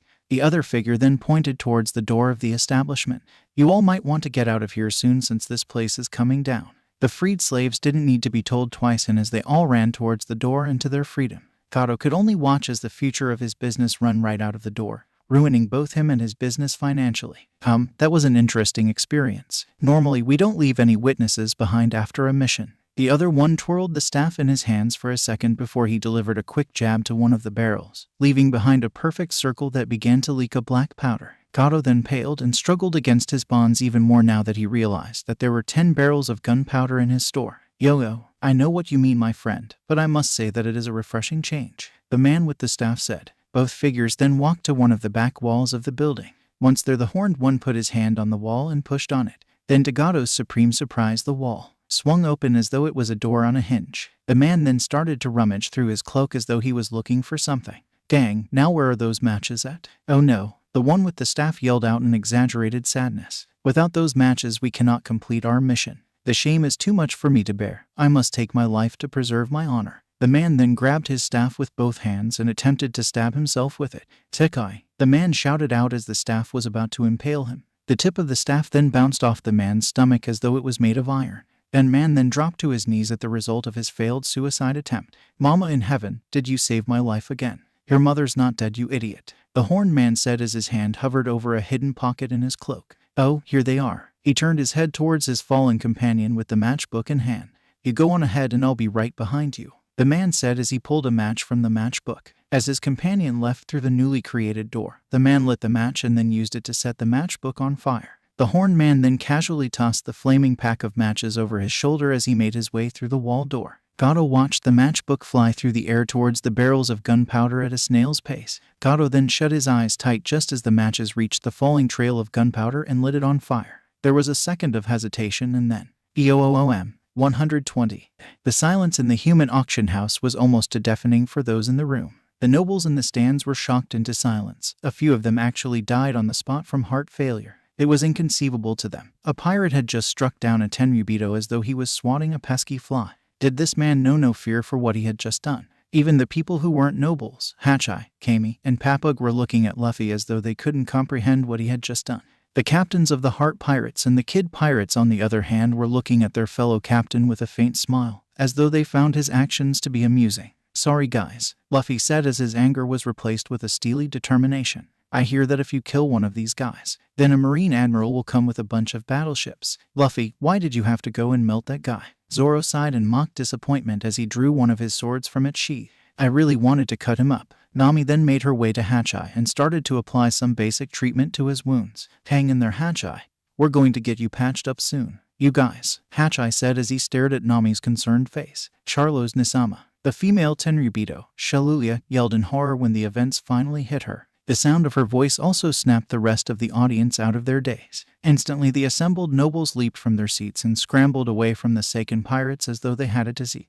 That man just killed a tenryubito. Doesn't he know what he's just done? We'll be lucky if they don't call a buster call on us. St. Rosewold was literally vibrating with anger as he leapt onto one of the stands and pulled out a pistol from his robes. You lowbred trash, Rosewold yelled as he fired wildly at Luffy, who didn't bother to move since the old man's aim was worse than his son's. How dare you shed the blood of this world's creators? I'll see you and everyone that you hold dear hang for this. While Luffy knew that the raving man would never be able to hit him, but he knew that a stray bullet may hit one of his nakama, so he decided to tail of this annoyance. Gathering up all of his mental fortitude and just a bit of demonic energy, Luffy turned his attention to St. Rosewold and sent out a wave of haki towards the annoying tenryubito. St. Rosewold didn't know what hit him. At one moment he was shooting at the scum who murdered his son, but in the next second he was blindsided by what felt like a knife straight to his brain.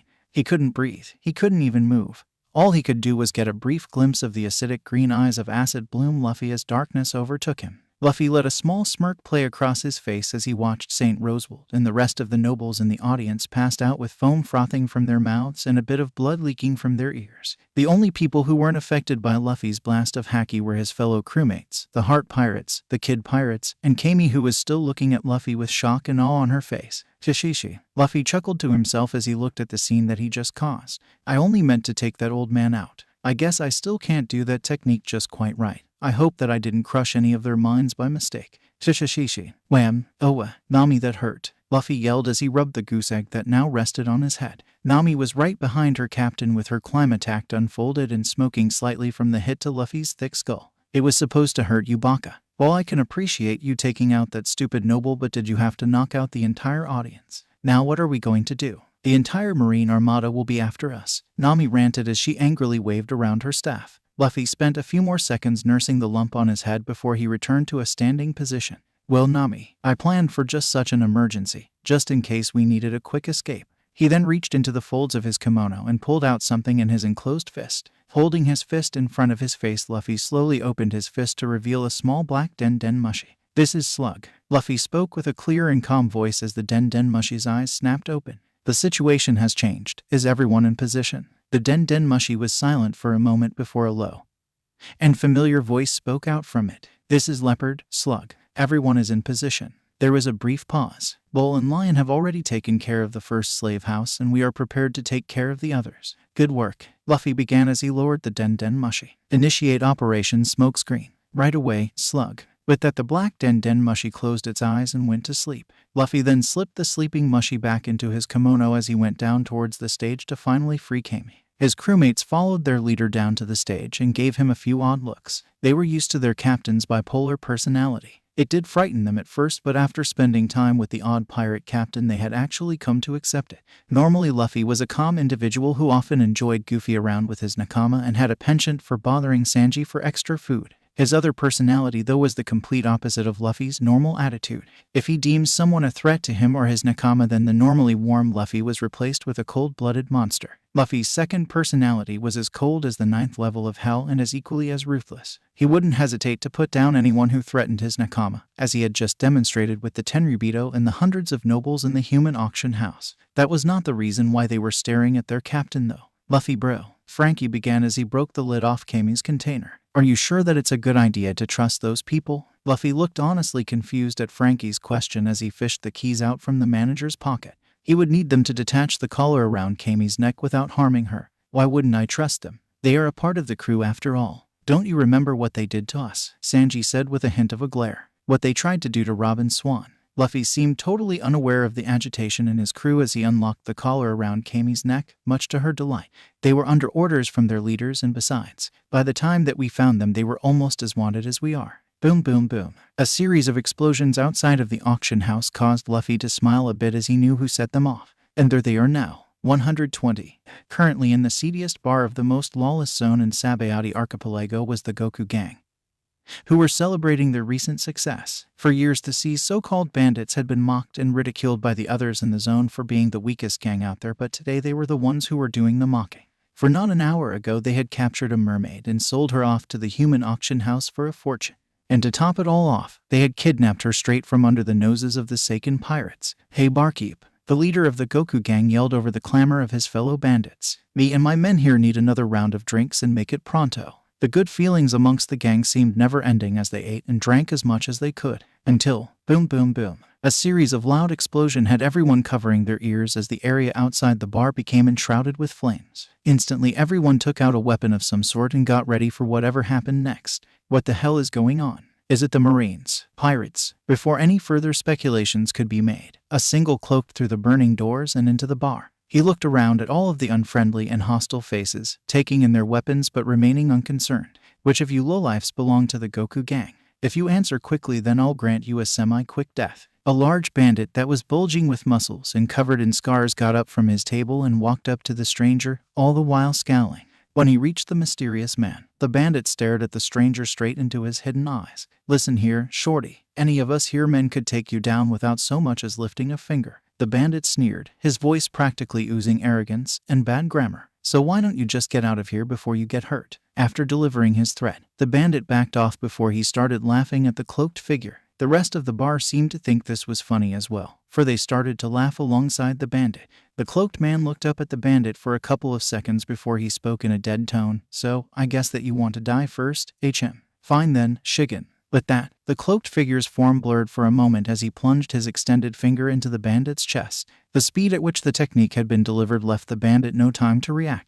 He could only gasp and look down at the cloaked figure's finger as it was slowly pulled out of his chest. How? And with that, the bandit fell down dead with a punctured heart. As the rest of people in the bar stared at the dead bandit in shock, a pigeon of all things flew into the bar and landed on the stranger's shoulder. Let's try that again. Where's the Goku Gang? Dozens of fingers pointed towards the sweating Goku Gang in the corner before they all hightailed it out of there. Once the stampede of bar patrons ended, the only people who remained in the bar were the Goku Gang and the man himself. What do you want from us? The leader of the Goku Gang said while trying, and failing, to keep the fear out of his voice. The stranger then reached up and removed his hood, revealing his face to the gang. The man had strong features with arched eyebrows and a close-shaved goatee. He had shoulder-length wavy black hair that was done up in a ponytail. His eyes were the same as a predator's who had cornered its prey. Captain Luffy of the Seiken Pirates sends his regards. The man then underwent a transformation that frightened the Goku Gang to no end. Where there was once a man, there was now a monster that stood at least 10 feet tall. It looked like a hybrid between a large cat of some sort and a human, and it was packed with muscles. and his goodbyes. With that, Rob Lucci, former member of the CP9 and new member of the Seiken Pirates, charged forward towards the frightened Goku gang. They would never be heard from again after that day. 100. The scene outside of the human auction house was pure pandemonium. There was no other way to describe it. 30 minutes ago they had recovered a frantic call from a noble who was in the human auction house that told of a heinous crime had been committed. Acid Bloom Monkey D. Luffy, the most wanted member of the 11 supernovas, had murdered a Tenryubito. Before they could have gained any more information on what had happened, the line was abruptly cut off. Instantly, no less than 10 platoons of Marines were dispatched to the human auction house in order to arrest the villainous pirate. They set up a perimeter around the human auction house and prepared to capture Monkey D. Luffy. Acid Bloom Luffy, come out with your hands up. If you release the remaining Tenryubito and the other nobles, then we can promise you a quick execution. A Marine captain said over a speaker. Den Mushi. Instead of Acid Bloom Luffy coming out by himself like they had hoped for, he had strolled out of the building with Eustace Kid and Trafalgar Law. Instantly the disposition of the Marines went from nervous to red alert at the sight of the three most wanted of the supernova. Fire, men, fire. The Marine captain yelled to his troops. The Marines fired the cannons that they set up earlier at the three captains, fully expecting them to be blown away by the cannonballs. What they didn't expect, though, was the fact that the three pirate captains were more than prepared for them. Each used their powers to deflect the cannonball. Law using a room to halt the cannonballs, Kid used his powers to force them to the ground, and Luffy used his Awadamu to block the ones that were coming at him. After the smoke had cleared, the three supernovas had been left unscratched, and the Marines all began shaking in fear at the smirks on the three pirate captains' faces. Oh crap, all of the Marines thought as the pirate captains leapt at the Marines. Law and Kid each began to use their individual devil fruit abilities to take care of whole groups of Marines. Luffy began to fill the area with bubbles. The Marines' first instinct was to ignore the seemingly harmless and focus on the larger threat of the other pirates, but then the Marine captain remembered the report on Luffy's abilities. You fools, get away from those bubbles, the captain screamed out to his men. But it was too late for the Marines, as Luffy made the same hand sign that he used to kill the Tenryubito. Babaru Bakuhatsu Jutsu. The bubbles that hung throughout the platoons of Marines started to glow with a bright yellow light before each of them exploded with a powerful force. Scores of Marines were sent flying into the air from the force of the blast. And those that were closer to the bubbles when they exploded were not as lucky as their compatriots. A lone Marine grunt saw the carnage around him and started to shake in anger. All around him his comrades, friends who he had fought with for years, were being systematically destroyed by these three monsters. With a scream of rage, the grunt raised his rifle and prepared to shoot Acid Bloom Luffy in the heart. Die, you monster, the grunt yelled as he was about to pull the trigger of the rifle. Hitsuji Gumo Tidal Wave. Before the Marine could pull the trigger, a massive tidal wave of golden bubbles engulfed him along with all of the Marines around him. As the wave continued on its path, the Marines that had been caught in the attack had undergone a very obvious transformation. All of the men now resembled large shiny dolls with rounded limbs. Once the wave had passed, the Marines all fell over each other as they tried to stand up and grip their weapons but found themselves too weak to do so. Luffy looked at the transformed Marines for a moment before a small grin appeared on his face. After all, there was only one other person that he knew of that used bubbles in her attacks, and he couldn't be any happier to see her. Khalifa-chan, you can come out now. I know that you're there, Luffy said as he released another wave of exploding bubbles into a nearby group of Marines.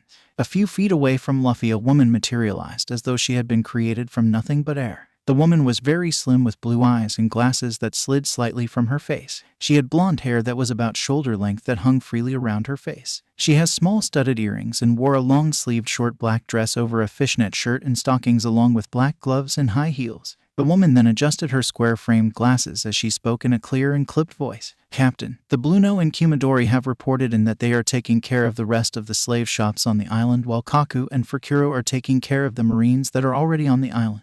Lucci also reported in that he's taken care of the Goku gang like you requested. Shishishi, that's good, Luffy said as he swatted away a few of the Marines that got too close to him with his bubble pipe. Once the Marines were knocked out, Luffy turned his attention back to Khalifa. Say, Khalifa-chan, how about after we finish up here we go on a date? Khalifa adjusted her glasses again so that the sun's glare obscured her eyes from view. That's sexual harassment, Khalifa said, even though she had a bit of a blush on her face. Instead of being crushed by the flat-out rejection from Khalifa, Luffy actually began to laugh. Shishishi, one of these days you're going to have to accept one of my date requests, Khalifa-chan. Hey Acid Bloom, if you're done making kissing faces with your girlfriend, then pay attention to your surroundings. Luffy turned his attention away from Khalifa and saw that Eustace and Law had finished up their fights and were allowing their crew members to take care of any Marine that came close to them. Good. Eustace began as his first mate. Killer blocked a sword strike from a marine. Each of us may have taken a different path to get to this point, but for whatever reason, fate, destiny, whatever you call it. But today of all days, all 11 of the supernovas converged on this island with the same dream. As Eustace continued his speech as the marines around them continued to be slaughtered by Kid's crew. Today though we shall go our separate ways and go into a land where people like you live and prosper. Let's all meet there again. I in the new world.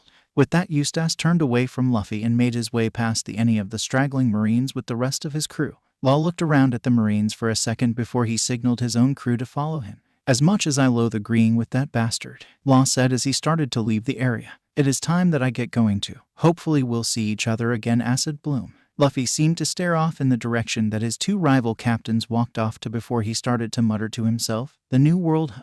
A grin then formed on his face at the thought of that dangerous place. That sounds like fun. Boom. A large yellow explosion erupted from the spot where Calipha and Luffy were standing, completely obliterating a large chunk of earth. Thankfully, Luffy and Calipha got out of the explosion's range with a combination of sorrow and natural speed and were now standing near the entrance of Human Auction House, trying to find out where the attack had come from. They did not have to wait long for the answer. From the shadows of the mangrove trees, 3 large shadows leapt from their hiding places and landed amongst the downed marines. Luffy's eyes actually widened in surprise at the sight of 3 figures that were now standing in the clearing. Kuma, Luffy said with no small amount of confusion and surprise. Each of the newly revealed figures were unnaturally tall, nearing 7 meters in height. Their faces were very rectangular and they all had shaggy black hair. Their eyes were covered by clear mirrored lenses that hid them from view. All 3 men wore a hat that had a pair of rounded ears that looked similar to a bear's ears. These large bear-like men looked exactly like the Shichibukai Bartholomew Kuma. By the time that Luffy's surprise had worn away, the rest of his crew had finally exited the Human Auction House. Usup yelled out in fear as he hid behind Zoro. It's Kuma. But why are there 3 of him? Frankie wondered as he adjusted his glasses, just to make sure that he was really seeing what was in front of him. The 3 Kuma's eyes light up behind their mirror lens screens as they stared at Luffy and his crew. Identifying. The lead Kuma said in a complete monotone voice. Identifications confirmed. S-ranked pirate. Acid Bloom LUFFY. Bounty amount 400 million. Threat level. High. The Kuma to the left then began to speak. Former CP9 member Calipha. Bounty amount 500,000. Threat level. Medium. The last Kuma then began to speak after the last one was finished. Pirate Hunter Zoro. Bounty amount 120 million.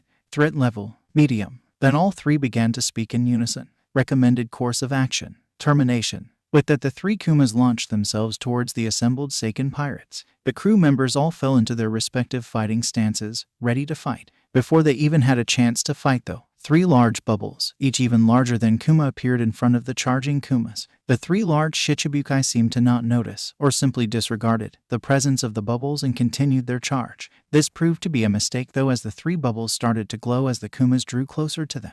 Boom. Once the 3 Kumas hit the bubbles, a loud and powerful explosion engulfed them in a tower of flames. The Seiken pirates looked at the flames in shock before they switched their attention to their captain. Luffy had a serious expression on his face as he stared into the flames even as they began to die down.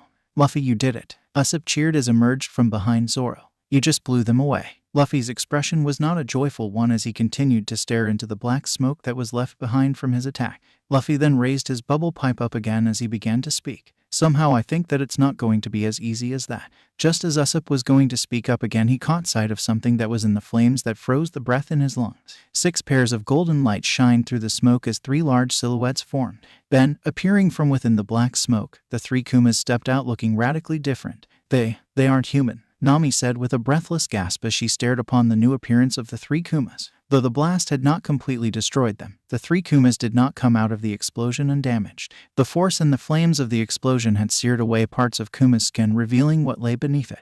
When the Seiken pirates had first seen the Shichibukai on Thriller Park, they had discovered that he was a cyborg, similar to Frankie but on a much grander scale, and his skin had machinery grafted straight on his body. The Sea's Kumas were different though. The burnt skin revealed a metal skeleton and hundreds of intertwining cables of varying sizes, which flexed with each moment the Kumas made. The most horrifying feature of the Kumas was that the lead Kuma had half of his face burnt off, revealing a grinning metal skull and a single glowing yellow eye. These weren't cyborgs, they were robots. Khalifa started to sweat at the sight of the insides of the Kuma, the very sight having brought forth a certain memory when CP9 still worked for the world government. She had thought that these things were still only in the blueprint phase. To see that they had actually started being manufactured was not a good thing. This is bad. I know what those things are, Khalifa said in a whisper, though everyone heard her. Pacifistas, pacifistas, Frankie asked the blonde-haired woman, though he may not trust her. Being someone who tried to kill him and his friends after all, the former CP9 agent seemed to know what these things were. He wouldn't discount her knowledge in this situation, though he would probably question her about the robots once this was over. They are an experimental weapon created by Dr. Vegapunk,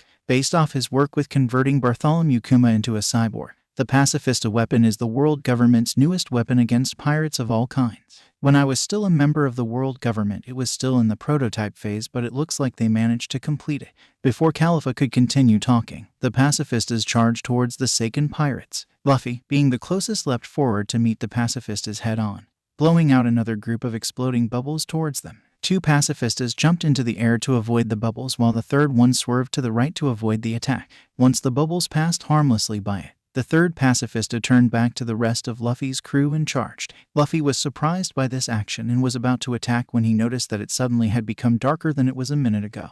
Looking up into the sky, Luffy saw 2 Pacifistas were now coming down straight at him with their hands in a palm thrust position. He leapt to the side with a quick use of Soru just as the Pacifistas shattered the ground where he had been standing on with their palms. The instant that his Soru had ended, Luffy was already creating another swarm of bubbles which he sent at the 2 Pacifistas.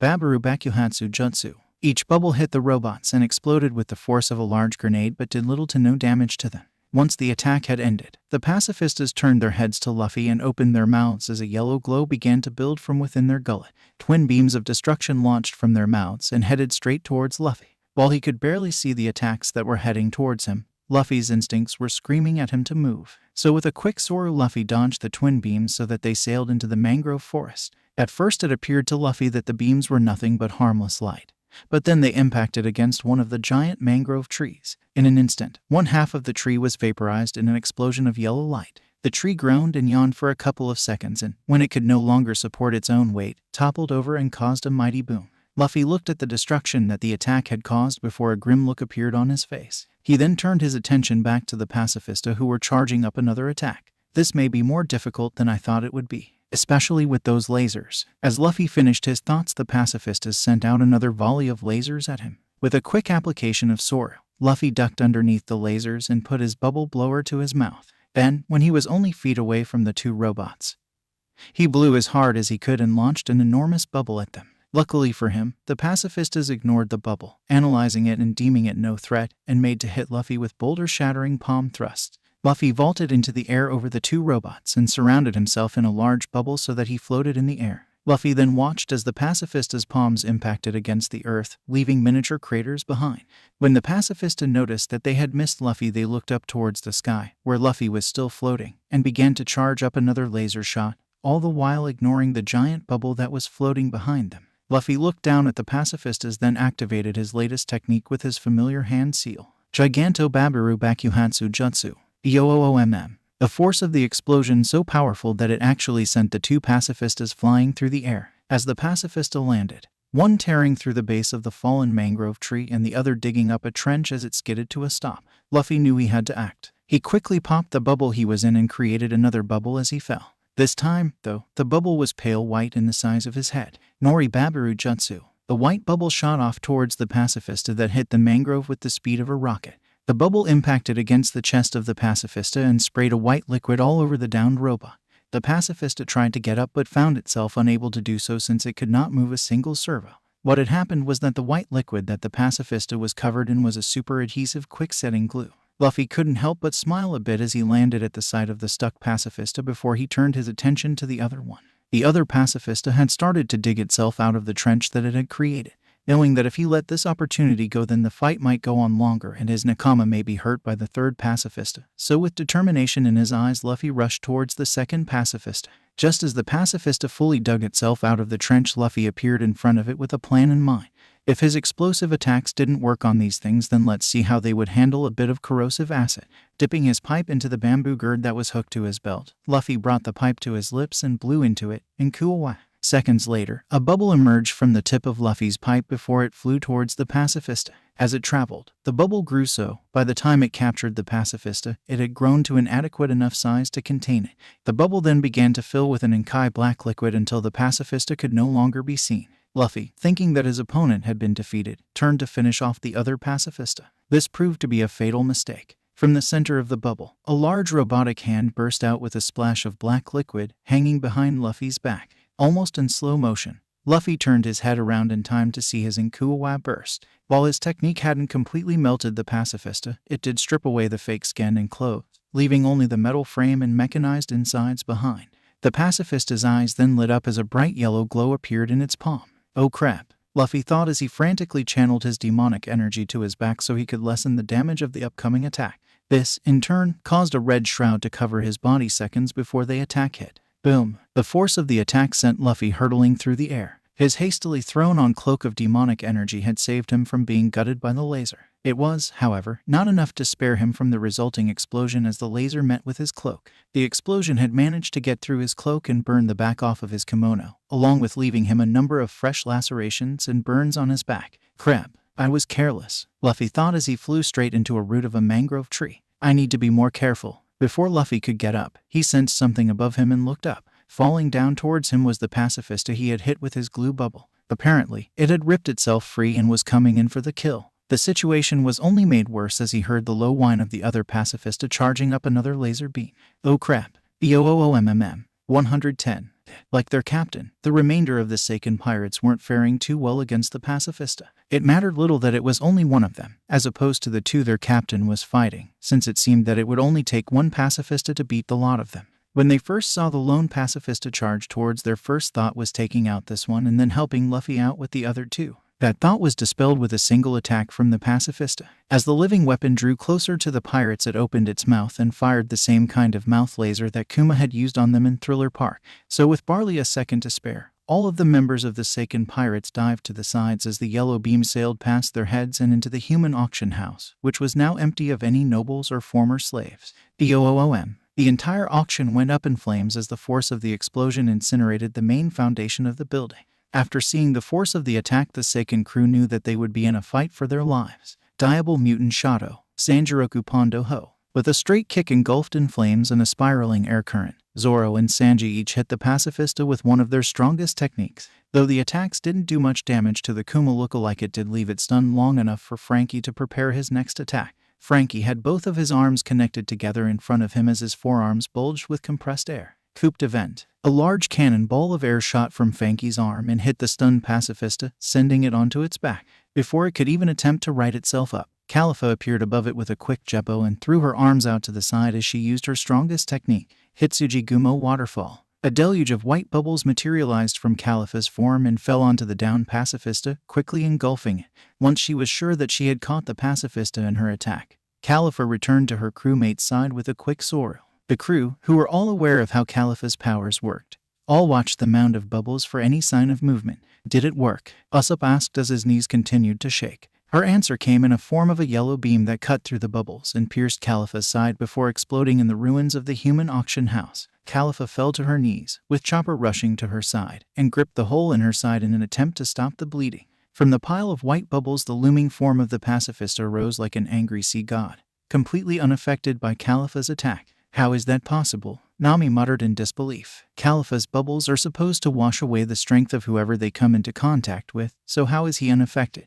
Because, Califa began as she coughed up a bit of blood. He's not a living thing, he's a weapon. No different than a sword or a gun. And I can't wash away the strength of non-living things. EOOOM. Just as the Seiken crew was about to launch another assault on the Pacifista, the sound of a large explosion echoed throughout the clearing. Turning to the origin of the sound, the Seiken pirates looked on in horror as their captain was engulfed in a dome of yellow light. Before the shock of the sight could settle, another laser hit the area where Luffy once stood, creating another explosion. Luffy. The crew couldn't believe their eyes as they witnessed their captain get hit with the powerful attack. They all knew that Luffy was practically a juggernaut in battle, but they had seen the force of the Pacifista's attacks, and even they knew that Luffy would be seriously hurt if he got hit by one of those beams, much less the barrage that he was now enduring. So focused were Seiken crew on the plight of their captain that they never noticed that the Pacifista they were fighting had finished charging up its next attack. Twin beams of light flew from the palms of the Pacifista and pierced the chests of Zoro and Sanji before flying off into the mangrove forest. Zoro, Sanji. Before the crew could rush to their Nakama's aid, they saw the Pacifista charging up its mouth laser for what would no doubt be its final attack. Usopp tried to stop it by pelting the Pacifista with his Kaioku Boshis, while Robin tried to shut its mouth with her powers. But the Pacifista ignored their attempts and focused on finishing its attack. The light that came from the Pacifista's mouth rose to a blinding intensity as it prepared to annihilate the Seiken crew once and for all. From within the smoke of that was caused by the two Pacifistas' attack on Luffy, a pair of acid green eyes snapped open. The smoke was blown away as Figure leapt out of the smoke and smacked away the two Pacifista nearest to it and ran towards the third. The figure appeared in front of the Pacifista and delivered a vicious uppercut to its chin, sending its head flying upwards just as it released the laser. The figure then delivered a right hook to the Pacifista's gut, sending it flying backwards. With the threat of death gone, the Seiken crew could finally see what had saved them. It was Luffy, but he looked different than he did before. Surrounding Luffy was a crimson cloak of energy with 6 long tails that grew from Luffy's tailbone.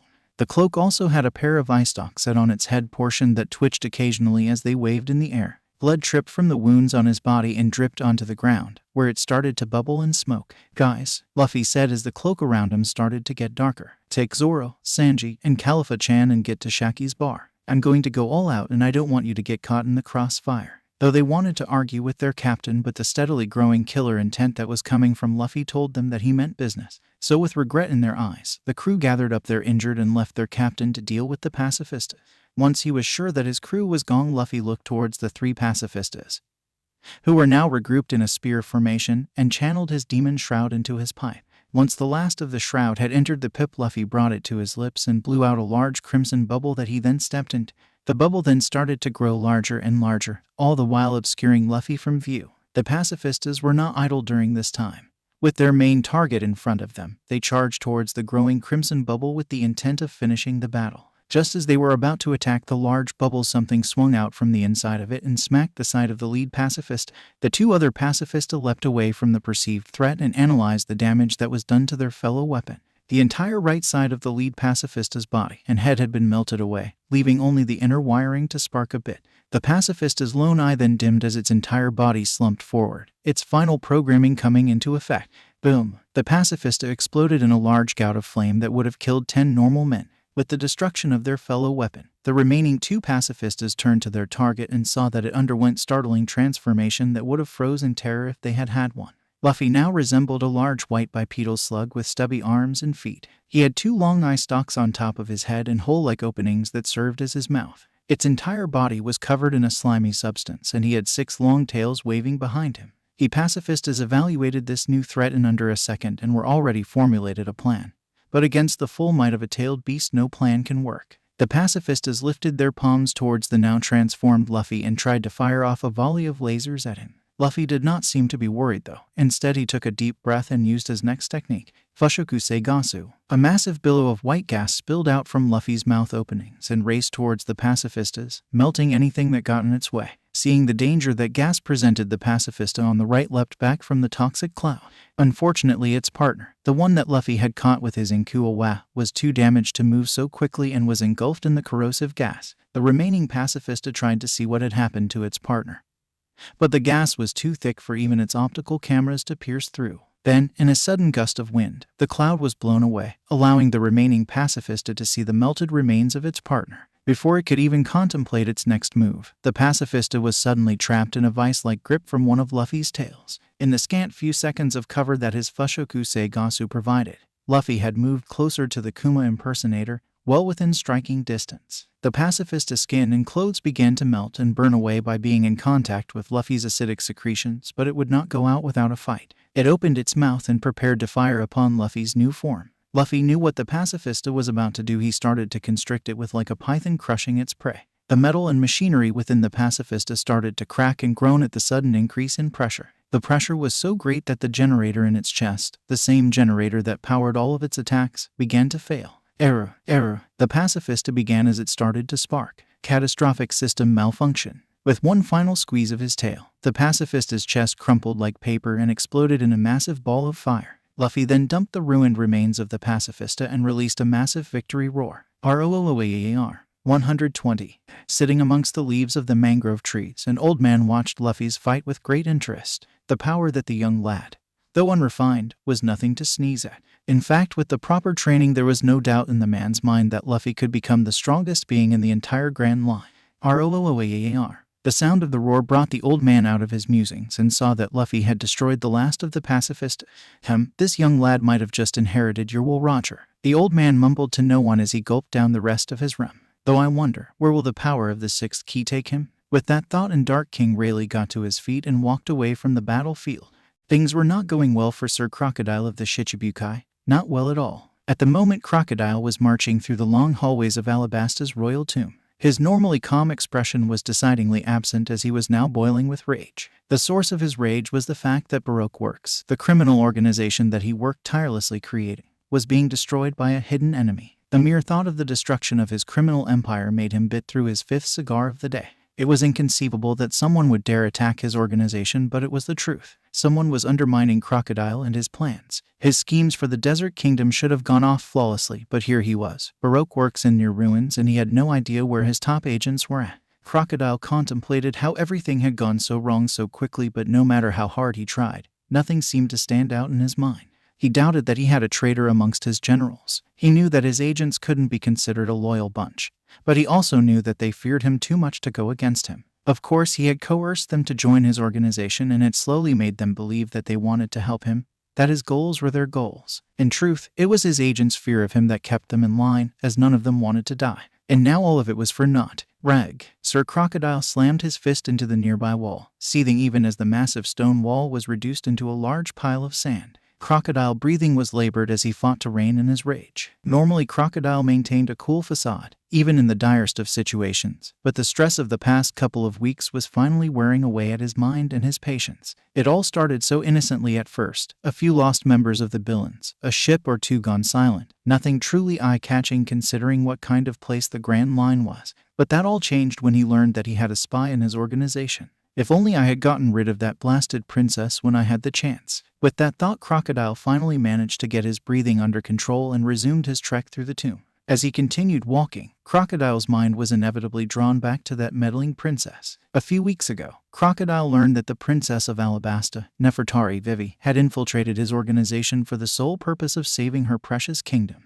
At first, Crocodile had believed that the naive girl would never been a serious threat and decided to let her continue her futile struggling. But then he learned that she had found out that he was the hidden boss of Baroque Works. While disconcerting, Crocodile did not panic. Instead, he sent out Mr. 5 and Miss Valentine's Day along with the Unluckies to take care of the princess. He never heard from them again. After the disappearance of 4 of his top agents, everything started to spin out of control. Reports started to flood in of billions ships being destroyed by an unknown enemy.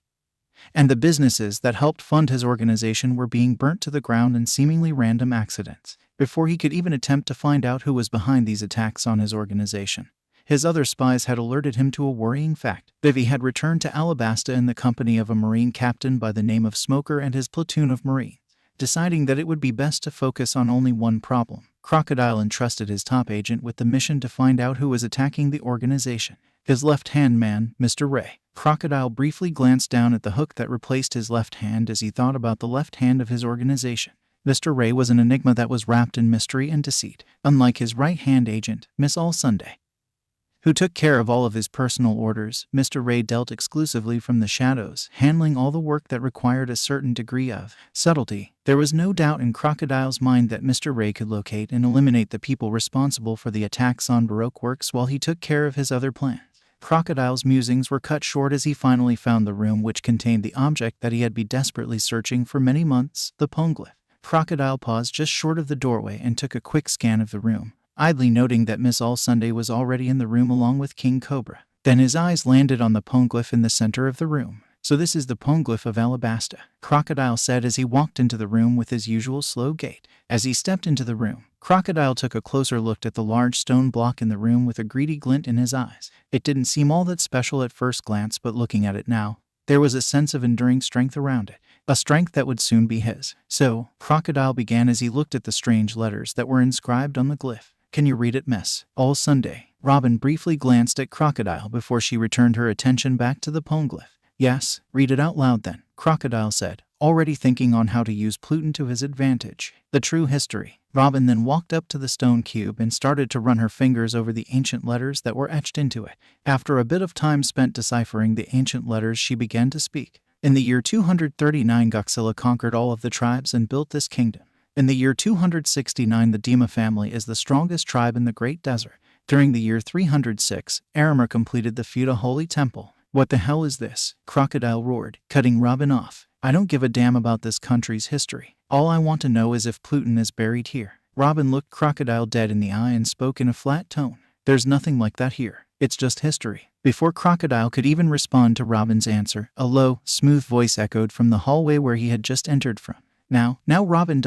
you know it's terribly impolite to lie to our boss like that. A form exited from the shadows and stepped into the light of the torches that illuminated the room, revealing it to be a tall man who was carrying a large bulging sack. Most of the man's body was covered in a long black cloak, but from the subtle clinking sounds that he made whenever he moved, it was clear that the man was wearing armor beneath the cloak. The man wore a pair of open-toed sandals, an oddity considering that they were in the desert, and black fingerless gloves. Finally, as his most distinguishing features, the man wore a white no-mask that hid his face and an old straw hat that covered his dark hair. "Mr. Ray," Crocodile began to say with confusion and anger still in his voice. "What are you doing here? I already gave you a mission." Ray seemed to ignore Crocodile's question and walked up to the poneglyph, dropping the sack that he was carrying onto the ground as she did so. The man clasped Robin's shoulder for a moment, as she gave a small smile to Ray in response, before he returned his attention back to the large stone block. Ray's eyes, hidden behind his mask, began to trace over the etchings that were inscribed on it and began to speak in a low tone. "For those whose desire to seek the truth of the world, find the 10 keys of the demon.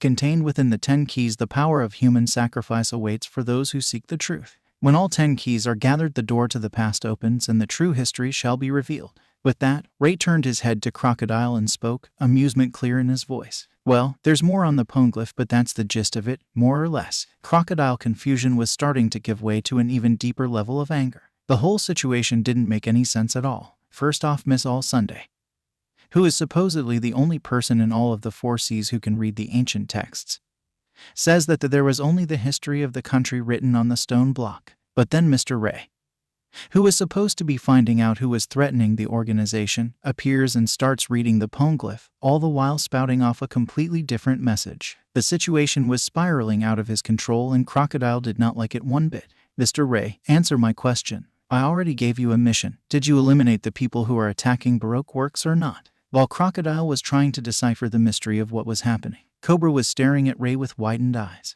"It's him," Cobra thought as he took in the young man's dark form. "The young man who told me about Baroque works, but he works for Crocodile." Cobra instantly remembered the night that he first laid eyes on the mysterious man. It was also the night that he learned of Baroque works. 110. Within the palace of Olubarna, the capital city of Alabasta, King Cobra was looking over some reports that he had just received from his soldiers at Nanohana. He had only gotten through the first few pages of the report and already it did not look good. From what the reports indicated, a large amount of dance powder had been smuggled into the country, and for a country that was a year into a drought, the possession of dance powder was a capital offense, while finding the powder before it could have been used was a definite good thing. It was what happened afterwards that had the king of Alabasta worrying. Apparently, when they were caught, the smugglers had shouted in front of the entire town of Nanohana that they were acting under his direct orders. A lie, of course, but after a year of no rainfall, a seed of hatred had been sown into his people's hearts. Sighing heavily, Cobra rose from his throne and walked to one of the many windows that lined his throne room. Looking out of the window, Cobra took in the sight of Olubarna as the stars and moon illuminated the streets below. Such a sight would have normally warmed his heart, but tonight it only increased the fear that he held for his country's future. "What is happening to my country?" Cobra asked himself as he stared out the window. "Well, I can answer that myself, Your Majesty." Cobra spun around at the unfamiliar voice and found himself staring into the blank eyes of a no-mask. Leaping away from the mysterious figure, Cobra finally got a good look at the man who had sneaked into the most secure place of his palace. Even in the light of the full moon, Cobra had some difficulty in seeing the full form of the figure, but he could clearly see the no-mask and the straw hat on his head. "Who are you? How did you get in here?" Cobra demanded as he subtly started to inch his way to the door to the hallway. The figure then held his hands up in a peaceful manner as he began to walk towards the suspicious king. Now, Your Majesty, I'm just a concerned citizen that's here to help," the man said in a surprisingly young voice. "And as to how I got in here, I walked in through the front door." Cobra was now sure that this young man who was barely older than his daughter Vivi if the boy's voice was anything to go by, was extremely dangerous. Cobra sent a subtle look to the doors of his throne room, wondering why the guards had not burst in at the sound of the intruder's voice. Cobra's attention was again brought back to the mysterious young man as he started to talk once more. Oh, and if you're wondering what happened to your guards. The masked youth then reached behind his back and threw something at Cobra's feet. Looking down at the object, Cobra felt his eyes widen at what it was, a bloody indented guard helmet. They're currently indisposed of right now. Cobra knew that his guards were dead and that he may very well be next. So with no other choice, Cobra drew the hidden knife that he always kept on him and charged at the masked youth. The young man made no move to show that Cobra's attack worried him. In fact, he kept his hands raised in the air. Cage Shishi. As Cobra drew closer to the mysterious individual, dozens of pale, transparent hands shot out from the shadows that clinged to the masked man and shot out towards Cobra. He's a fruit user, Cobra thought as the hands grabbed him and prevented him from moving a single muscle. Now, your majesty, that's not nice, the young man said as he walked closer to the bound king. He then bent down a bit to scoop up the helmet that he had thrown earlier. Besides, the young man said as he turned the helmet so Cobra could look inside of it. There, right at the base of the back of the helmet, were the initials BW. They weren't very loyal to you. Cobra stared at the initials that were inscribed on his guard's helmet for a few seconds before he returned his attention back to the younger masked man. Cobra's expression quickly morphed into a more professional one as he looked into the narrow slits of the man's no mask. Who are you and what do you want? The painted smile on the mask seemed to become more sinister in the shadows of the moonlight. Well, your majesty, who I am doesn't matter. It's how I can help you save your kingdom that you should wonder about. 110. Cobra was brought out of his musings at the sound of Ray's voice as he continued to talk to Crocodile. Well, boss, Ray began as his voice slowly began to take on a mocking tone. It would be hard to eliminate Baroque Works' hidden enemy. As quick as a striking snake, Ray kicked the sack that he had been carrying into the air, allowing its contents to spill out for all to see. Dozens of pieces of cloth fluttered around in the air as Crocodile's eyes lit up with rage and confusion as he saw what was on the pieces of cloth. Each was inscribed with the initials of BW, and each covered in splotches of blood. Because that would go against my plan. Ray shouted out in mad glee as his plan was revealed. Ray, you're behind this. Crocodile screamed out in anger at one of his top agents' betrayal. That's right, boss, Ray said as he stepped on a Baroque Works flag. And now that you've outlived your usefulness, Crocodile, it's time for you to go. With that, 4 large, transparent snake-like creatures shot out from the darkness of the passageway behind Crocodile. Each creature bit down on one of Crocodile's limbs, and to his shock, he couldn't transform them into sand. The creatures then lifted Crocodile off the ground and pulled him into the hallway with Ray straight on their heels. 80. Crocodile stood in the middle of the tomb. His breathing was slightly heavier as he tried to predict where his enemy was. Once he had been pulled out of the crocodile, wordlessly dispatched the 4 serpents that held his limbs in place with a quick slash of haki-infused sand.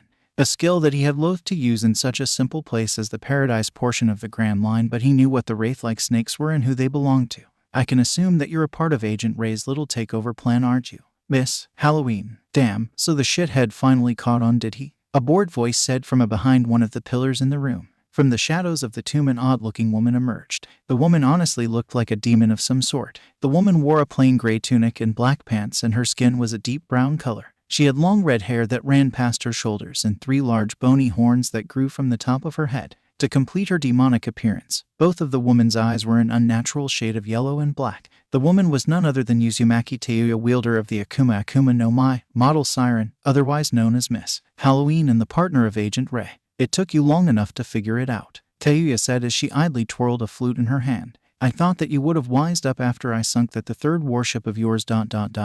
I guess I gave a shithead like you too much credit. Crocodile didn't bother with replying to Teuya's insults, as he sent a blade of sand at the traitor to his organization. Teuya looked at the incoming wave of sand without a bit of fear in her eyes as she lifted her flute to her mouth and played a quick note on it. Crocodile didn't deem to respond to Miss Halloween's insults, but to send a large wave of sand at the woman. Said woman looked at the wave without an ounce of fear, merely lifting her flute to her mouth before she began to play. RAGGH. From the shadows of the ceiling came a large, ogre-like creature that leapt in between Teuya and Crocodile's attack. The ogre attempted to block the attack within its arms, but that proved to be fatal as it quickly dried up as the moisture in its body was absorbed by the sand. Miss Halloween clicked her tongue in annoyance before the creature disappeared in a cloud of white smoke before its body could be completely destroyed. Crocodile wasted no time as he launched over a dozen of small, sharp blades at the woman in an attempt to shred her to pieces. His attack went wide, however, as Ray appeared behind him and landed a brutal straight kick at the older man's back, surprising him as he was sent flying by the strong kick from Ray. That shouldn't have been possible, Crocodile thought as he crashed through the walls and pillars of the tomb. Once Crocodile was out of the room, Ray vanished once more to reappear next to Tayuya. Tayuya glanced at her partner before she looked to where Crocodile was sent flying with a bored look in her eyes. "What took you so long, you lunkhead? You get lost on the way here," Tayuya said. "Tayu-chan, how you wound me so," Ray said in a mock-hurt tone. "Have you taken care of the bomb yet?" "Miss," Halloween responded by smacking him against the head with her flute. "Luffy Baka, how many times do I have to tell you not to call me that shitty nickname you came up with?" She whacked him a couple more times before stopping as her temper cooled. "And, yes, I did take care of the bomb. Had to get rid of a couple of frogs though." Ray, or Luffy, stopped rubbing the back of his injured head and laughed. "Shishishishishishi. I knew that the plans Crocodile came up with would be easy to derail, but I never thought it would be this easy." His laughter was cut off as the area around them to begin to shake. Bits of the ceiling cracked and crumbled, allowing in an ever-increasing amount of sand to begin to pour into the room. In the distance, Crocodile was slowly getting back up, glaring bloody murder at Ray and Tayuya as the sand danced around him. "Looks like the boss isn't playing around anymore," Ray chuckled before he turned towards his companion. "You can head out now. While I appreciate that you came, I can take care of the boss myself." Finally, Miss Halloween said as she summoned up 3 more ogre-like creatures. "I thought that we would never kill that shithead." She then jumped on one of her ogre's shoulders and turned to look down at Ray. "I'll do my part to take down that walking man purse, so you better not mess up or else." With that, Tayuya blew a quick note through her flute which made her ogres jump into the upper areas of the Tomb of the King. Seeing his partner take off further into the building, Luffy couldn't help but release a quick chuckle. "Ah, that Tayu-chan, so full of spunk. She is right though." Luffy then looked down at his body, as if examining himself. "Though I suppose I should get into my proper attire for croc hunting. After all, it is dangerous to underestimate a cornered animal." Luffy then stepped back into the shadows of the pillars until only his white no mask was visible. The mask began to twitch and thrash about violently until it now hovered a good dozen feet off the ground. A voice then seemed to come from the nose mask. It was deep and seemed to echo even in the tight confines of the tomb. "Shishishishi, it's time to end this charade once and for all." 110. Crocodile lurched out of the rubble that he found himself in after being hit from Ray's surprise attack. Every surface that he touched was instantly reduced to sand as his anger became even greater. The mere fact that Ray's attack actually connected with him without the use of any liquids could only mean one thing. Ray knew the ways of hacking. That made his former left hand even more dangerous since he could nullify his fruit defense. "How could I have not known about this?" Crocodile thought as the sand around him started to float into the air. "I've been watching him ever since he joined Baroque Works. When could he have learned it? Before he joined us." Before Crocodile think any further, dozens of pale translucent hands seemed to form from the shadows of the tomb and flew towards Crocodile. The traitorous Shichibukai morphed into a cloud of sand and flew in between the fingers of the hands before reforming back into the upper body in the air above them. Desert Lespada. 6 gigantic swords made of haki-infused sand appeared in midair before reducing the spectral hands to shreds. Crocodile reformed the lower half of his body that lightly landed on the ground as he looked around for the owner of the attack. "Where are you, Ray?" "I'm right here," Crocodile, a smooth and dark voice whispered into his ear. Crocodile didn't have enough time to think as he was once again sent flying through the air as a large object smashed into his back. Crocodile dissolved into sand just as his body hit a stone pillar, dispersing it into a cloud of sand. The cloud flew around in the air for a bit, dodging the ghostly hands that tried to swat it out of the air, before it reformed back into Crocodile a few dozen feet away. "Awa," the same dark voice said as a large creature lowered itself from the shadows of the ceiling. "I missed." Never in Crocodile's entire life had he ever seen such a creature before. It looked like a giant leech, but its skin resembled old spilled blood, both in color and texture. It also had a mane of hair composed of 5 long streaks of crimson red hair. But on top of the beast's face was an object that was frighteningly familiar to Crocodile. It was Ray's mask. "Ray, please Crocodile, I think that we're past titles now." The leech, Ray, said as it slithered around a couple of pillars. "Call me Luffy, for it will be the last name that you'll hear." With that proclamation, Luffy's body created another dozen shadow limbs and sent them hurtling towards Crocodile. Crocodile sent out a wave of sand towards the spectral hands which collided with Luffy's attack, destroying them both. Crocodile whipped his attention back to Luffy, only to find that his traitorous subordinate was already gone. Crocodile barely had any time to think when a large red shot out from the shadows of the tomb and latched onto his leg. Crocodile attempted to turn his leg into sand but was shocked to find that he could not do so. Before he could try and cut the limb, Crocodile was yanked off his feet and into the air. Luffy emerged from the shadows as a grinning mouth full of ivory molars formed just below the no mask. Another red limb sprouted from Luffy's body before he released Crocodile's leg and delivered a devastating punch straight to his midsection. Crocodile went flying through the air and crashed into the stone walls of the tomb, causing him to cough up a bit of blood. What kind of beast is he? Crocodile thought as he tried to make sense of what he was fighting against. It made no sense. Even without the use of haki, Ray was still able to hurt him with his normal attacks. That alone made no sense whatsoever, since the only way he could have done it was with the use of a liquid, but Crocodile was sure that Luffy never used anything on those limbs of his. Tell me, Luffy, Crocodile said as he sent a wave of at the mysterious creature that was once his top assassin. You're using a mythical loja fruit, aren't you? Shishishi, you got it in one, Crocodile, Luffy said as he shot around the tornado of sand. Allow me to tell you a story. A long time ago, when all of the world's land was still formed a single continent, there was a beast unlike any other. Luffy then attempted to crush Crocodile with a wall of both his shadow limbs and his own arms. Crocodile dodged the attack by turning into sand and flying in between the individual punches. As Crocodile dodged his assault, Luffy continued to tell his story as though he wasn't trying to kill the warlord. The monster was a true avatar of destruction, as its very presence drove people to the brink of madness and despair. Many tried to slay the beast, but all fell before its might, until a lone sage faced the monster in single combat. After a mighty battle, it was the sage that emerged victorious over the beast. But this victory was not without its consequences. Crocodile reformed himself right above Luffy's leech-like body and attempted to grab onto his back with his hand. If Crocodile could grab onto Luffy's leech-like body, then he could drain all the liquid out of his body. Before Crocodile could grab onto Luffy, he twisted his body out of the way of the grapple and hit his opponent with a vicious back.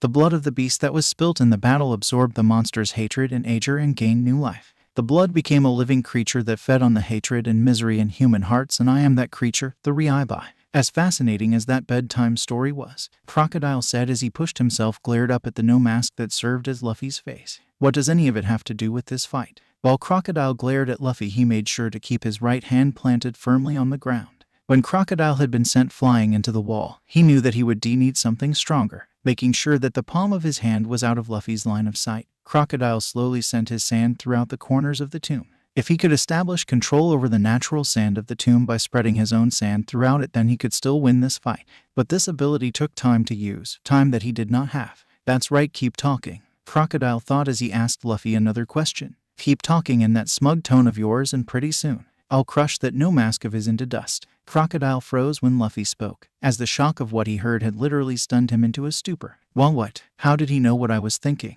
And no, don't think like that. It has to be a trick of some kind. He's just trying to trick me. There's no way he could read my mind. Luffy merely laughed at the shocked expression on Crocodile's face. Shishishishi. That's right, Crocodile. You've been running around in the palm of my hand since the very beginning. All of your plans, your desires, and even your true name were laid bare before me. The only reason why you were allowed to get this far with your schemes was because they helped my own goals. Crocodile couldn't even speak after all. How could he after such a shattering revelation? Had he really underestimated the situation that much, to not know when he was being manipulated? He should have been the hidden boss behind the scenes, but it seemed as if he was a patsy in his own subordinate schemes. That's when he heard the sound of a flute being played. All of a sudden, the world around Crocodile started to melt and spin around him as if he was looking through the ripples of water. Before he could even comprehend what was happening, both of Crocodile's arms snapped up so they were stretched out from his body. Crocodile tried to regain control of his limbs, but no matter what he did, his limbs would not respond to his commands.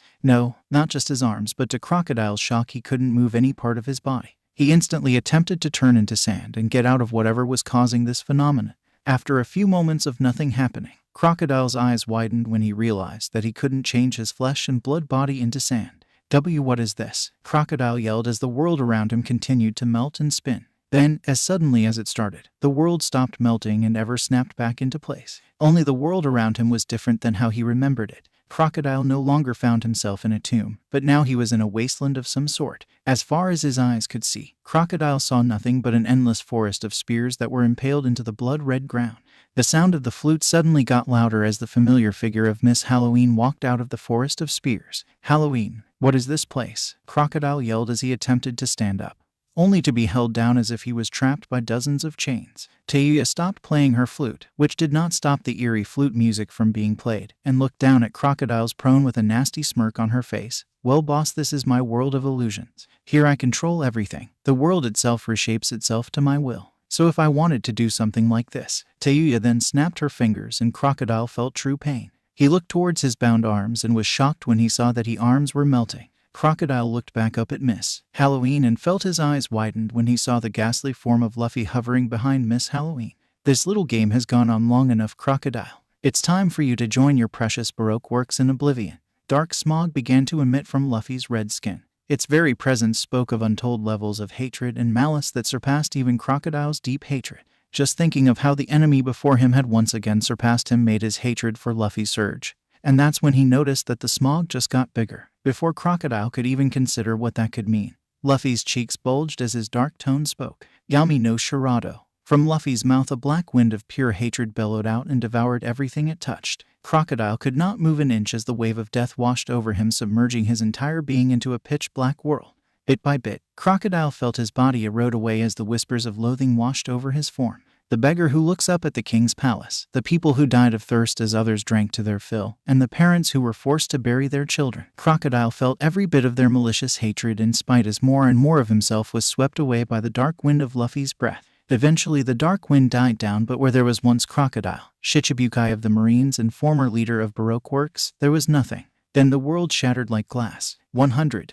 Luffy quickly transformed back into his human form and silently landed onto the stone floor of the tomb. He then raised his left hand upwards and pulled the no mask off his face, finally revealing it for the first time in what felt like a lifetime. Luffy's dark eyes snapped to the spot where Crocodile once was in. For the briefest of moments, one could see sadness and guilt as they flickered through his eyes. Luffy then started to slowly chuckle to himself, as if enjoying an inside joke that he had just recalled. No longer in her own transformation that her devil fruit granted her, Tayuya looked to Luffy with an annoyed expression on her face. "What's so funny, you baka?" Luffy stopped chuckling to himself and stared down at the mask in his hands. He then smiled a small little smile as his eyes gained a very tired look in them, as though he was weary from the thoughts that weighed upon them. "I was just marveling how easy it is to act like a monster," Luffy said before lifting the mask into the air towards his face. "When I cover my face with this mask," he drew the mask down, "although I did create this mask myself from my flesh after all." Luffy then crushed the mask with his hand, but instead of shattering into pieces, the mask burst into a reddish-brown liquid that was quickly absorbed into his skin. Tayuya looked at Luffy for a few seconds with a soft look in her eyes.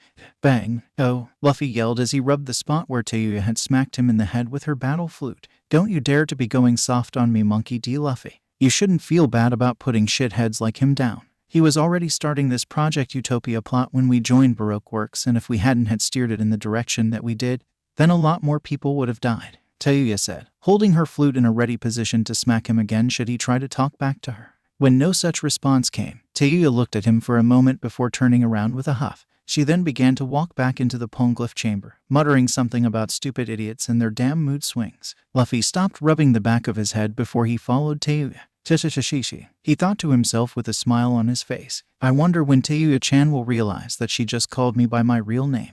Luffy entered the poneglyph with a slight spring in his step and a grin on his face. After Tayuya had bashed him on the head, he managed to get his own personal demons back under control, so he was in a much better mood. After all, the culmination of 3 years' worth of planning was finally about to pay off, so why wouldn't Luffy be happy? Luffy noticed that Tayuya was now next to Robin and was telling the black-haired woman about how he was too chicken to fight Crocodile by himself and that he had needed her help to finish the walking handbag off. Robin seemed to be listening to Tayuya, but Luffy could tell that her attention was on him the instant that he walked into the room. Nico Robin was something of a recent addition to Luffy's band of companions alongside several other former Baroque Works agents that he had managed to convince to join him. It had been hard to make Robin believe that his intentions were good and that he didn't plan to betray her, like so many others had in the past, but he had persisted and eventually Robin had begun to believe him. It also helped that he too knew how to read the ancient language of the Void Era, to show that he wasn't working for the world government since they would execute him for possessing forbidden knowledge. From that point on, she had become a welcome addition to his nakama. On the other side of the room, Cobra was looking at Luffy with no small amount of wonder in his eyes. He was probably marveling about how he took down one of the 7 Shichibukai and come out relatively unharmed. Of course, lying below the wonder, Luffy could see a healthy amount of distrust was bubbling beneath the surface, no doubt wondering what Luffy would do now that he toppled his former boss. Luffy grinned wider for a bit before he performed a mock bow in front of the injured king. "Don't worry, your majesty, Crocodile is quite dead and your kingdom is safe. Your daughter and her marine friends are cleaning up the last remnants of Baroque Works and the rebellion is winding down. By tomorrow morning the newspapers should also get a package that details all the crimes that Crocodile has done to your kingdom." The king's shoulders sagged for a bit at hearing what Luffy had just said to him. Not from weariness though. Oh no. To Cobra, hearing that his daughter and country would be fine seemed to lift a great weight from his shoulders. And, oddly enough, it seemed as if he owed the young man in front of him a debt for killing Crocodile and saving his life. Before Cobra could say anything, Luffy spun around and started to walk towards the poneglyph. Of course, there is the matter about payment for services rendered. Luffy began as he walked up to the poneglyph and looked up at the symbols carved in its side. Yes, this will do nicely. Luffy then raised a single finger as a pale blue flame of energy ignited at its tip. He then started to trace the symbols on the poneglyph in a seemingly random order, but each ancient letter lit up with the same blue energy that Luffy was producing. Eventually, Luffy traced one final letter on the stone block and took a step back from the poneglyph. The lit letters started to slowly plus with the strange energy before all the other symbols on the poneglyph lit up with an intensity that forced Cobra to look away from it. Teiu looked on at the scene with some mild amount of interest, since she had seen something similar to this before. Robin, on the other hand, was staring at the poneglyph with no small amount of wonder in her normal stoic eyes. Even she, who had dedicated her entire life into researching into the Void Century, had no idea on what she was seeing. It's quite amazing, really, the ingenuity of the ancients, Luffy said to no one as he stared straight at the glowing poneglyph without flinching. To make sure that their secrets would reach a new generation, they sealed clues within indestructible chests that would ensure that they would survive. Of course, you need the power of the Void Century to open the chests. Then a sound like heavy stones scrapping across each other was heard as the massive stone cube seemed to shift, for lack of a better word, until a hollow space within the poneglyph was revealed. Resting within that hollow space of the block was a single book. The book itself was completely unremarkable looking, bound in simple leather that was dyed a light green. It didn't even have a title, only the symbol of an hourglass adorned its cover. Luffy, ever so gently, picked the book up and started to flip through its pages. After a few seconds, Luffy shut the book and stared at the hourglass symbol with a smile on his face. The Journal of the Wind Shadows, a tome of untold knowledge for those who seek the true history. He then slipped the journal into the sleeves of his robes and walked over to Robin and Teiu. And did we get our other prize, Robin? Robin smiled and pulled a piece of fruit from one of her pockets. The fruit was strange to say the least. It resembled a spiky melon, like the ones that were more commonly found in certain areas of the desert, but it was different at the same time. The fruit was covered in swirl marks that ended in the spikes that lined its surface, and its stem had more curl than a normal fruit. This fruit was none other than the Suna no Mai. I must admit, Luffy-san, I had some doubts about when you told me to keep this desert melon. I did think that you were playing with me, but when it turned into Sir Crocodile's devil fruit, I can see that my worries were unfounded, Robin said in her usual tone of voice as she handed the Suna no Mai to Luffy. You've been planning this out from the beginning, haven't you? Robin asked with a hint of mirth in her voice. Luffy grinned widely at her question, showing off all of his teeth in a gigawatt smile. Shishishi, Robin, you give me too much credit. So shall we be off then? The others should be waiting for us by now. With that, Luffy turned back to Cobra and gave the king one last mock bow. Well, your majesty, I believe it's time for me and my crew to depart from your land. So without further ado, goodbye. With that, Luffy threw a small ball onto the ground, which released a thick cloud of smoke, obscuring him and his two partners from view. Once the smoke was cleared, Cobra could see that the three were gone and the poneglyph was back into its original condition. Unexpectedly, Cobra began to chuckle to himself as he got to his feet and started to shamble to the exit of the tomb. By no Luffy. I wonder how far you'll go for the truth. Okay, sadly the chapter is over. And if you enjoyed the video, just leave a like and subscribe with post notification, so when the next chapter is ready, you will be notified. Okay, see you in the next video. Bye.